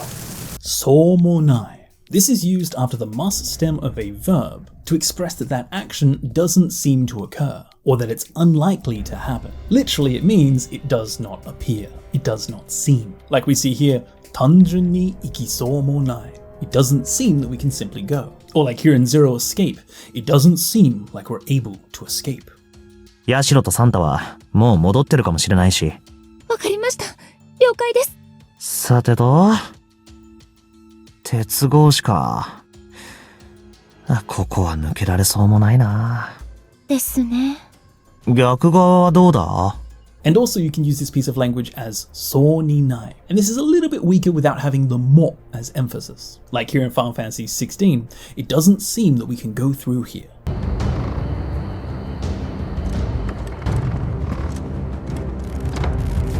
ダメだ。こっちは進めそうにない。他の道を探そう。And there's even a combination, so ni mo nai. なんかやべえぞ！逃げられそうにもないね。And so mo nai actually has the same meaning as the more commonly used nasa so. However, the only main difference is that you're conjugating the verb into the nai form rather than conjugating so into the nai form to express the same thing. And actually, it's more common to conjugate the verb into the nai form with nasa so. 足の具合がまだ思わしくなくて、配達にはまだ出られなさそうなんだよ。そしてエルリック兄弟の探し物。すなわち賢者の石だ。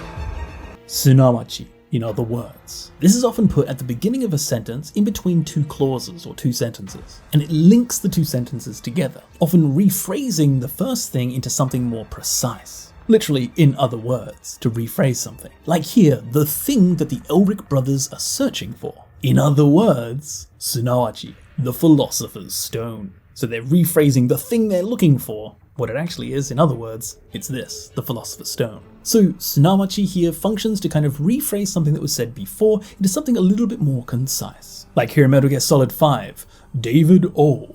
In other words, Sunawachi, Major Zero. 当初のメンバーはこのスネークイーター作戦に関わった面々。アメリカからデイビッド・オー、すなわちゼロ少佐。 Or those guys, or in other words, the 7 evil pigs. この世界もその昔は平和で美しい大陸だったんじゃ。奴らが来るまでは。突然現れた奴ら、すなわち7匹のまぶたはその魔力でこの大陸を別世界に変えてしまいおった。 Or my power is, in other words, the power of the people of Earth. 私の力はすなわち全ての地球人民の力なのだ。 Or, in other words, the ether's protection is weakening. おそらくテレシアの力が増したのは周囲のエーテル場の異常からでしょう。それはすなわちエーテルの加護の弱まり。 Or like here, to place oneself in battle, in other words, Sunawachi, is to bear the sins of everyone. いいえ、謝らないでください。僕は覚悟ができています。この戦いに身を置くことはすなわち全ての人の罪を背負うのだということを。私自身が実際のいじめを目撃したこともなかった。するとそれを知った学校側の弁護士は私にこう言いました。法律は疑わしきは罰せずだと。確実にいじめを立証できないのであれば三越場くんの名前を出すべきではないと。すると。This is a combination of the verb suru, to do, and the to particle, meaning kind of like when or if. So put it together, when or if something is done. Or like here we can see in the definition, once it's done, or upon it being done. So like we saw here in Lost Judgment, she didn't witness the bullying, and then the school's lawyer said something to her. So it's often used at the beginning of a new sentence to highlight that is the result due to the situation or circumstance in the previous sentence or statement. So kind of like something happened and then dun dun dun. Like we can see here literally in this next clip, and then the statue moved. 君が矢印を踏むと床が少し沈んだ。するとなんと彫像が動いた。 Or, and then the nailman appears. すると釘男が現れてその相手を殺してくれるって伝説だ。 Or you hide the camera, すると, and then you return. 隠しカメラを見つけた場合、根本的な対処法はそれを回収することじゃありません。レンズの前を隠すんですよ。すると不具合に気づいた犯人はカメラを直すためにのこのこ戻ってくるというわけです。 Or, and then they suddenly appeared. 私はその時紋章の森で修行をしていました。すると突然私の目の前に山賊が現れたのです。 And then the monster appeared. 私は彼と残ってノルスが見張っている間に包帯を巻こうとした。すると怪物が現れた。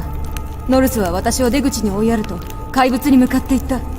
Or thereupon the bet turned in their favor. 桐生さんにチャンスをやるとしてあとは花輪君の決断に丸投げしたというわけだ。すると賭けは我々の勝ちと出た。原子爆弾、ロケット技術、コブラ部隊、そしてそれらを可能にする莫大な資金。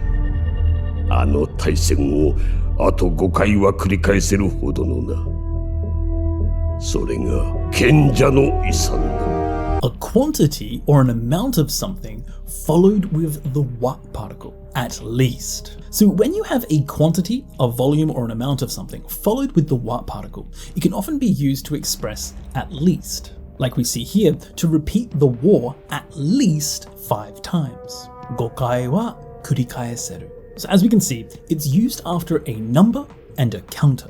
5回, 5 times. And then followed with the wa particle, at least. So at least 5 times. Or like we see here, I'd like to go at least once. 一度は行ってみたい. 島全体がパワースポットなんでしょ？一度は行ってみたいな、ハワイ。Or like here in Metal Gear Solid 3, there are at least 2 professionals. 2人はいる. ここに爆弾処理に精通したプロが少なくとも2人はいる. Or at least twice as big. 2倍はある. 俺のと同じサイズや。へへへへ。アホいえ、2倍はあるじゃん。サイヤ人というのはやはり底知れぬ戦闘力を秘めているようですね。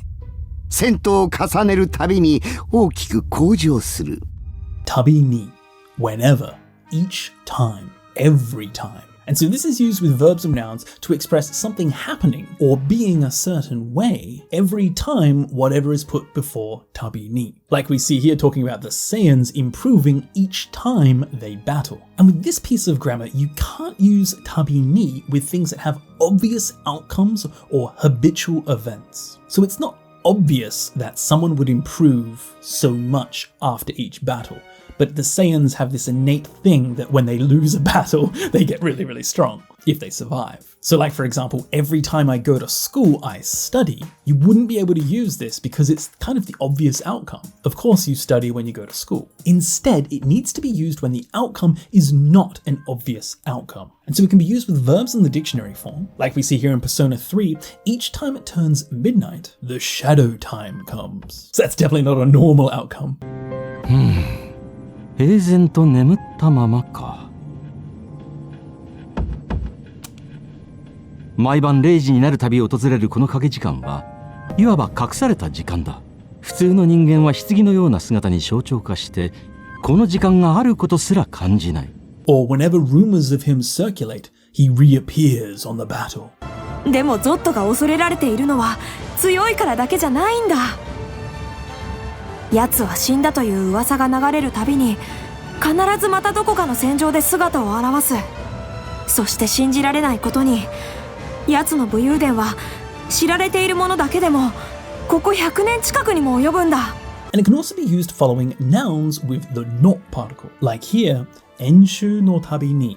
私は演習のたびに憎むべきあなたと組まされているのが辛いです。Or each one of those times. その度に a hero rises. 生と死の狭間をさまよいながらも勇者はその度に立ち上がり悪魔を追い詰めていった。なすべきは一つ。神々を奴らの七つで染め上げてやるのだ。何のために戦う？息子たちのために、娘たちのために、スパルタのために。Tame ni. This is a combination of the noun sake or purpose, tame, with the case marking ni particle, forming for the sake of. And it can be used in various different ways like for, due to, because of, or even as a result of. So like we see here in Assassin's Creed, for Sparta. Sparta no tame ni. So expressing that something is being done for the purpose of Sparta. Like here, waging war. It can be used right after e-adjectives and verbs, like here to come to or to come for the purpose of taking an interview. 君は誰だい？私は今日面接試験を受けるために来ました。有坂と言います。Or going to battle to gain your father's love. So for the sake, for the purpose of gaining it. 戦いに出るのね。父の愛を得るために。いいえ、王国と誇りのために行くのです。It can also be used to show the reason for something, like here in Ni no Kuni expressing that it was his fault because he stood up to Jabal. So, sakaratta tame ni, because he opposed him, something bad happened. ジャボーに心の一部を奪われた。私のせいだ。私がジャボーに逆らったために、この子はこんな目に。And it can also be used with na adjectives with the na attached, and nouns with the not particle attached. So like here, for the sake of your master. 忍びよ、目覚めてください。あなたの主のために。Or to fight for a purpose, like happiness. 今みんなの幸福のために戦っています。今度は敵じゃなくて味方として会いたいですね。Or to fight for nature. 大自然のために戦うのであれば、目の前の私は敵よ。And the ni in tame ni can also just be dropped in more casual speech. ここは普通の学校とは違ってよ。町を守るための施設っつうが。そしてあなたたちは彼が魔王になるための大切な意見。決まってるだろ。病の根源を探す。僕たちはそのために来たんだ。そうよね。リムちゃんの星の人たちを助けなきゃ。そのために. So this is probably pretty obvious. This is just like the previous tameni, but it's combined with sono, that. Here for the sake of that. So like we just saw, for the sake of that person. Sono tameni kita. Or like here in Police Notes, he can't pull out a gun for that reason. デカチェは5年前、マークの父親を彼の目前で射殺したのは知ってるわね。そのために銃が抜けなくなったのも。And the ni here can also be dropped, often seen when this is used at the beginning of a sentence, like そのため。お前は一体何がしたいんだ。あなたの影響力を利用する。ただそのためよ。あれがあんたらがお探しの島だ。昔は人の出入りも多くて栄えてたもんだが、今じゃ誰も寄りつかない寂れた無人島だ。たものだ meaning used to or would often do. And so this is formed with the past tense form of a verb with monoda, which is often used to express the way something is. But here with the past tense form, so the way something was. Like here in another code, the island used to be thriving. Sakaeteta monda. And so here we actually see mono being contracted into mon, or that we would often do reckless things together. ガキの頃、シモン様にお仕えして以来の腐れ縁だ。若い頃はよく一緒に無茶をしたもんだ。Or we would often compete with each other. 競争したもんだ. So you can see this used both as ta monoda or ta monda. And perhaps in things like video games you might see the contracted form used a little bit more commonly. ガキの頃からよく船で競争したもんだが。俺はケイとは組まないぜ。二人っきりになった途端にぐさっとやられちまったらかなわんからな。だったら私だってリオだけは嫌。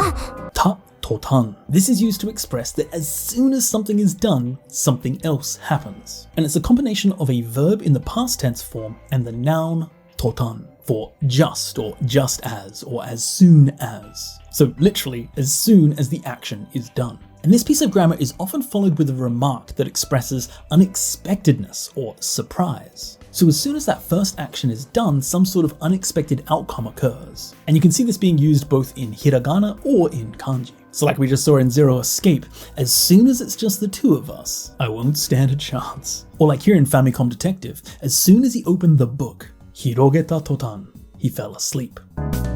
何を隠そう、一冊目を広げた途端寝てしもうた。どうじゃ、驚いたじゃろ。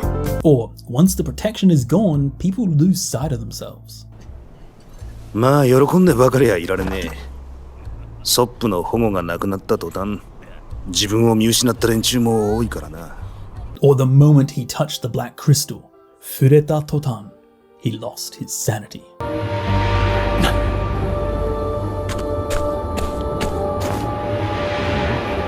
手にしているのは黒い結晶か。それに触れた途端、正気を失った。俺の仮説が正しければ、根本を取り去るしかないな。Or, just as the flower was handed to her, the petals began to fall. 幻の花を見た小田切圭は嬉しそうに微笑んだ。しかし花が彼女の手に渡った途端、小さな花弁がハラハラと落ちていく。10年前の出来事ならヨハネスから聞いた。確かにそれは許されることではないわ。でも今あなたがやっていることは彼らと同じことじゃない。確かに。This is a piece of language used at the beginning of a phrase to express that something is definitely or certainly a certain way. And this is actually the na adjective, tashka, used in its adverb form, tashkani. So when used in this way, it means certainly. It's used for verifying information. Like, that is certainly not something to be forgiven. Or, it's certainly delicious. Tashkani, oishii. 確かに美味しい。Or, it's certainly best to be careful. お前が他人の忠告に耳を貸すとはな。いやわんことはやめておけと言いたいところだな。確かにこのオートでは少々気をつけた方がいいかもしれん。However, when used just as tashka, it's used more to mean if I remember correctly, or if I'm not mistaken. So here it's more like recalling information, like here recalling someone's name, or recalling information about the Mughals. あんた、シドが連れてきた。確かグズと言ったな。森の奥に隠れ住んでいて人前には姿を見せない幻の蛮族。子供の頃に読んだ本に確かそう書いてあった。Or Aerith here remembering that there should be a path around the other way. 開かないね。壊れてる？確か道なりに進めば回り込めたはず。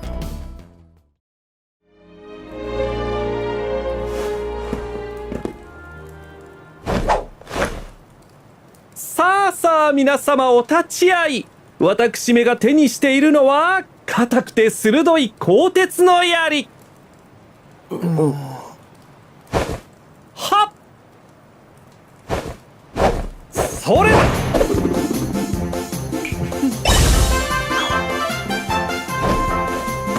はい、焼きたてをどうぞ召し上がれ。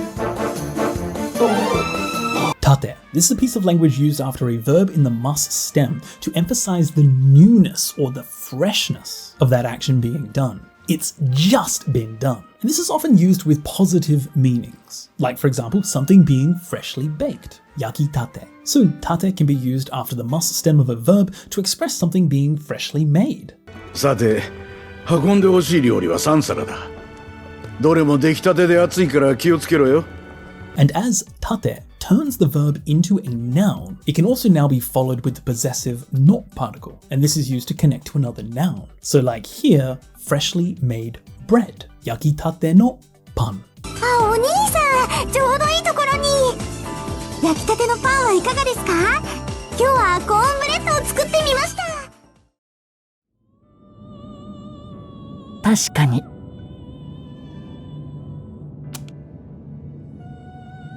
時は誰にでも結末を運んでくるよ。たとえ耳と目を塞いでいてもね。さあ、始まるよ。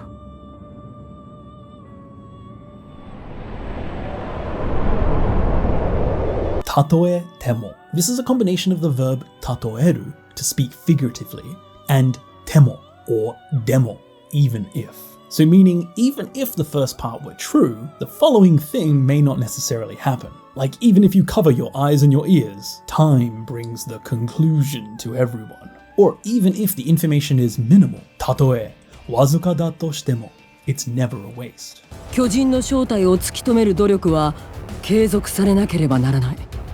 得られた情報がたとえわずかだとしても決して無駄ではない。Or even if that were true. たとえそれが事実だったとしても、今はもう状況が違う。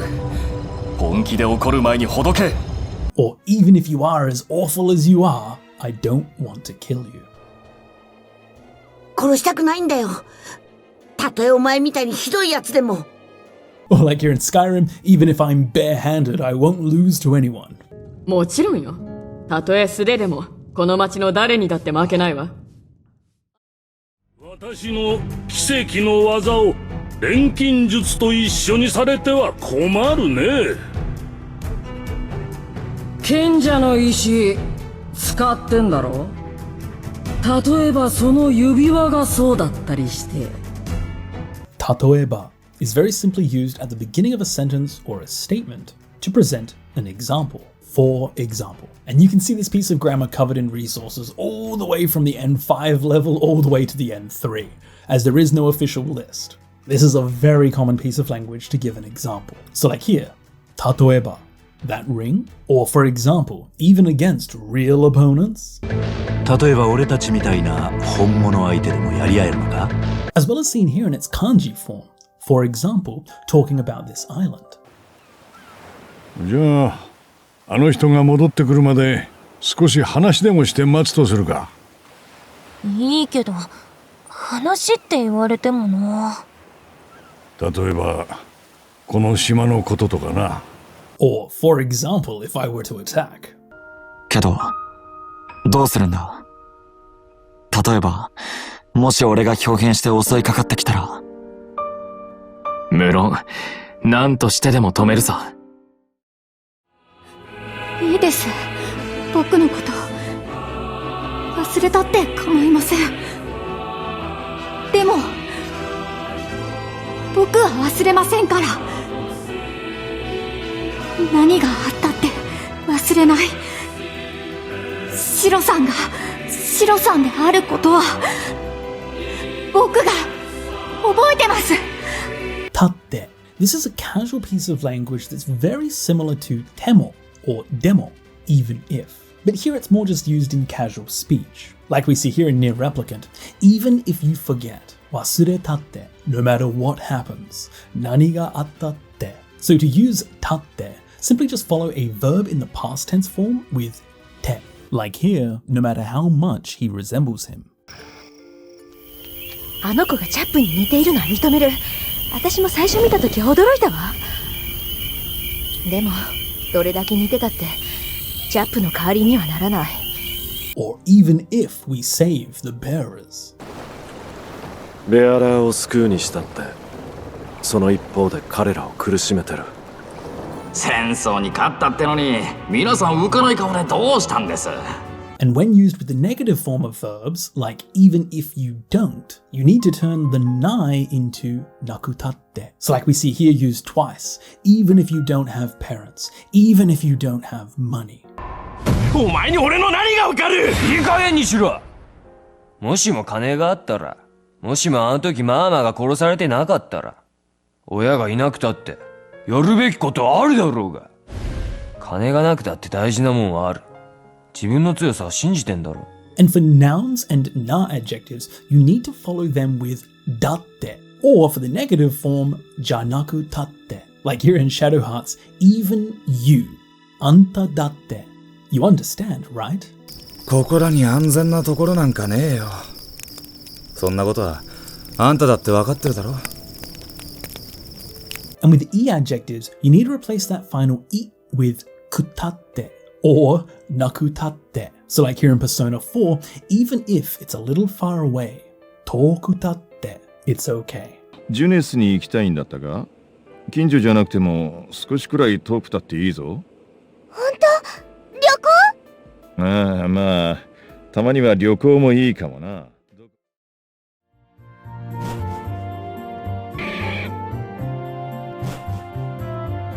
マットも2階にある自分のお部屋に行ってごらん。パパが引っ越しのお祝いに買ってくれた時計があるから。Tegoran. This is an honorific piece of language that can be seen used as kind of like the polite form of te minasai. Please try doing, as goran is actually the Songkeigo version of miru, to look, to see. Here used in the equivalent for te miru, to try to do something. Te goran. It has a feeling of kind of urging the listener to do a certain action. And because of this, it almost feels like you're ordering someone to do something, which is why it's not used with people that are kind of above you in status. However, it's mostly seen used, for example, when parents talk to their children. so you're talking to someone below. Like here, your mum urging you to check out your room, or heya ni itte goran. Or like here with someone in an above status telling someone younger to try showing them something. なんだい? 何かあったのかい? さあ、見せてごらんよ. And te goran can also be used in a more polite form here with te goran nasai. さあ、火の魔法を見せてごらんなさい。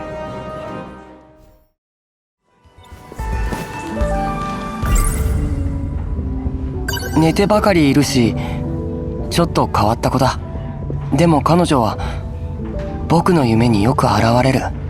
それで妙に気になってる。Te bakari iru for only, nothing but, or always. And so this is a combination of a verb in the te form followed by bakari for only, and then iru to express in a certain state. And so here it's used with verbs in the te form to express always doing a certain action or always being in a certain state. Like here in 13 Sentinels, always sleeping. Nete bakari iru. And you can also see bakari used in more casual speech as bakkari, so with a small gap in between. わかりきったこと聞くんじゃねえよ。自分だって怒ってばっかりいるじゃない。And the last iru part can be conjugated just like any other verb. So like here in the past tense, was always doing a certain action. Like I've always been running away. Nigete bakari ita. クロード？そうだな。僕は逃げてばかりいた。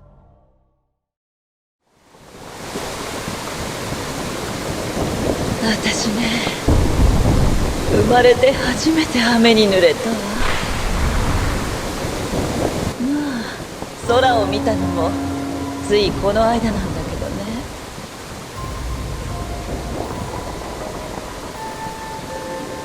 Te hajimete. So this is used with verbs in the te form followed by hajimete, which can be used to mean a few different things. Firstly, the most straightforward use here is doing something for the first time. Like here, getting rained on for the first time, or the first time climbing a castle. どうした、龍馬？城に登るのは生まれて初めてだ。見上げりゃいつでもすぐそこにあったのにな。However, te hajimete can also be used to express not until the first action is done that the second occurs. And this is often seen translated as kind of like not until, or only after, or only when, or even only because. So like here, it'll be useful to you only after or only when it's in your possession. それはその武術家が奉納していったもの。それはあなたの元にあって初めて役立つもの。And this use often has actions like kizuku, to realize, wakaru or shiru, to know. And it has a feeling that only after a certain condition has been met that you can do the following action, which is why it's often connected to realizing or knowing something. Like here, people only notice the importance of daily life only after they've lost it. 毎日目にしている街の風景。繰り返される日常につまらないと感じられることの幸せ。人は失って初めて気づくんだ。何の変哲もない日々の大切さに。それはあなたがアクタレと呼ばれる頃にやったいたずらでしょう。だから D がターミナル付近に現れてからでないと起動できない。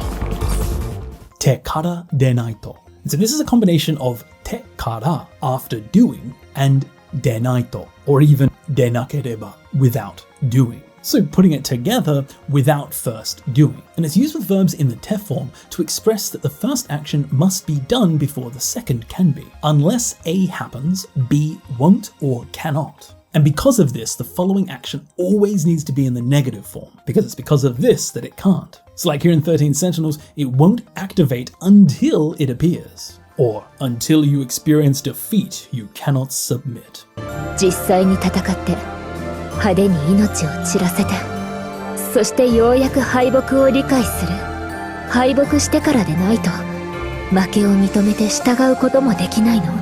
And the last part can even be contracted in casual speech to kara janaito, or even kara janakya. サンジ、飯！すぐに作ってやる。と言いたいところだが、食材を調達してからじゃねえとな。As well as even used without the following action, just like naito can be. Like here, first we need to gather more keys. 集めてからでないと。この状況で迷宮に突っ込んだら永遠に迷子だよ。もっと貝鍵を集めてからでないと。どうやって報告するか考えて、さっきから頭が痛くてしょうがないんだから。てしょうがない and て仕方がない and this is used to express that something cannot be helped or that something is extremely a certain way, like too much so. So much so that it can't be helped, it can't be overlooked or avoided. Like we see here, being unable to avoid having a headache, thinking about it so much. So, itakute shouganai. They can't help but feel pain. It can be used with verbs in the te form, like we see here, medatte shouganai. So, to stand out too much, or to be unable to avoid standing out. やめて、エイ君。私が呼び止めたの。先輩、そういうことです。しかしこれでは目立ってしょうがない。私は行きます。It's used with e adjectives in the te form by dropping the last e and replacing it with kute, and then followed by shouganai. Like here, not being able to help feeling excited. 楽しくてしょうがない。私が全力でぶっつかれる相手が世界にまだまだいると思うと楽しくってしょうがないよ。Or being unable to help feeling sick. 気持ち悪くてしょうがない。あれを中堅だ、犬の鏡だと持ち上げんのが気持ち悪くてしょうがねえ。スタンプかわいそう。Or my skills had no choice but to get rusty. 都市同盟の裏切りによって死んだ犠牲者というわけだ。俺も剣を振るえばよかった。しばらくあのクソジジイの相手ばっかりだったからな。腕がなまって仕方がない。And it can also be used with na adjectives followed by de shouganai. Like here, 不思議でしょうがない. So it's very mysterious, or it can't be helped being mysterious. なんで豚が喋るのか不思議でしょうがないって思ってるのね。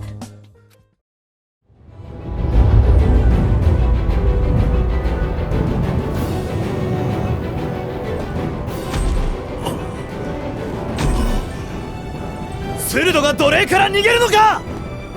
いい気になるな。ここなら存分に暴れられる。次は仮面で済むと思うな。黙りなさい。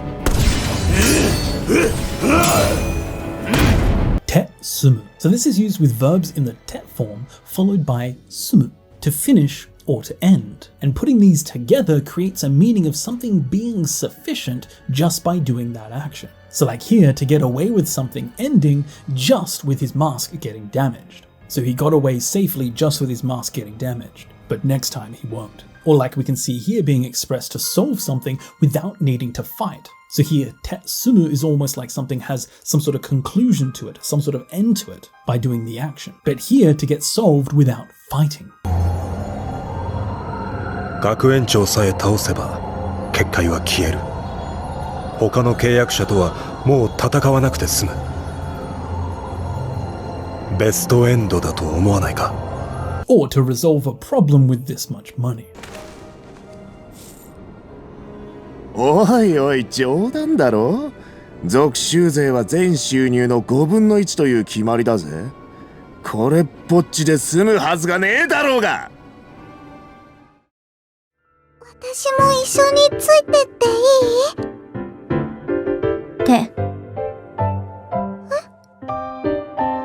また転ぶといけないから。てはいけないから. This piece of language is used to prevent a negative situation, expressing that it would not be good if the previous action happens, so some other action has to occur in order to prevent that negative situation. This can be used with verbs in the te form followed by wa ikenai kara, as well as used with verbs in the dictionary form followed with to ikenai kara, meaning that you need to do the previous action to avoid that negative situation. Literally, if you do the previous action, it's bad, therefore, dun dun dun. Like we just saw in the opening clip, that she should give the girl her hand because it would be bad if she fell over again. So, また転ぶといけないから it would be bad if you fell over again, so... Or like here in Fire Emblem, it would not be good if it were stolen by the enemy. That's why they need to return it. So, 奪われてはいけないから it would not be good if it's stolen, so... 若き獅子の指輪、モリオン王に渡さなかったんですか？受け取ってくれなかったんだ。もしもの時に敵に奪われてはいけないからとShinRyuの元に戻るよう言われたよ。 Or like here, it would not be good if the guards came again, so I'll keep watch. じゃあそっちは任せたよ。あら、どこ行くのカロル？さっきみたいにまた親衛隊が来るといけないから下で見張ってる。 Or it would be bad to impede tomorrow's journey, so let's go to sleep. さて、明日からの旅に差し支えるといけないから寝るとしようか。 And the explanatory kara can actually be replaced with the more formal no de when used in more formal speech. So like here in Buddy Mission Bond, it would be bad to cause a scene, so I'll just hope that I meet them by chance. よろしければ機内アナウンスでお呼び出しいたしましょうか？いえ、大ごとにしてご迷惑になるといけないので、偶然お会いできるよう祈ることにします。 And ikenai can also be used in the polite form ikemasen. Like in this next clip, it would not be good to irritate the wound, so stop moving. 動かないでください。傷に触るといけませんから。お姉ちゃん？本当にお姉ちゃんなの？ Or like here with tewa ikemasen kara. It'd be bad to meddle with your work, so I don't intend on butting in. まあ、お仕事の邪魔になってはいけませんから、首を突っ込むつもりはありませんが。9S。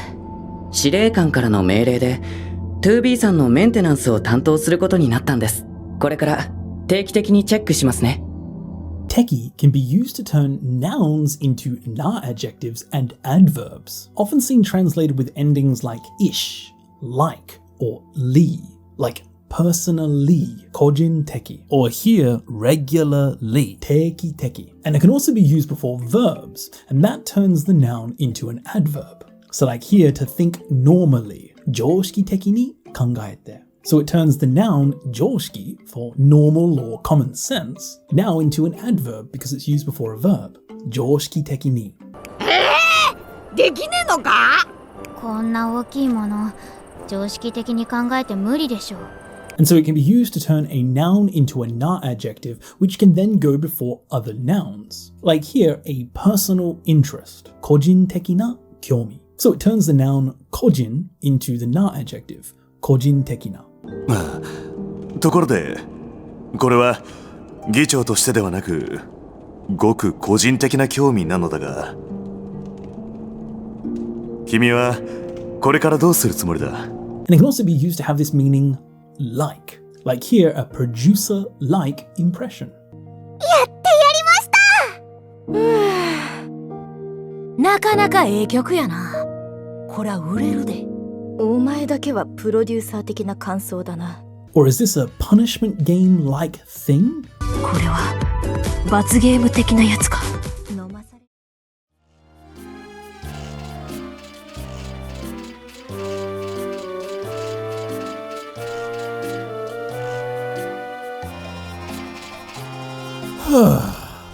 疲れたわい。いや、疲れている場合ではない。姫様を探せねば。Teiru bai janai. And this is a simple combination of a few pieces of language. Teiru, the continuous form of a verb, bai, the noun for the case, occasion, or situation, and then janai, meaning to not be. So, putting it together all literally, it is not the case to be doing that action. It is not the time to be doing that action. It is not the occasion to be doing that action. Like we see here in this translation, this is not the time to be doing. So like here, now is not the time to be getting tired. 疲れている場合ではない. Or, now's not the time to be relaxing. 安心してる場合じゃない. 危ないところだったな。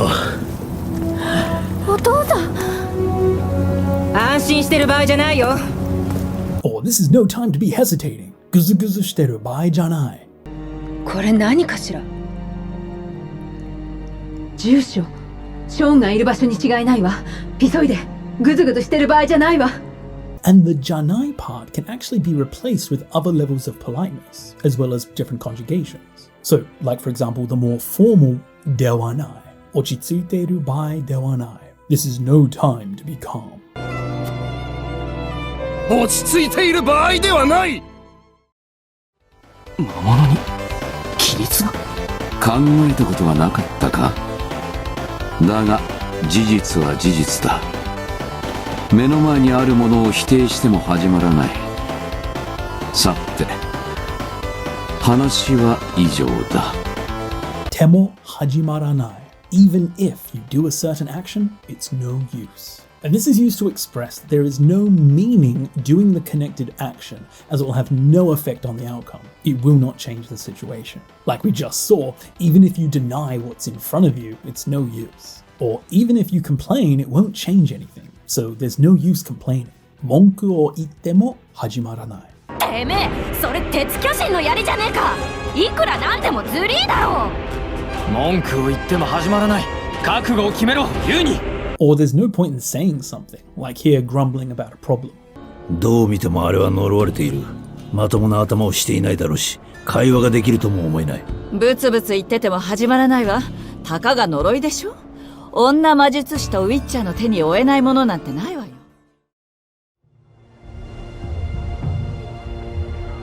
セイバー君、顔色悪くない？つい宣告までの自分の振る舞いを思い返しているんでしょう。どうも私のことは戦いの最中に死んでも構わない。Temo kamawanai. It doesn't matter if. Or more literally, I don't mind if.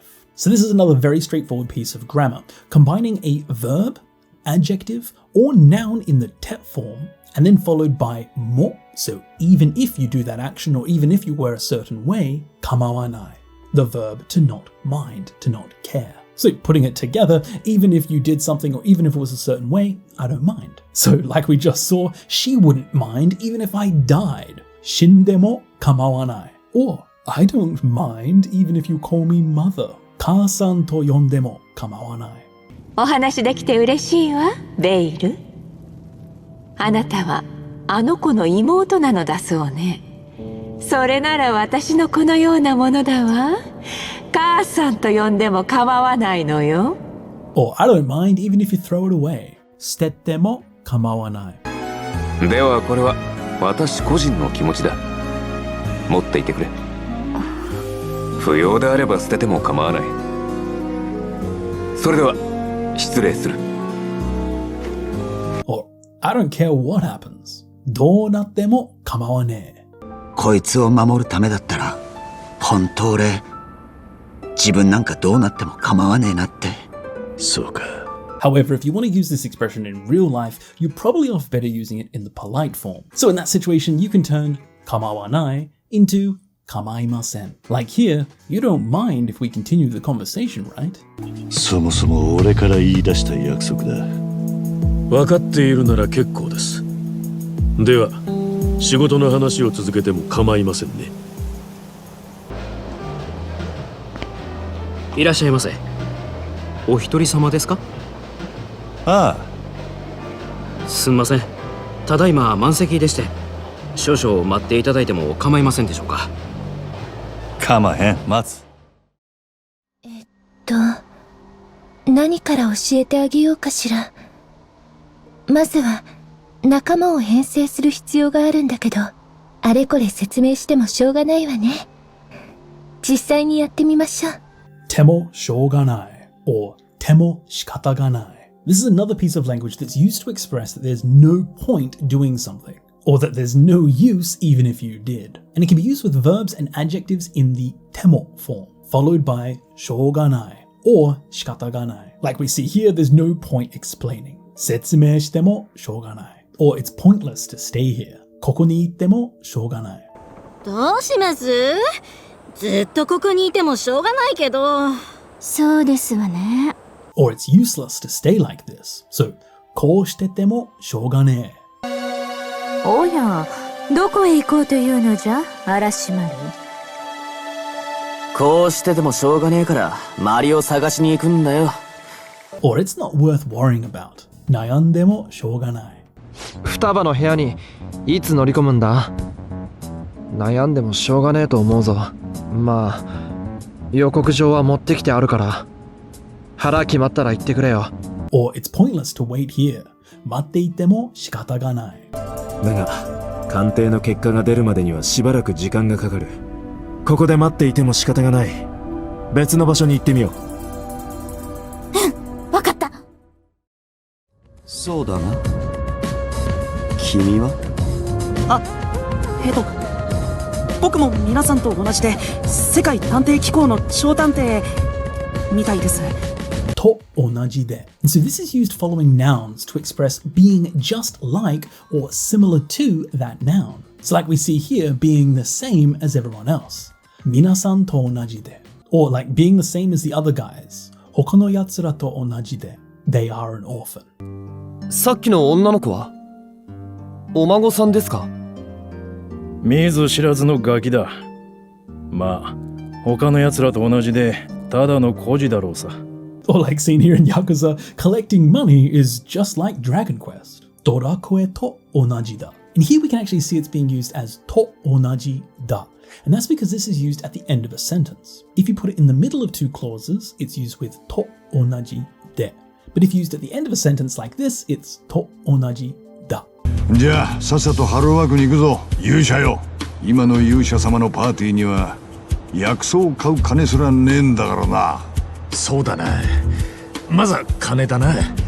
ドラクエと同じだ。本当に人生は RPG だな。私はここよ。君はビーチを通って。人にはそれぞれビーチがある。私は自分のビーチを通って空間を移動できる。ヒッグスと違って BT を呼ぶことはできない。でもあいつを追える。ビーチまでもね。And now we have the opposite of the previous grammar point, と同じで. Here we have と違って. And so here this is the opposite, being different to. And so this is used after nouns to express being different to or unlike that noun. Like here in Death Stranding, unlike Higgs. Higgs と違って. I can't call them. Or unlike Turks. Turks と違って. Fighting is their job. さすがソルジャークラスファーストね。本当に強いわ。ソルジャーはタークスと違って戦うのが仕事だからね。Or from the time you were here, it's different. So お前がいた頃と違って。クライブ、今のロザリアはお前がいた頃と違って随分荒れてる。困ったことがあったらマーサの宿って宿場の主人を訪ねてくれ。僕とあんたの仲なんだからはっきり言ってくれてよかったのに。言葉をまっすぐに交わしてこそ真の仲間と言えるだろうからね。わかりました。ではこの際なので仲間として申し上げます。うん、何でも言って。と言える. So this is used after a phrase to express that you could say something. It's fair to say the thing that's marked by the to particle. Like here, we can say that we are truly comrades. 真の仲間と言える. So literally, you can say that. Or it can be certainly said that your actions have made contributions. 君たちは少なからず戦況を変えるに値する活躍をしたと言えるだろう。心より感謝する。And this can also be used as と言えよう. Like here, it's fair to say that it makes it worth it. 甲斐があったと言えよう. 結局のところ、少数精鋭だけで事態に対処するには限界があるということだ。これが分かっただけでも骨を折った甲斐があったと言えよう。As well as the polite form, 魔性. Like seen here, you can truly say it's a miracle. まさに奇跡と言えましょう。そうだな。奴らだって利用されただけだろうに。公爵閣下と遺産を守りきれたことのみがまさに奇跡と言えましょう。皆さん、入学式お疲れ様でした。改めて入学おめでとうございます。入学式といえばさ、学園長でっかかったな。だよね。歩くたびに地面揺れてたよ。といえば. So this is used to bring attention to what you want to talk about. Here, literally, if I were to say about whatever's quoted by the top particle, or more commonly seen translated as speaking of, or when you talk of. So like here in Yokai Watch, speaking of entrance ceremonies, 入学式といえばさ, or speaking of Savalon. サバロンといえば、我が国とは友好関係にあった国。国王のリオン陛下ともお会いしたことがあります。お聞きすれば何かわかるかもしれません。Or speaking of the Pokédex, 図鑑といえば。勝負だけじゃなくて図鑑ももうちょっと頑張ろうかな。図鑑といえばマットってまだ野生のポケモン捕まえたことないよね。学校行く前に教えてあげる。私についてきて。Or even like here, when it comes to, like when it comes to being the best guide, or if you were to speak about who is the best guide, 一番のガイドといえば It's Tifa. ティファがガイドなのか。そういうこと。この村で一番のガイドといえば私のことでしょうね。あるのかな。楽園アルストを作った神様が住むっていう。世界樹の上に広がる豊穣の大地か。本当にそんなところがあるのなら皆安泰じゃの。争いもせんで済む。あるといいな。とい and ただい These can be used after verbs in the dictionary form to express hoping, wishing, or even giving advice that something would be good if it were done. Literally, action to or action tada I. It would be good. It would be good if you did that action. So like we see here in Xenoblade Chronicles talking about hoping that paradise exists. It would be good if it exists. Aru to ii na. Or I hope everything's okay. Buji da to ii in da kedo. 無事だといいんですけど。じっちゃん、何か覚えてない？ Or I hope we can meet again somewhere. 会えたらいいな。また会えるといいのですが。またどこかで会えたらいいな。Or it's best to get used to your current body. なれるといい。そなたは100年も眠ったままだった。体がなまっているはずだ。この納骨堂で今の体になれるといい。Or you should spend time here until it's dusk. 過ごすといい。It would be good if you spend time. You should spend time. お待ちしておりました。私は村長のゾンだ。しかしなんと英雄セフィロスが来てくださるとは。では早速こちらへ。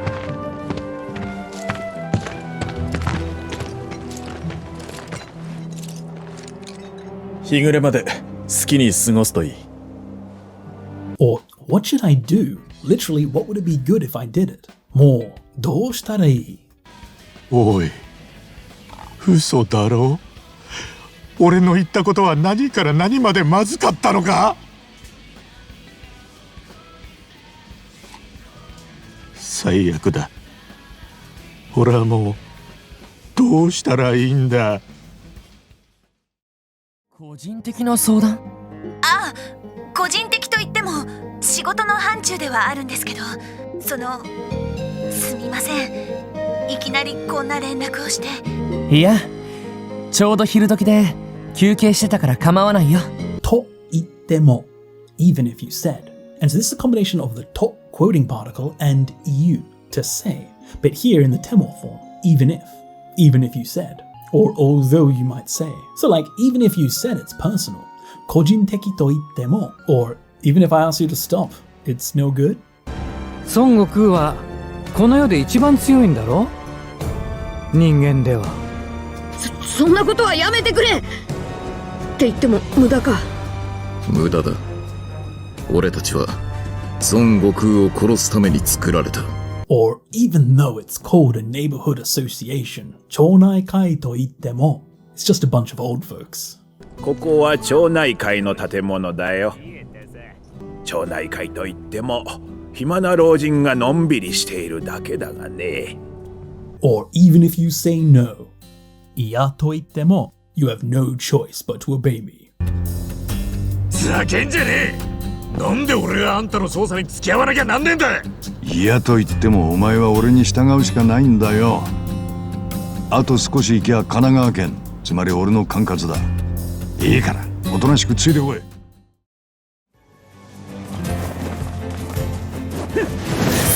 そこが固い。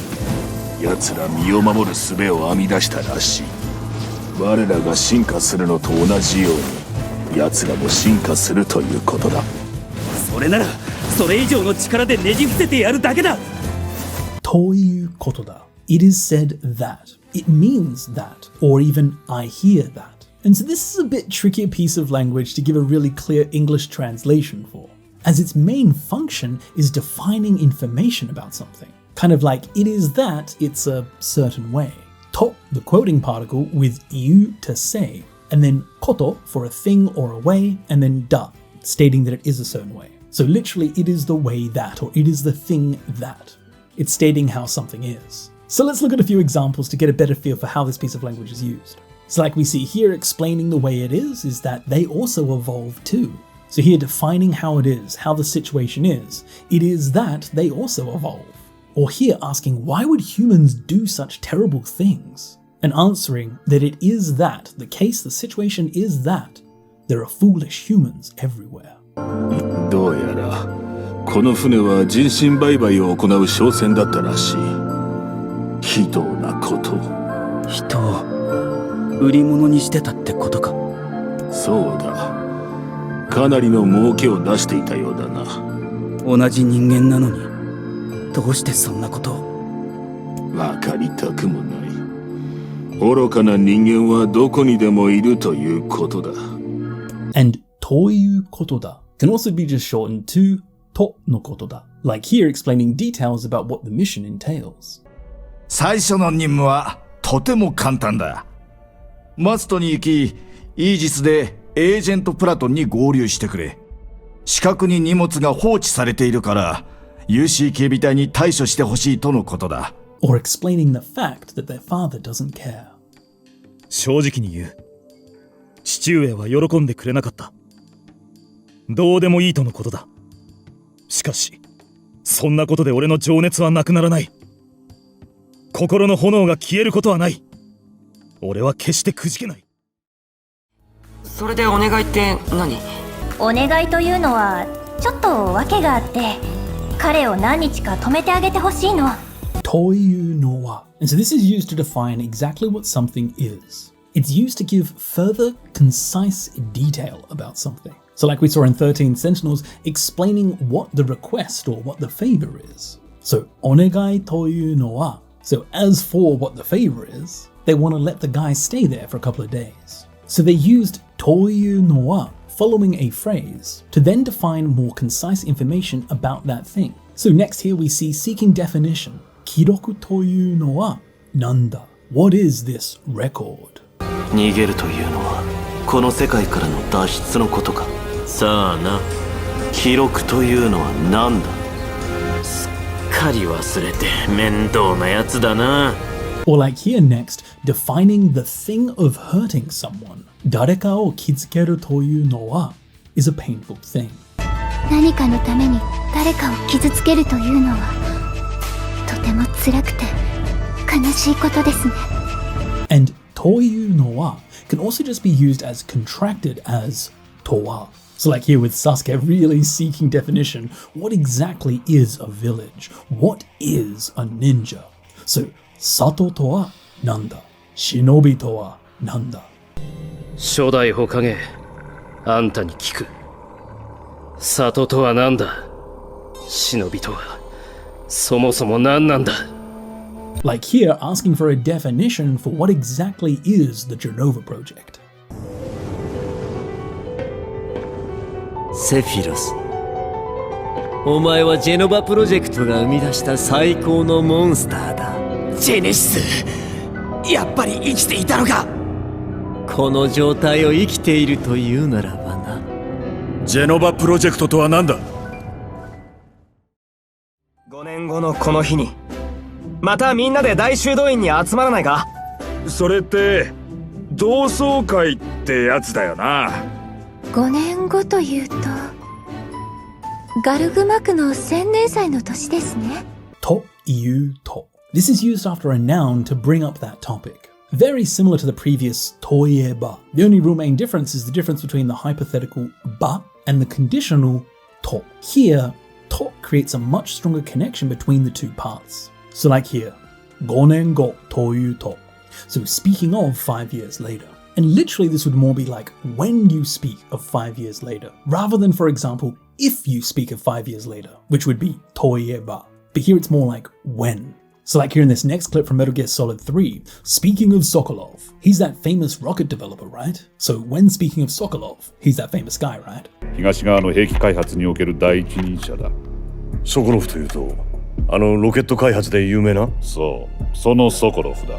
Or when you say things like persona and shadow, they seem like psychological terms.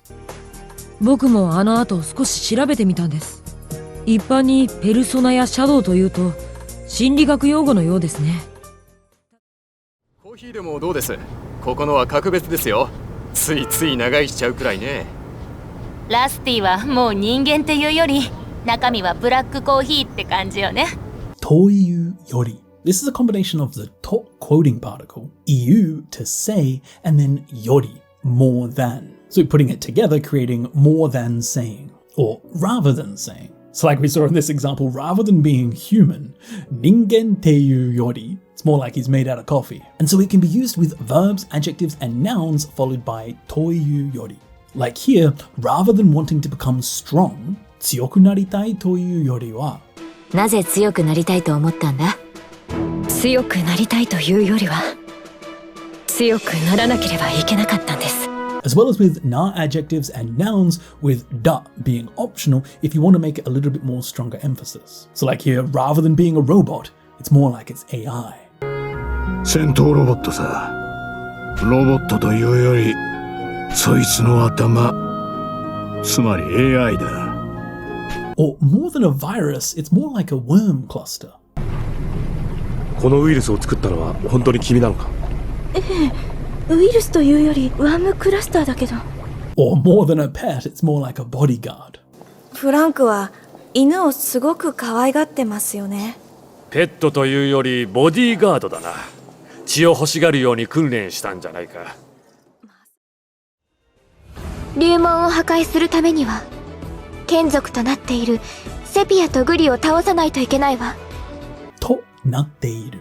This is just a combination of the to quoting particle and naru to become, here used in the continuous form. So this can be used after nouns and na adjectives to express it becoming that certain way, or that it's established or it happens to be that way. So like seen here in Fire Emblem, they're minions, here referring to the two who have become minions of someone else. Or like here in Megaton Musashi, to have already been made decommissioned. So this is referring to something being made a certain way. It's been made decommissioned. 芥川浩太、奉仕型アンドロイド AF3000 タイプ。お前はすでに廃棄となっている。廃棄マニュアルに従って処理させてもらう。Or like here, something that has become a symbol of cooperation. 象徴となっている。まだ太陽の石が何なのかすらわからない。マウンテンエルフたちがアインエレの船を呼び出すために作ったのだ。今ではありえない2つの部族の協力の象徴となっている。夏休みでしばらくこっちにいるんだって。うちの2階で寝泊まりするの。うちの子たちと同じくらいだね。2人とも仲良くしてあげてね。と同じくらい. This is used following a noun to express about or around the same as the noun that was quoted by the to particle. And this is just a combination of the quoting to particle, onaji, the same, and then kurai or gudai, about. So about the same as. Like here in Crayon Shinchan, about the same as my kids. Uchi no kotachi to onaji kurai. or the sights are the same as that day, あの日と同じくらい。千尋さん。夕日を見て、あの日と同じくらい綺麗だわ。Or she seems about as stubborn as you. お前と同じぐらい頑固そうだ。山頂まで行きたい。どうすればいい？やめておけと言いたいが、どうせ無駄なんだろ。この子もお前と同じぐらい頑固そうだもんな。私が上かも。And it can also be used to attach to another noun with the not particle following. Like here, と同じくらいの noun. Like about as big as that mech. 騎兵と同じくらいの大きさのやつから、もっと大きなやつもいるだろう。Or some sensation is the same as when you're eating. So it's about the same as when you're eating. 脳がドーパミンという快楽物質を出すんですよ。つまり正義をなすとき人は食事やセックスをするのと同じぐらいの快感を得てしまうんです。どうしてここへ？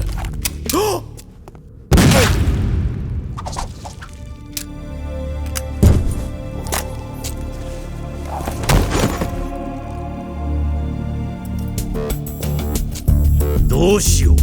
大佐と共に沈め。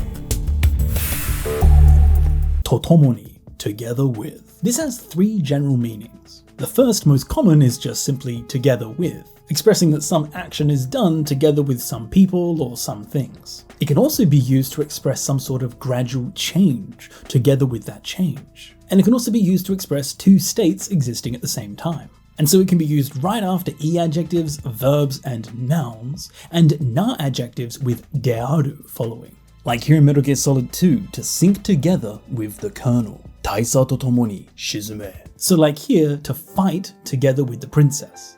Hime-sama to tomoni tatakao. To fight. 姫様と共に戦う大魔の騎士と4人の英傑さえいれば必ずや。Or together with or as well as apologizing to everyone. So together with an apology to everyone. この件を皆様に謝罪するとともに返金と活動の自粛をさせていただきます。この度は大変なご迷惑をおかけして申し訳ございませんでした。 Or together with the mask of the sun. 太陽の仮面とともに。あなたが持っている石板に書かれている通り、私たちは有翼人の王国エルディーンよりこの地にやってきました。あの黒い真珠とともに。樹海の伝承を思い返してください。私たちと同じようにエルディーンを逃れ、太陽の仮面とともにセルセタに渡った有翼人たち。彼らの最後の子孫があのエルディール。And you can even see it used in the famous expression in Star Wars, "May the Force be with you." Or perhaps more literally here, it's "May the Force be together with you." Force to tomoni aran koto o. 行け。フォースと共にあらんこと。行け。行くんだ。お前さんの力はまだ目覚めたばかりと見えるな。と見える. This is used after a phrase to make some sort of conclusion about it. It can be seen that, or it can be deduced that whatever comes before the top particle. So like here in Inuyasha, making some sort of conclusion about the person's power just seems to be waking up. It can be used after verbs and e-adjectives with to mieru or even to miete. So like here, it seems like you think we're scary. Kowai to mieru.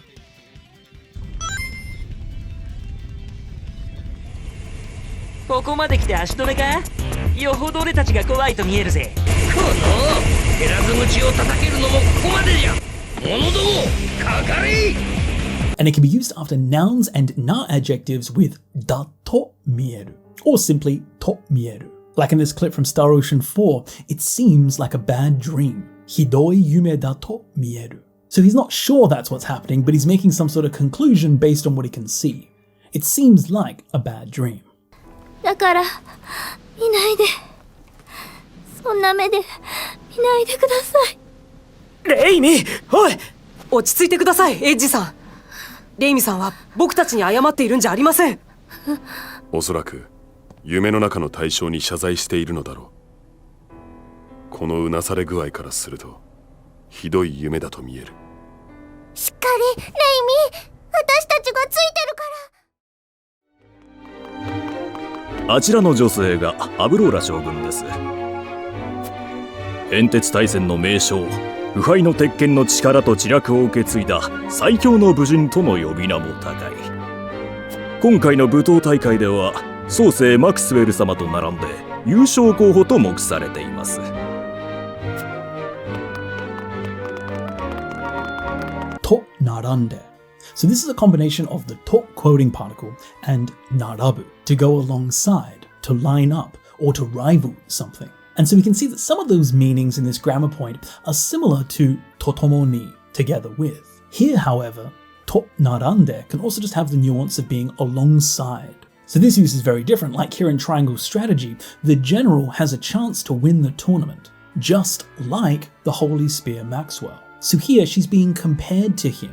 So along with him, they both have a chance of winning. So this has this feeling like she's comparable to him in strength. However, it can also just mean together with, like alongside. Like here, running along together. Watashi to narande hashiru. どうやって行くんだ？フラジャイルみたいにジャンプを。いいえ、ビーチを抜けて東へ行く。走るのよ、私と並んで。走る？そうよ。私はビーチ姫なんでしょ。And it can also be used to express being a certain quality as much as something else. Like here, to be as dangerous as a nuclear weapon. So here, 核兵器に並ぶほど危険。あれにはクトンの発した言葉が記されている。核兵器に並ぶほど危険なものよ。赤のダークマターそのものだ。おいクラッシュ、気をつけて。おう、よしよし、目が覚めたな。オッケー、これで残りのマスクは2つだ。少し落ち着いたよ。これまでのパニックレベルを10とすると今は 9.78。 そうだ、バンディクーたちと助けに来たんだ。とすると、としたら and とすれば. And these are all used hypothetically to express if it were a certain way. Seen translated as kind of like assuming that, or if it were the case. And they're all a combination of the to particle and suru in the hypothetical form. To, tara, and ba, which all have varying levels of being hypothetical. It's like here in Crash Bandicoot, if we assume the previous panic level was a 10, now it's a 9.78. So it can be used with verbs and e-adjectives, like here, if we assume that it's related to dun dun dun. だとすると、何があったんだ？それが死体の運搬にも関係しているとすると、一体何が？ And it can be used after nouns and na adjectives, either by itself or with the declarative da in between. So like here, assuming that it's suicide, 自殺だとすると。犯人は死んだふりで決まりでしょ。だって犯行後に自殺だとすると犯人はもう死んでるってことになるから。 Or if it were the case that this video is real, 本物だとすると。俺が聞く限りではまだ捏造された痕跡は見つかってません。で、もしあの動画が本物だとするとですよ。And you may even sometimes see this used at the beginning of a sentence. But this is generally quoting whatever was previously talked about, and if we assume that to be the case. で、あれ？ちょっと待った。マスター？まさか君たちもあれに狙われている？とするともしかして君たち正気だったりする？ And so slightly less stronger, としたら, like if he had been holding it from earlier. 確かにこれは一番のポケットに入っていた。だがポケットには撃たれた穴が開いてるんだ。もし一番がもっと前から持ってたとしたら、万札にも銃弾の穴が開いてるはずだ。だがこいつは開いてねえ。And also like used here with ba. So, if it were the case that that's true. しかし、お前が見た過去が真実なら、ハルドラスはニーズヘックの両目を奪っていた。それが誠だとすれば、今まさに俺が奴から抜き取ったこの竜の目は一体。いいんだ。気にするな。そういえばここに来る途中でランタンを拾った。これはあんたのものか。途中で and 途中に are used to express that something is done between the beginning and the end of an action or an event. And it's often translated as like on the way, part way, or in the middle of. It can be used all by itself, just as 途中, as well as with the ni or the de particle following. Ni places more emphasis on the time of something, and de puts more emphasis on the process. So like we see here in Final Fantasy XVI, picking up a lantern on the way here. So ここに来る途中で拾った. And so both 途中に and 途中で can be used after verbs, like here, 会いに行く途中で on the way to go meet. カタリナに会いに行く途中で襲われないよう、確かに注意した方が良さそうです。Or 行く途中にモテルがある. On the way going there, there's a motel. ああ、いいけど。ありがとう。まあ、実はもう車に積んであるんだけどね。ガーディナへ行く途中にモーテルがあってさ、その荷物を店主に届けてほしいんだ。頼むよ。ちゃっかりしてんな。And it can also be used after nouns with the not particle attached, like here, 旅の途中で in the middle of your journey. 私はそろそろ行くわ。旅の途中で見かけたら挨拶ぐらいしてね。Or like here, it fell down on the slope on the way. これは一体。ここから崖に通じている坂の途中に落ちとったんじゃ。よく見てみ。And you can even see it used by itself as 途中だ. So like here, I'm on my way back to the sand village. 手まりさん？なんでこんなところに？木の葉での用事は終わったのでな。砂に帰っている途中だ。As well as used at the beginning of a sentence like here, 途中で投げ出す to give up halfway. いいか。途中で投げ出すことは許されない。投げ出すかよ。Or there are some dangerous spots along the way. 途中に危ないところもある。6番街を抜ければいいのさ。簡単だろ。途中に危ないところもあるけど、ソルジャーなら問題ないよ。元な。私。大丈夫だったかい？危ないところだったね。ところで、ちょっと聞きたいんだけど。あ、ちょっと待って！ところで is an incredibly common piece of language that's simply used to bring up a new topic. By the way, like we saw here, changing the topic, wanting to ask some questions. ところで、ちょっと聞きたいんだけど。By the way, I want to ask something, however. It's simply used at the beginning of a statement to kind of start and bring up a new topic of conversation, in very much the same way as by the way is used in English. Like, by the way, what about the wind on this island? ところでルリアちゃん、この島に吹きつける風はもしかして？はい、間違いありません。テンペールにいる青少獣の力だと思います。Or, by the way, are you alone? ところでメリア、あなたは一人なの？誰かと一緒だったとか、はぐれたとか。すべては皇帝陛下のご命令通りに進行しております。そうか。ところで、老いぼれどもはどうした？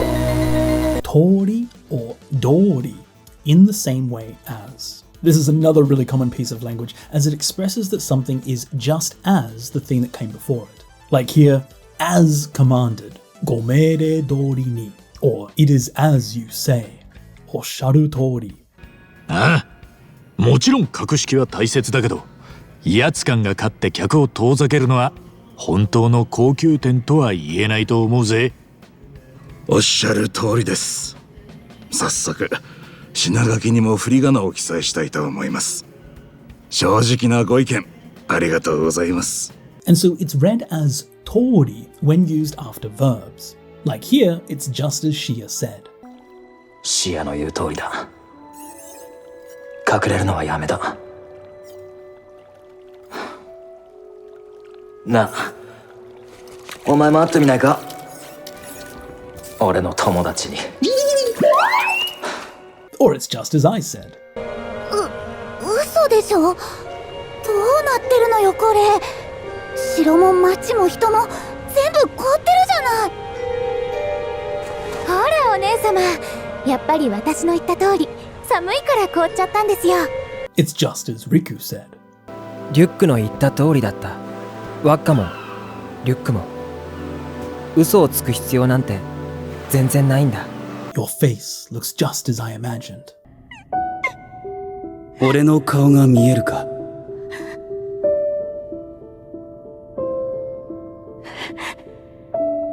はい。僕が想像していた通りの顔してる。とってもかっこいいです。And it's read as Dori when used after nouns. Like, try making it as per the recipe. Recipe Dori ni.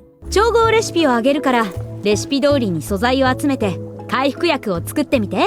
Or it's just as you wished. Kibou Dori.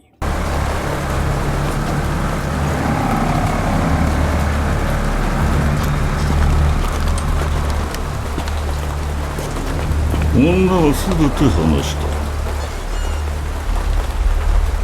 心配するな。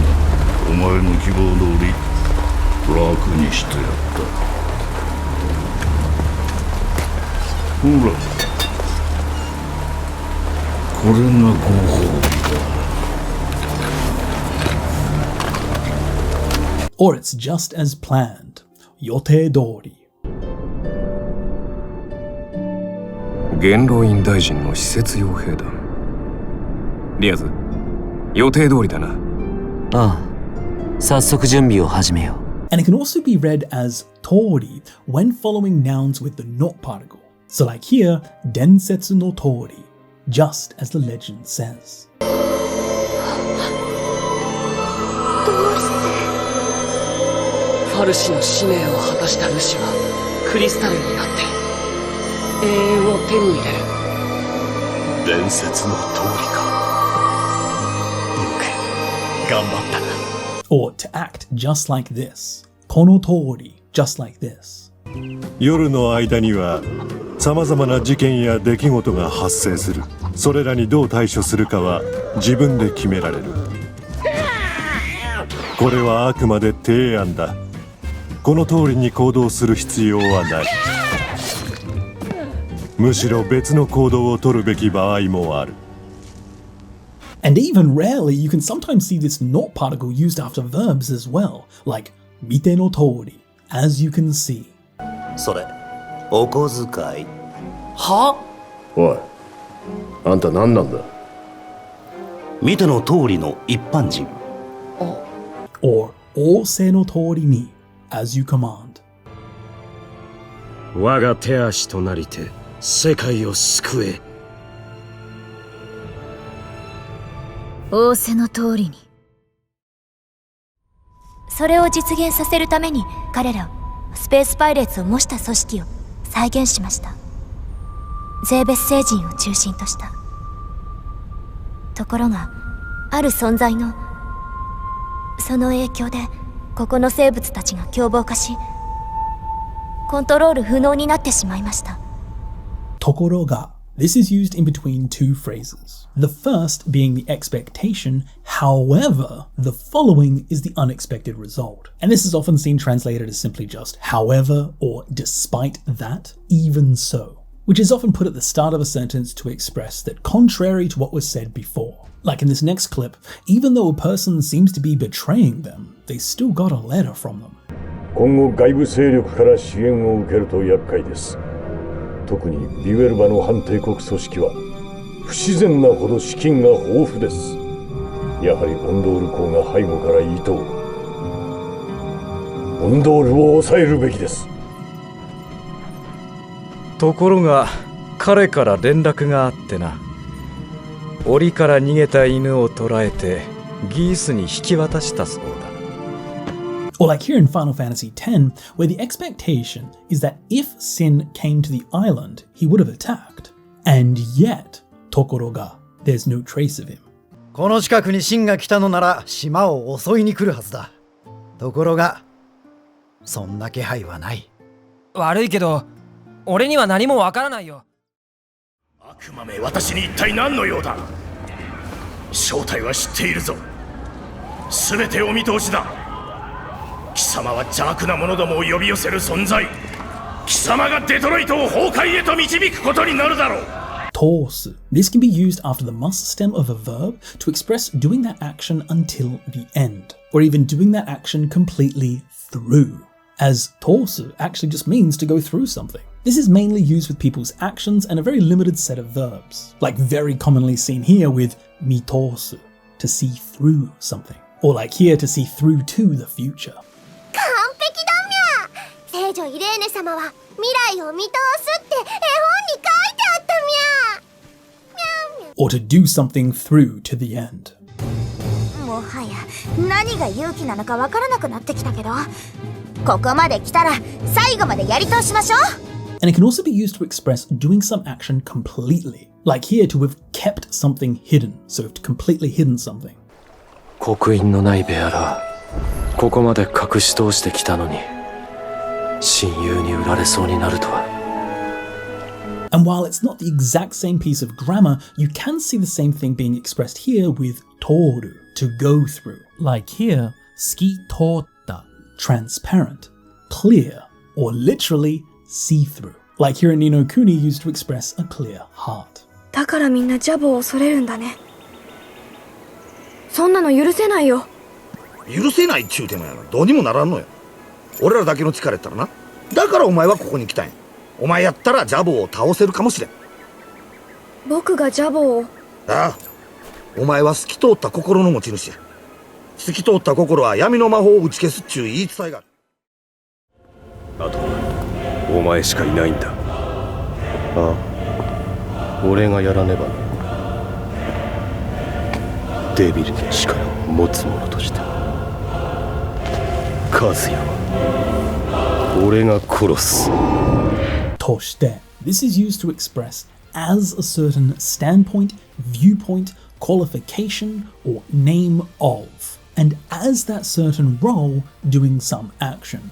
Like we just saw here in Tekken, as someone who possesses the power of the devil, Debiru no chikara o motsu mono toshite, he will defeat Kazuya. Or as a member of the royal family. 気をつけていくんだぞ。ルシス王家の人間として、このレギスの息子として、常に胸を張れ。Setting out on your journey as a summoner. 10年前、ユーナはこの村に来た。ブラスカ様の凪節が始まった年だ。凪節？その時からユーナは俺とルールーの妹みたいなもんだ。素質があることが分かって重召喚師になって、そして今日召喚師として旅立つ。Doing something as Sasuke's friend, Sasuke no tomoとして。影の名を背負う覚悟を決めたなら、サスケの友としてお前が本当にやるべきことをやれ。 Existing as a wall for someone to overcome. ただ、お前と俺は唯一無二の兄弟だ。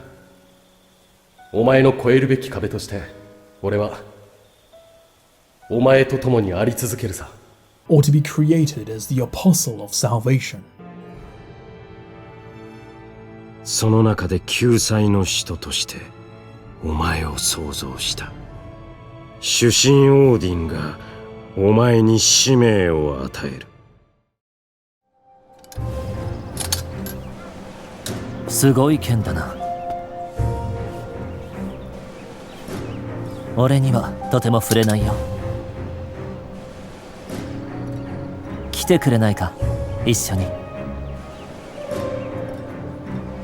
Totemo nai. So this is a combination of totemo for very and a verb in the nai form, to not be. So to very not be. And so this is used to express that something is very much not a certain way. Like for example here with Griffith saying that he couldn't possibly wield that sword. Or that they couldn't possibly say it. Totemo ienai. 一つもね。説明していただけませんか、伯爵夫人。これは何かの冗談ですか。ごめんなさいね。私、とても言えないわ。Or here talking about fighting an enemy that he couldn't possibly stand up to. だけど、今の僕にはとても太刀打ちできない。もっと強くならないと。ここまで敵とも会ってないし安全そうだな。一気に突き進もうぜ。今までがそうでもこの先が安全とは限らない。油断せず行こう。とは限らない. This is a pretty straightforward piece of grammar that just means that it's not necessarily a certain way. Kagiru here means to be limited to something, and it's in the negative form, so it's not limited to whatever's quoted by the top particle. Like here, it's not guaranteed to be safe ahead. Anzen to wa kagiranai. So it's not necessarily safe. And so it can be used following verbs and e-adjectives, like this choice may not necessarily be the right one. とりあえず、彼女の願いを叶えてみようか。あ？とりあえず？気が済めば返してくれるかも。マジかよ。この選択が正しいとは限らない。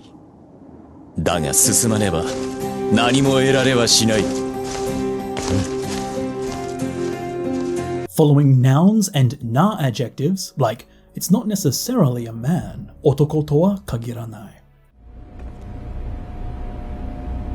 人質はすべてシェル1の中央と B1 のホールに集められている。エイムズもそこだ。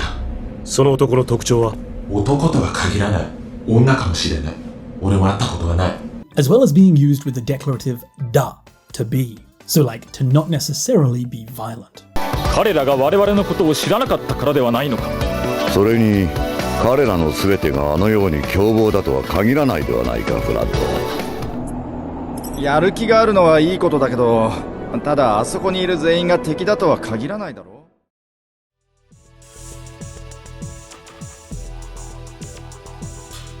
う。終わったか。うわ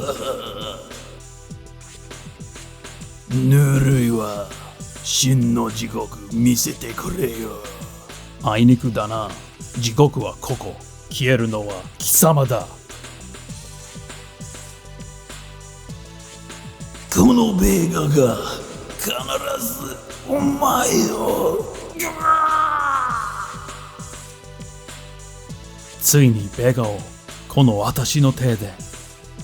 ついに finally, at last. Very simply put, it's put at the beginning of a phrase to express something finally being done, or finally happening. And this can be used both with the kanji that we can see there, or just written in hiragana. And it kind of expresses that some time has passed attempting to do something, and finally, at last, it's been done. Like here in Street Fighter Alpha, finally, I've defeated Vega. Or finally losing the hope of living. 人々はその恐怖に怯え泣き叫び、ついには生きる希望さえなくしてしまうのであった。 Or finally developing the ultimate weapon.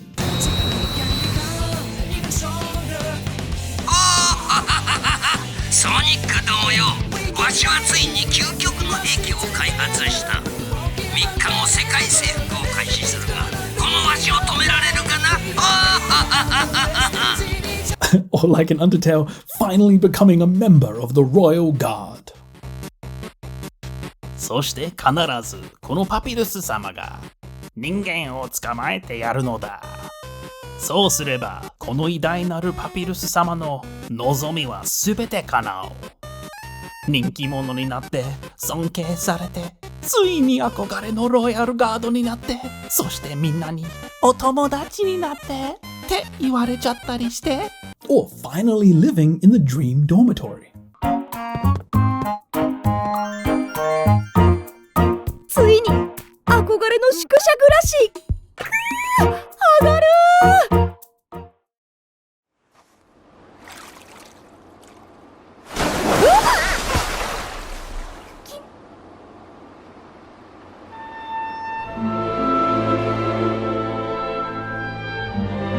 あなた、まさか人魚？驚かせてごめんなさい。私はルミア。機内が来てくれたのかと思ってつい飛び出してしまったの。Tsui.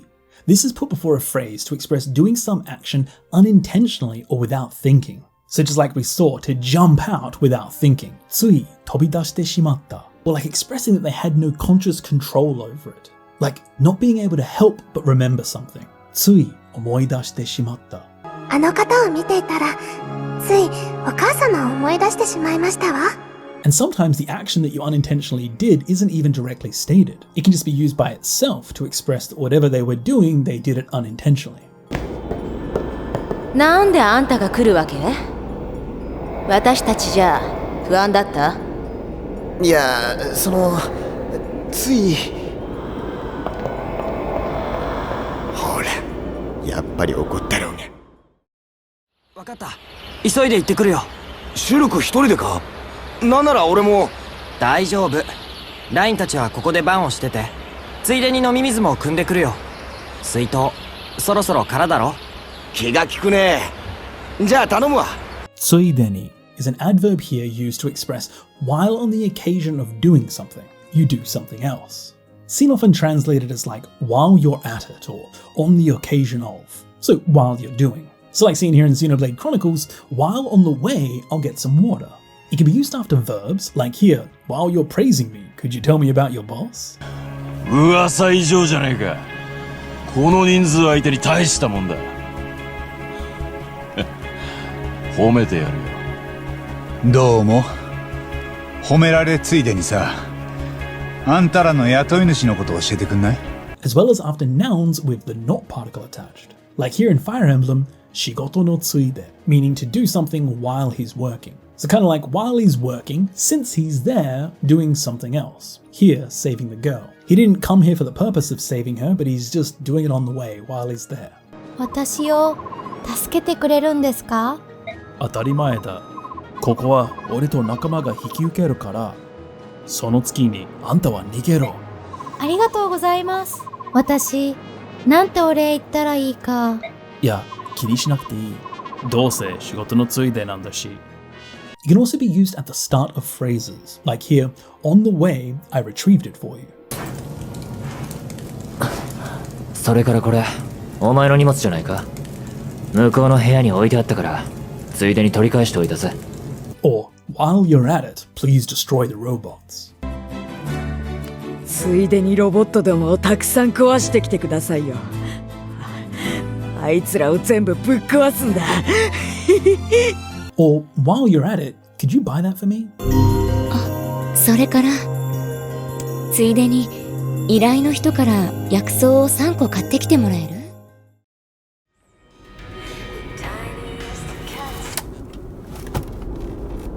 ちょっと、なんで？わかるでしょ？いや、何のことだか。マがつく言葉よ。わかんない？マッサージ？迷子、マックス迷ったの。いや、現在地不明なだけ。そう、つまり迷子。迷ったわけじゃ。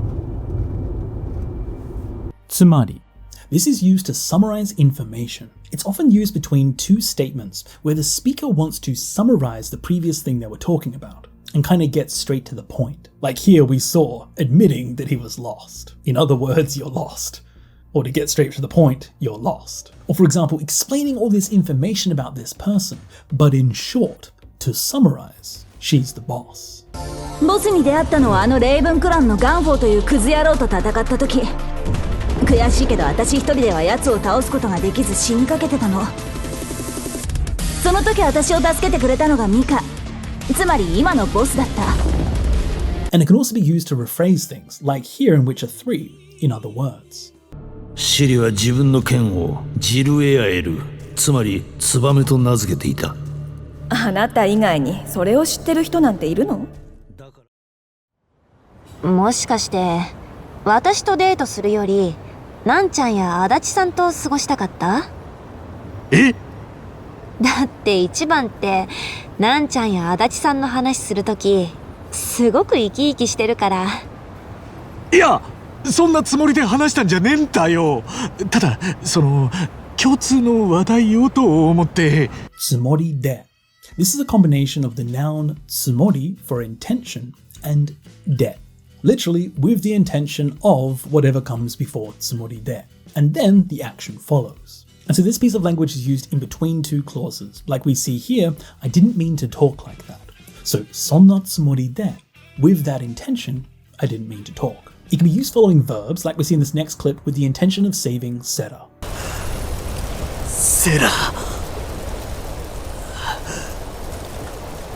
セラを助けるつもりでファルシに乗り込んだのに助けられなかった。 It can follow na adjectives with the na attached, and nouns with the not attached, like fukushu no tsumori de, with the intention of revenge. ベガはくたばった。仇討ちが済んで引退か？あなたも復讐のつもりでやっていたのなら、これ以上悪事を重ねる理由はない。ある意味、あなたもベガの被害者だわ。And when this is used following the past tense of verbs, the meaning slightly changes into to act as if, to pretend, or to be convinced that. So like here, they acted as if, or they were convinced that they knew about Sarasa. もしかして、ユズとライムも同じだったのかも。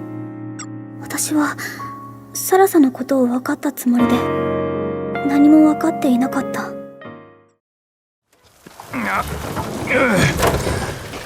クレイジーウィリーがここから近い。そこに寄ってこう。何考えてる？もともと狩りをするつもりだったろ。あそこなら部品も手に入る。冴えてるな。Tsumori datta. This is now the past tense form of tsumori da, to intend to do something.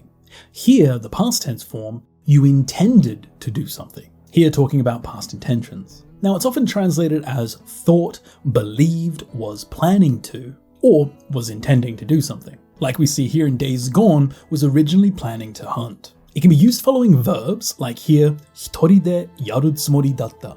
I intended to do it by myself. 一人でやるつもりだったの？静かに狙撃するには一人の方が都合がいいのさ。この場合は共闘した方が賢明じゃないか？そうかもしれないね。Or planning to move as a single player. 心配ありがとう。だけどおじさん、ワンプレイヤーでも動くつもりだったよ。Or like here, I thought I was going back to the original world. 私、元の世界に戻ったつもりだったのに。ところで、どうして君もここにいるの？ And it can also be used after nouns with the not particle, like そのつもりだった. That was the plan. そのつもりだった。でも今はそんな気はない。なぜだ? Or 冗談のつもりだった. It was intended to be a joke. ほんの冗談のつもりだったんですけど、目をまっすぐ見られてそう言われたら、なんだか照れてしまいます。And つもりだった can also be used as つもりなのに。あれ ?31B も自信がつく言葉をチョイスしたつもりなのに。もしや伝説の紋章師。クラン、フラン、今のうちに逃げてください。はい。うちに。This is used to express that while or before a situation changes, doing a certain action. So perhaps it will, should, or would be best to happen. So it's often seen translated as while or before. So like in this example, while you have the chance, run away. Or while the girl continued through the eerie sea, she started missing home. さらに不気味な海を進むうちに少女はお家が恋しくなり、同時にお腹が空いてたまらなくなりました。So うちに can be used after verbs and e adjectives, like here, while traveling together. 一緒に旅をしてるうちに。すまん。これからシャキッとすっから勘弁してくれ。ブリッツボールも引退したし、あとはガード一筋だ。お前になんとなく似てるやつが現れてな。そいつと一緒に旅をしてるうちに思った。お前もどこかで生きてるんじゃないかってな。After na adjectives with the na attached, like here, 小さなうちに. While it's small, you have to pluck it. あの男の闇が全てを覆い尽くしたように、すなわち逆もまたしかり。いかがなさいますか？目は小さなうちにつまねばならん。かしこまりました。では早速。as well as used after nouns with the not particle, like seen here to return before the end of today. 今日のうちに戻れる。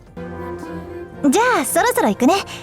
目を覚ましたって知らせないといけないし。目が覚めたらすぐ退院できるって言ってたから今日のうちに戻れると思うよ。じゃあね。リンク、早く残りのかけらを取り戻そう。これ以上悲しむ人が出ないうちに。ないうちに。This is now the previous uchini with verbs in the negative form. Here, while it doesn't happen. So very much before that action takes place. So like in this clip we saw, before any more people become sad. So kanashimu hito ga denai uchi ni. This expresses that while they don't come, do the action, hurry and go back. Or like in this next clip, to come back before it's too late. So osoku naranai uchi ni kaete koi. お父さんからです。遅くならないうちに帰ってこいって。And sometimes you may see it used in situations that aren't so easily translatable. Like here, awanai uchi ni. Here meaning it's since the last time they met. So before they meet again. Ichiban here has become an impressive person. So here this translation isn't quite as natural in English. But we can see that before they met again, he's changed a lot. おお、一番か。久しぶりだね。ちょっと会わないうちに立派な身なりになったじゃないか。見違えたよ。その光は勇者の力を呼び覚ますと言われています。その聖なる炎はあなたがニズゼルカを倒す旅を続ける上できっと役に立ってくれるでしょう。上で。Next, we have a formal piece of language that has two different meanings. The first is used with verbs in the dictionary form and nouns with the not particle attached. And this means in order to, like seen here, in order to continue your journey. So, tabi o tsuzukeru ue de. This will be useful. And when used with verbs in the past tense form, it now means upon or after. Like here, upon confirming. Tashikameta ue de. マスター、これは。いえ、唯小説の指示は15期目の権限を確かめよのみでしたが。確かめた上で俺のものとして何も問題はあるまい。Or this is necessary for living. 生きる上で必要なもんだ。パレスを消せば歪んだ欲望は間違いなく消えるだろう。けど欲望そのものは生きる上で必要なもんだ。寝たい、食べたい、恋したいとかな。Or let them escape after knowing their identity. 正体を知った上で逃がす。アズラス将軍ですね。僕と来てください。先回りして飛空艇を抑えましょう。正体を知った上で逃がすのか。Or upon knowing that, he left the squad. とにかく隊を脱するを許さず。それが新選組の鉄の掟だ。山並はそれを承知した上で隊を離れた。だから殺したまでだ。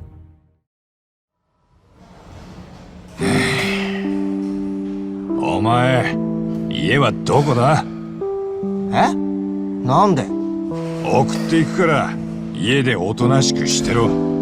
危険な連中に狙われてる上に無茶ばっかりしやがる。面倒見きれねえ。え？そりゃねえだろ。母ちゃんはどうなるんだよ。俺が一人で探す。母ちゃんが帰ってくりゃそれでいいだろ。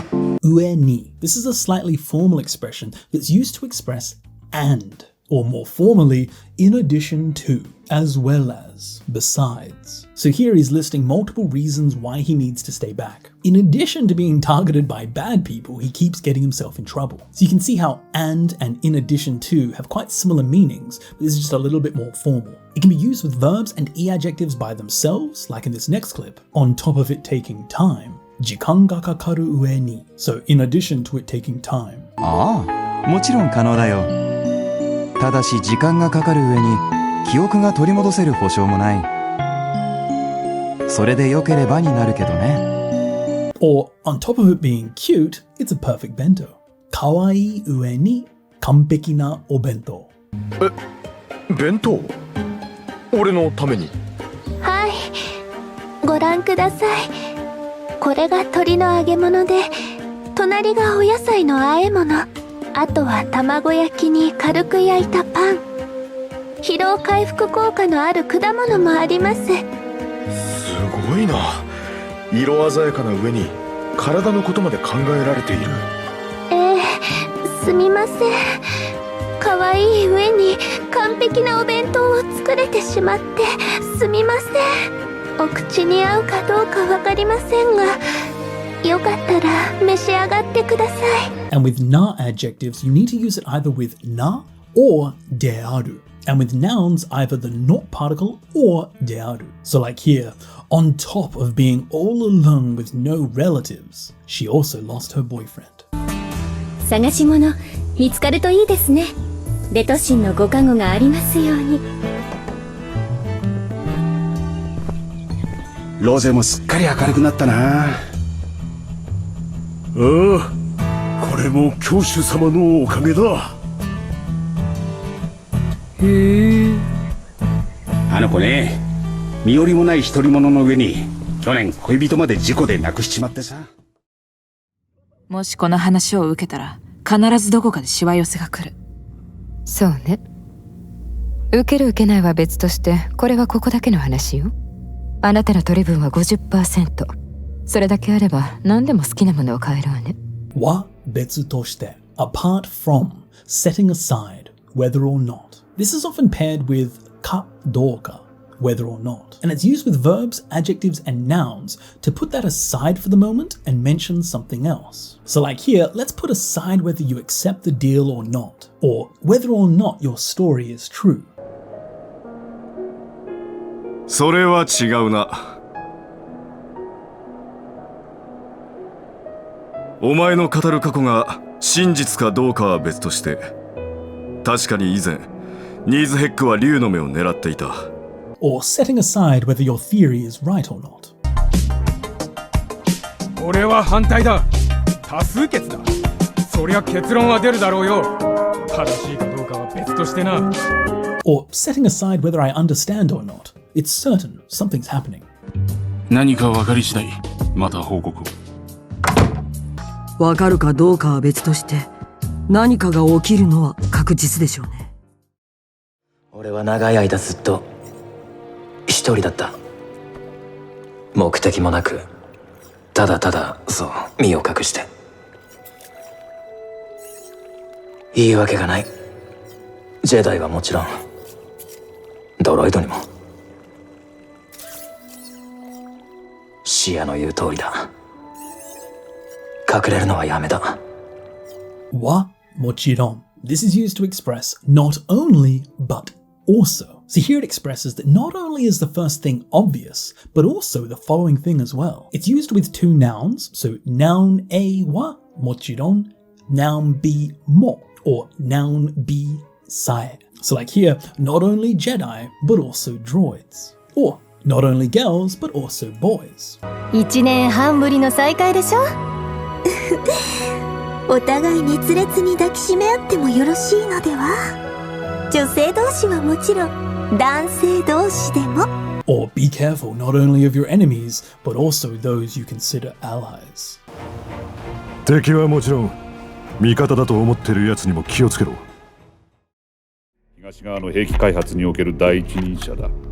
ソコロフというと、あのロケット開発で有名な？そう、そのソコロフだ。De yume. This is used to express that something is famous for whatever is marked by the det particle, like being famous for developing rockets. Roketto kaihatsu de yume. Or being famous for being a racist. いいか、こんな嘘は高校生でも見抜ける。当時の FBI の長官、エドガ・フーバーはレイシストで有名だった。ナオミの祖父は日本人だと言っていたな。Or being famous for ballet. じゃあ、なんで私のことを？もちろん知ってるよ。バレエで有名だったもん。全校集会でもみんなの前で表彰されてたじゃない。Being famous for being delicious. おいしいことで有名。南平原の先にある海岸の町は釣れる魚が美味しいことで有名なんです。or famous for being a resort town. 新婚旅行どこがいいかな。リゾート地で有名なのはコスタデルソルだな。あの子はよく寝てるよ、赤ちゃんらしく。いい匂い。これは？まだダメ。チオルバデレギューム、地元の料理よ。すっかり地元民ってわけだな。地元のワインも。Wakeda. This is often translated as for that reason, no wonder, as you'd expect, or that is why. And it's a combination of wake for like a reason, cause, or meaning for something, or even for expressing a certain conclusion, and then da to state that something is. So it is the reason, it is the cause, it is the meaning. That's why it's a certain way. And it's mostly used to express how things are. So that's how it is. Like here, explaining it's the case that she's a complete local. Sukkari, jimotomin te wakeda. Or used to ask or explain how things are. And you can use this following verbs and e-adjectives with either wakeda or toyu wakeda for a little bit more emphasis. As well as the casual te wakeda. So like here, coming to some sort of conclusion in his head. So that means he's here. Iru te wakeda.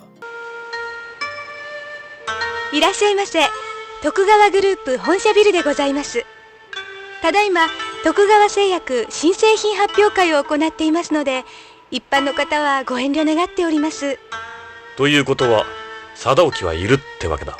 Or explaining here, meaning that the police notes here are heroes. ここがビヨンド関連の展示コーナーだ。あ、エド、俺たちポリスノーツの人形が並んでるぞ。驚いたか？このビヨンドコーナーではポリスノーツであった俺たちはヒーローってわけだ。Or here, it means that I've arrived. Tsuita wakeda. それより、俺の仲間たちはどこだ？そもそもここはどこなんだ？ここはスターフォール諸島。時間に取り残され、誰の記憶からも忘れられた島。ってことは、一応目的地に着いたわけだな。で、仲間たちは？ And with na adjectives, make sure to attach that na. So like here, it's no wonder you're so popular. Ninki na wakeda. どう？好きって言ってくれるお客さん多いんだ。人気なわけだ。Or like here with nouns, explaining it is the case that I was chosen to be a pawn. 辞任ではなかったのですか？公にはな。そしてその公認のポーンに選ばれたのが私というわけだ。And it can also be used in polite speech as wake des. お前らだけ村に入れないなんて、やっぱりどう考えてもおかしい。不自然だ。抗議運動というわけですね。みんな行くぞ。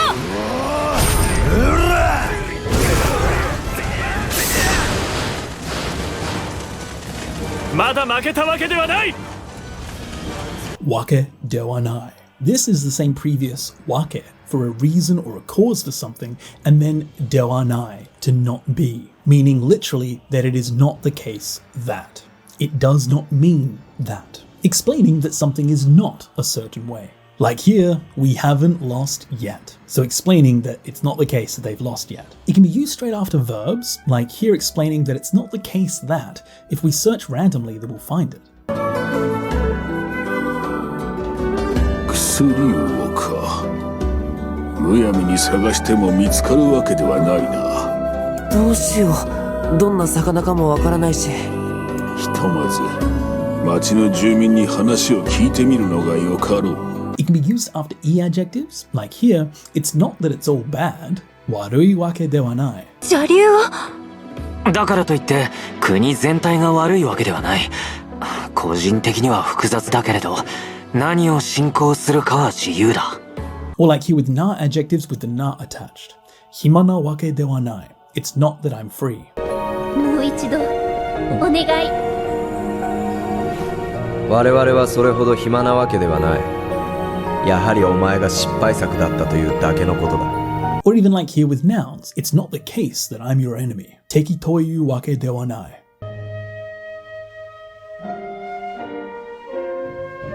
安心しなされ。わしは敵というわけではないのでの。And this can also be used in casual Japanese, contracted as wake janai. ドミナントだけで行く。それじゃ3人だけで？戦をしに行くわけじゃないんだぜ。マザークリスタルは国の要だけに警備も厳しいからな。少人数で潜るに越したことはない。じゃあ割れ目を塞ぐには他のマスクがいるのね。そうさ。でこの近くに赤のがいるはずだけど。よくぞ来たパンディク。マスクはお探しかな？はあ、早速変なのが出てきたぞ。大丈夫、私たちが負けるわけないんだから。そう決まってるの。Wake ga nai. This is a combination of the previous wake for reason, so to be a certain way, and nai, it doesn't exist. So the reason or the logic doesn't exist. So literally, there is no way. There is no reason, it's impossible. So this is different from the previous wake dewa nai. Here, wake ga nai expresses some very strong feeling that it can't be a certain way. It can be used following verbs, like here, there's no way I'd forgive you. Yurusu wake ga nai. ふざけんじゃねえ。そんなの俺が許すわけねえだろ。え？ああ、わかった。私はここに全力でこの町を守ると誓います。誓います。おしまい。今の本当の誓い？もちろん、今考えたわけないだろ。You can follow E adjectives, like here, there's no way that I'm scared. Kowai wake ga nai. 何を言うのだ、ご主人。怖いわけがない。うわはは。Na adjectives with the na attached, like genjutsu na wake ga nai. There's no way this is real. こんなの夢に決まってる。俺は夢を見てるんだ。人が突然消えるわけない。こんなこと何もかも全部現実なわけがない。Nouns with either na, no, or dearu. でも関係とは何なんだ。何世紀も前の人が母親なわけがない。それはまだわからんな。And of course, the negative form of nouns can be used as well. So, noun dewanai or noun janai, wake ga nai. 僕のことよりメイのことを心配したら白状だね。心配じゃないわけがないだろ。じゃあ、メイを助けるために力を貸してよ。As well as the nai form here being used in polite speech, turning wake ga nai into wake ga arimasen. 獣は姉娘の矢を急所に受けて逃げていきました。あんな巨大な獣を妹が一人で狩ることなどできるわけがありません。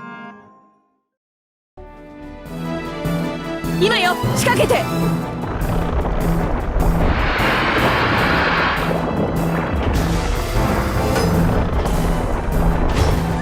外すわけにはいかない。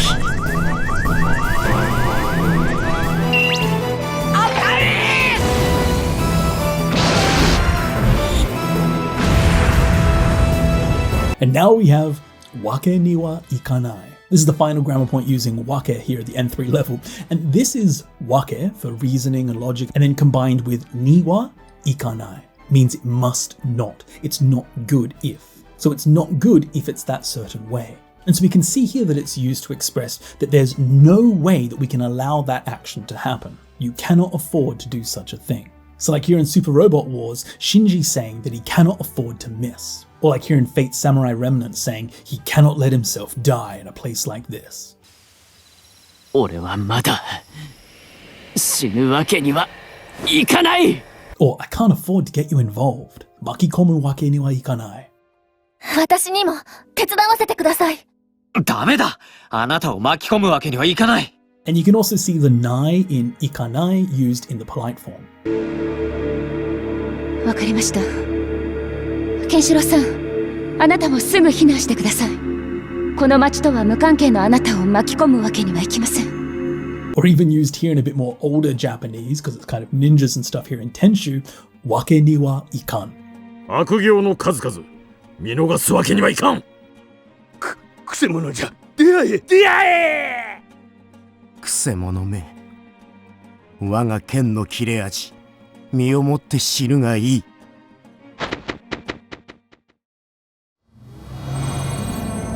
わざわざお出ましとは光栄だわ。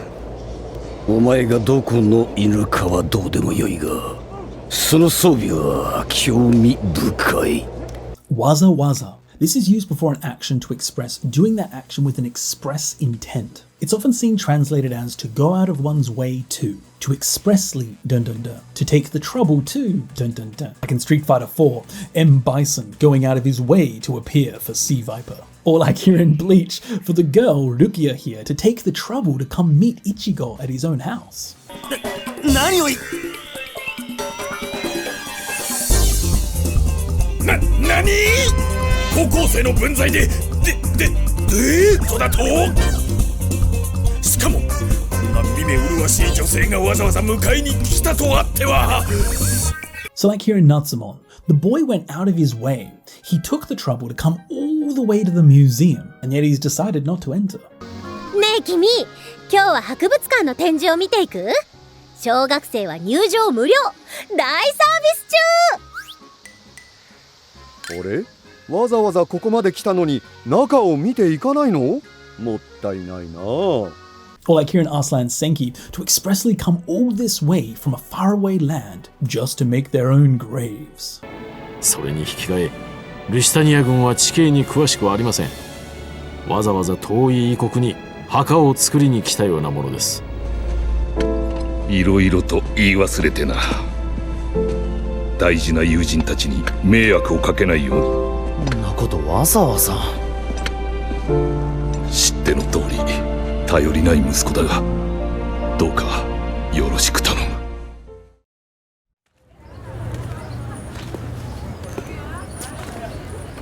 なんや？資料よりも背が低く見えるわね。足が短いからかしら。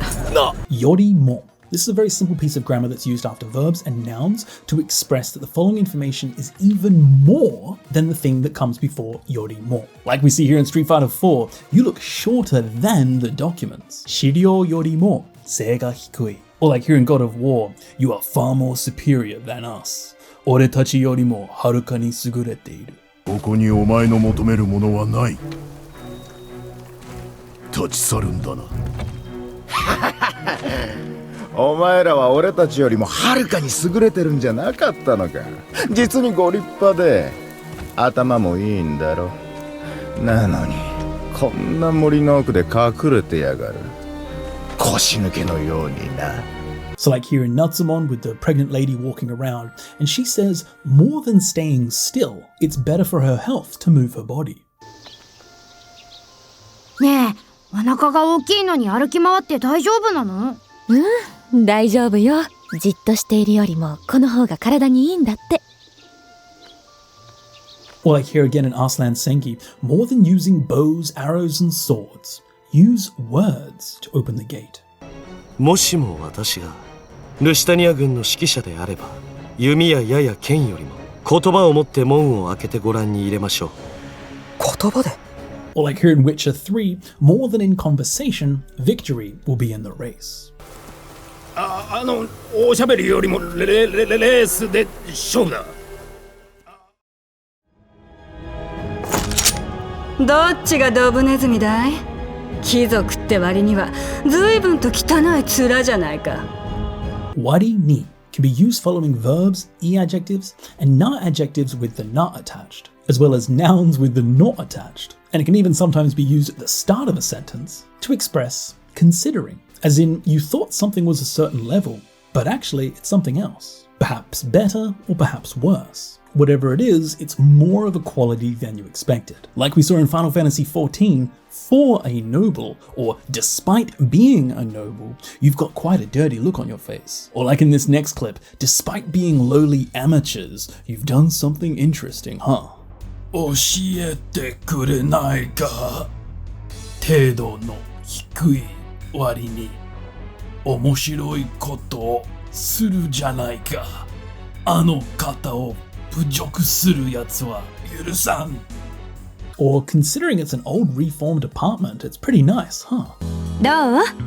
古いマンションをリフォームした割には素敵じゃない？ Or like here in Attack on Titan, considering or despite it was a success, his face certainly doesn't show it. 道が混んでいる以外異常ありません。替え玉作戦の方は成功だ。その割に浮かない顔ですね。いや、何か妙だ。 Or like here with Na adjectives, despite being a noble. So although they're a noble, they don't look down on mercenaries. ずいぶん俺のことを評価してくれるよな。気高そうな割に傭兵風情と見下さないし、こっちをたびたび気遣ってくれるし、民思いの優しいようになるんだろうな。確かに君は無口な割にどこか人を引きつける魅力を持っているようだね。俺の偽物の手がかりを探すためにわざと捕まってんだ。偽物？黒いハリネズミの？あったのか。やつは今どこにいるんだ。教えたら私と結婚してくれる？ No way!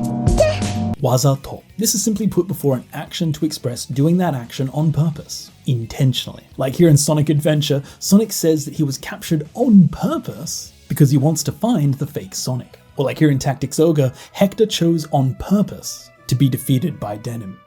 そんな。では彼はわざと僕に倒されることを選んだのか。ああ、ヘクターはそういう男だ。 Or like here to fall on purpose, wazato korobu, to have Cloud save her. 立てるか。助けてもらおうと思ってわざと転んでみたの。迫真の演技だったな。それで猫さんが鈴みたいなお花を探してるってメモしとこっと。忘れないように。Yoni. This can be used following the dictionary form of a verb and most commonly the potential form of a verb, as well as the nai form of a verb, to express that you do the attached phrase so that or in order for the verb to happen, or not to happen if you use it in the nai form. So it has a nuance that you're putting in effort in order to make a goal achieved. Like here in Sumide, to make a note so that she doesn't forget. So like here in the potential form, to wish so that dad can come next year. So rainen koremasu yoni, so that he can come next year.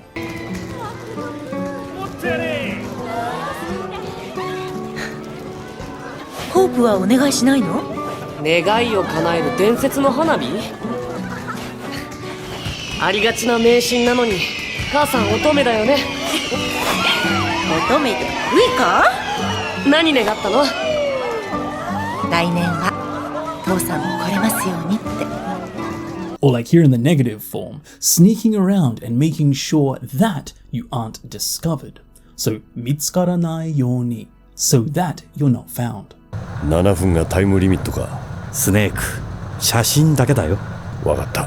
後のことはそれから考える。それじゃ見つからないようにね。Or to be careful so that you don't offend anyone. 失礼のないように。行くぞ。コールが来るまで待ってんだろ。ドラッド、よろしくな。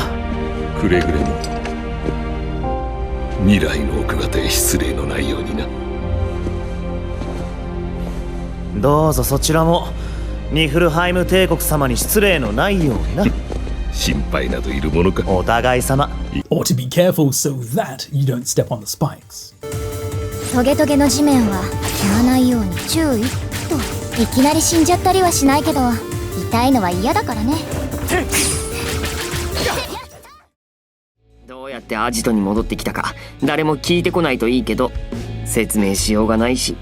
Yoganai is used following the must stem of a verb to express there's no way to do that action, or that it's impossible. This yo is not the volitional form of a verb, but it's actually a noun to mean the way to do something there isn't. So here, yoganai means that there is no way for the action to be possible. So there are two ways of using this grammar point. First, simply follow a verb in the must stem with yoganai or yomonai. Like here in Hi-Fi Rush, there's no way to explain it. Setsume shiyouganai. Like here in 13 Sentinels, there's no way to confirm. Tashikame youganai. この2104年より未来へは転移できない。残念だけど、確かめようがないわね。Or like here used in Metal Gear Solid 5 with youmonai. adding a little bit more emphasis. Tashikameyo mo nai. There's no way of confirming it. 俺たちに手がかりを残そうとした。そんなバカな。いずれにせよ本人は海の底だ。確かめようもない。 However, it can also be used with a suru verb, with a suru verb in its stem followed by no shioganai. Like here in Persona, setsume no shioganai. There's no way of explaining. ここはアリスのパレスかもしれない。パレスってあれはもうできないんじゃねえのかよ。だいたい異世界ナビだって俺らのスマホから消えちまって。我が輩にもわからん。だがそれ以外に説明のしようがない。何を見ている？この風景、俺は知ってるような気がする。Yona kiga suru. This means to have a certain feeling that. So it's a combination of yona, like, ki for a feeling, and then ga suru, to have or to do. And so putting it all together expresses that you have a feeling that whatever comes before the expression. It can be used with verbs and e-adjectives, with yona actually being omittable. おやおや、素敵なお召し物を着たベアラーだ。なんだか懐かしい気がするけど、誰のだったか。So it could just be kiga suru, or yona kiga suru. ただ機械が生物をエネルギー源にするってのは考えにくいよね。もっと何か別の理由があるような気がする。Nouns with no yona kiga suru, again with the no yona being admittable. 幻の庭なんて、あのおじいさんの作り話のような気がするんだけど。As well as with na adjectives with either na or no yona kiga suru, with the first part being omittable again as well, to express you have a certain feeling that. 順番が逆のような気がするんだけど。順番？そもそも順番なんてあんのか？なんでそうまで親父を助けようとするんだ？ジルファは俺に剣を取る機会をくれた。考えることを教えてくれた。よとする. This is now the volitional form of a verb to express the will to do an action, followed by to suru, to decide on doing something. And so you combine this together and it expresses to try to do something, or even to be about to do something. Literally to decide to, or to have the will to do an action, to try to do it. Like we saw here in Tales of Arise, to try to help his old man, tasukeyo to suru, or to try to distance yourself from people, hito o tozakeyo to suru. シオン、なんで人を遠ざけようとするんだ？ And yo to suru can also be conjugated into various different forms, like yo to shita, tried to do, so in the past tense. Like here, people who tried to count the number of stars, kazoe yo to shita hito. ねえ、星の数を数えようとした人っているのかな？目を凝らすと、星と星の間の暗闇にも細かい塵みたいな光のつぶつぶ。ぬか星たちがぎっしり詰まっているような気がしない？ Or when I tried with tara, yo to shitara, like when I tried to dismantle the ship. あ、何の話だ？船を解体しようとしたら、こいつが出てきてな。Or like here in Batman with yo to shiteita. This literally means was being tried to do, but seen more clearly here as was about to do. So here referring to a war that's about to break out. Sensou ga okiyou to shiteita. So a war is about to begin.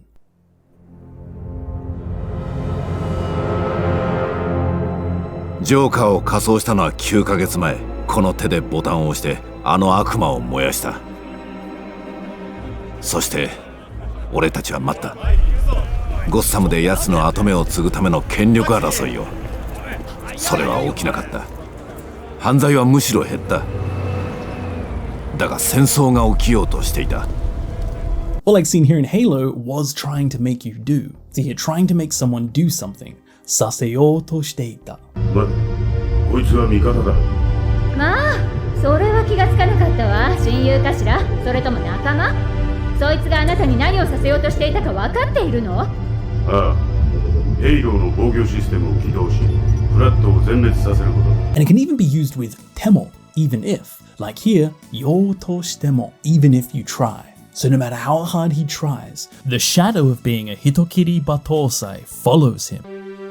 心の奥底に潜む人斬り抜刀斎の影は、どんなに振り払おうとしても、常に謙信につきまとい続けた。And it can also even be used as yo to shita ga or yo to shita kedo. So you tried to do something, however, the result is unfortunately it didn't work out. Like here, trying to save his uncle, but failing. ジェン、どうだった？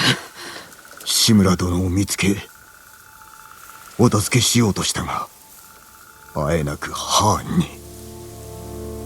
Yo to shinai. This is another way of using yo to suru, here in the nai form, to not try to do something. Like seen here in Xenogears, to not try and take the responsibility for something. あれは誰もが使える機械じゃないのよ。やってない。どうしてその責任を自分で背負おうとしないの？私、そんな力なんてない。どうして他人になすりつけようとするの？そんな。珍しい服だな。なんだ、ずいぶん汚れてやがる。こりゃ売り物にはならねえが。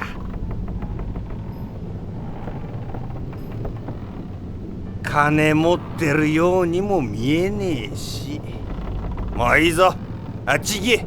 よに見える. This is used following a verb, noun, or adjective to express looking or seeming or appearing in that way. It's a combination of yo ni, in a certain way, with mieru, to be able to be seen. So, to be able to be seen in a certain way. Yo ni mieru. And it's used with verbs and e-adjectives by simply following it with yo ni mieru. Like seen here in Final Fantasy X in the negative form, it does not appear like you have any money. And with nouns, you first need to put the not particle in between the noun and yo ni mieru. So like here in Sonic Frontiers, you look as if you are a human. Ningen no yo ni mieru. まるで人間のように見えるぞ。魂までは無理のようだがな。魂、何のことかわかりません。それは一体何ですか? And finally, with na adjectives, you need to put the na in between the adjective and yo ni mieru. Like here, to always appear to be serious. そろそろ俺の本気を見せてやるぜ。お主、いつも本気なように見えるんじゃがの。ま、わしも本気で挑まんとな。こんにちは。何かお困りのことはありますか？券売機で切符を買えば改札を通れるよ。たまに切符を買わずにホームに入ってきてしまう子がいるけど、あれは禁止。切符がないと列車に乗れないからね。まあそうだよね。Zuni. This is a combination of the zu verb ending, which is a more formal classical version of the negative form, nai, here with the ni particle sometimes attached. And here this is more used to express without doing that action, rather than just not doing the action. Zuni here means without. Like here we see in Natsumon, it's against the rules to enter the train station's platform without buying a ticket. And so to form the zu form, all you need to do is get any verb into the nai form and just drop the nai and replace it with zu, without. Like here in Final Fantasy VII Remake, without asking anything. So, nanimo kikazuni, please leave. So, kikanai is to not ask, replace nai with zuni, and we have kikazuni, without asking. あんた、その目、ソルジャーなんだろう。元ソルジャーだ。悪いけど、何も聞かずに、今夜のうちに出てってくれないかい。Or like here with Aerith telling off Cloud literally without saying that. そんなこと言わずに. So here expressing that he doesn't need to say stuff like that. Literally without saying stuff like that. どれがいいと思う？どれでもいい。そんなこと言わずに。さあ、選んで。And it can even be used without the neat particle, just as zu. Like here in Street Fighter, without finding the answer. 答えは見つからず。あの男、逃げられてしまったが、きっと何か知っている。答えは見つからず、取り巻くものが増えるだけか。 And for suru verbs, instead of using the nai form shinai, you need to instead use sezu or sezuni when using suru verbs in the zu form. So like here, enryo sezuni, without hesitation. Please talk to me. アイビー、そろそろ話し合いませんか？私に対して思うことがあるのなら遠慮せずに話してください。私たちは仲間なのですから、壁はできるだけ取り除きたいのです。分かったわ。しかしガーラ君はあいつと同じ人中力です。砂隠れにいるどんなものよりもナルトは彼の気持ちが分かってしまう。どの里においても人中力を見る目は冷たいものですからね。だからこそ助けずにはいられないんですよ。ナルトにとってガーラ君は同じ痛みを知る仲間ですから。ずにいられない。This is a very long expression here with a verb in the zu form without with ni wa irarenai, meaning it cannot help but being without. And this is used to express that you can't help but do that action. Literally, you can't exist without doing it, to be unable to resist doing it. So without doing the action, you can't be. Like here in Naruto, to be unable to resist saving someone. Tasukezu ni wa irarenai. Or like here in Final Fantasy X, for those who hold power, they can't help but use it. 警戒を怠るなよ。なんで？エボンの偉い人の家だろ？力を持つと使わずにはいられない。そういう輩かもしれん。あんたさ、エボンの教えとか信じてないのか？ And even in more rarer situations, instead of the zu form, you can use nai de wa irarenai. Or even like here in polite speech seen in Fire Emblem, nai de wa iraremasen. フリム領での行動は全エーゲル公の反乱を助ける意図もあったと思いますが、やはり王国が滅亡してはまずいのではと思わないではいられませんな。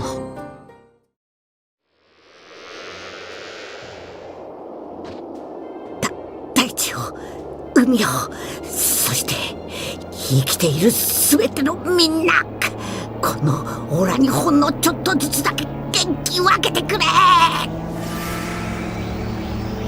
Zutsu. And so this is often used after a counter or an amount to express each or at a time. Like here in Dragon Ball, chotto zutsu. So just bit by bit, little by little. Here people sharing energy to him to create the Genki Dama. Or like here with a very common pairing in Final Fantasy VII Remake, Skoshi Zutsu. Again, little by little. どうだゆっくりな少しずつわかってるさ。 And it can also be used after a counter, like here, hitori, one person. So hitori zutsu is one by one person at a time. Like here, for all of his friends to have died, one by one. 俺たちは滅びの時代に生まれた最後の子供だった。仲間が一人ずつ死んで、俺が最後の一人になった時、みんなに託された願いを果たせないと知った。だから旅に出た。飛行艇というより何かの機械みたいだ。その通りだ。あれはストームジェネレーターだよ。きっとあれのせいでずっと雨が降り止まないんだ。Zutto. The final piece of grammar here in this video here is zutto. And this is put before a phrase to express two different things. The first is to do something constantly or the whole time. Like here in Sly Cooper, to be raining the whole time. Or like here, to have spent the whole Christmas in jail. Zutto, ori no naka de sugoshite ita.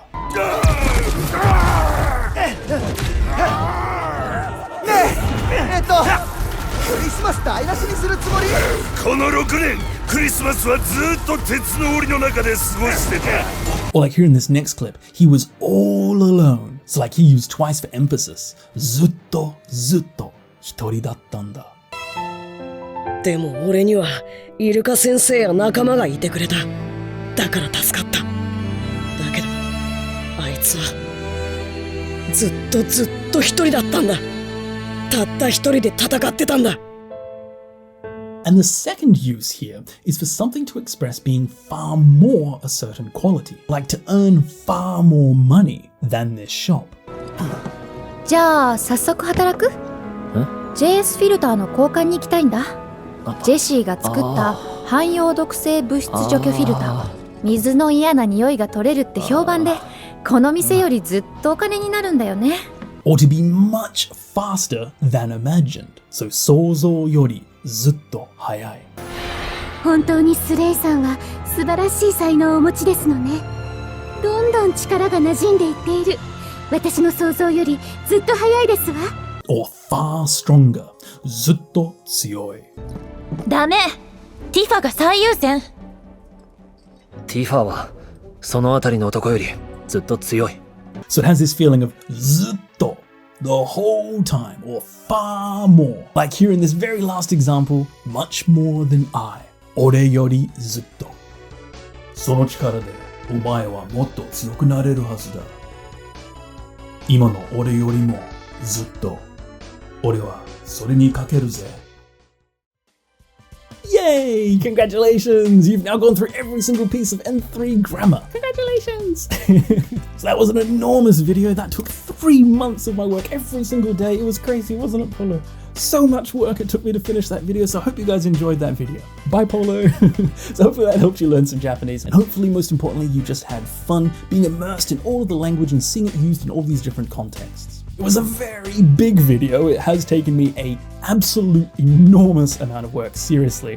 I started in January, at the beginning of January. It is now almost mid-April, and I've been working like 10 hours a day every single day, but finally we have it finished. So I hope that was fun for you guys. I hope you enjoyed. If you liked this video, consider supporting the channel either directly through the website, or you can also support it through Patreon. Come join the Discord and say hi, chat with everyone, as well as just get help with your Japanese or talk about video games and all kinds of stuff. And I think after all of this, I'm going to finally take a well-deserved mini break and finally actually finish Final Fantasy VII Remake as well as Rebirth. So my birthday happened in between this whole time working on the video, so it'll be a perfect birthday present now, finally. A few months late, but finally I can enjoy it, so I'm looking forward to that. And of course, there's so much more coming. I've got so much that I'm looking forward to making. I'm actually trying to get to a weekly vocab episode amount if I can. I've been optimizing the way I make videos, and just with the help of technology, we're getting closer and closer to actually being able to do it. And that would just be so amazing if I can get to weekly vocab episodes, as well as grammar videos and reviews and things like that. So really looking forward to that, really looking forward to the future. Hope you guys enjoy everything. Hope you're having fun learning Japanese, and as always, I'll see you all again in the next video. Thanks so much guys for watching, and I'll see you all again next time. See ya.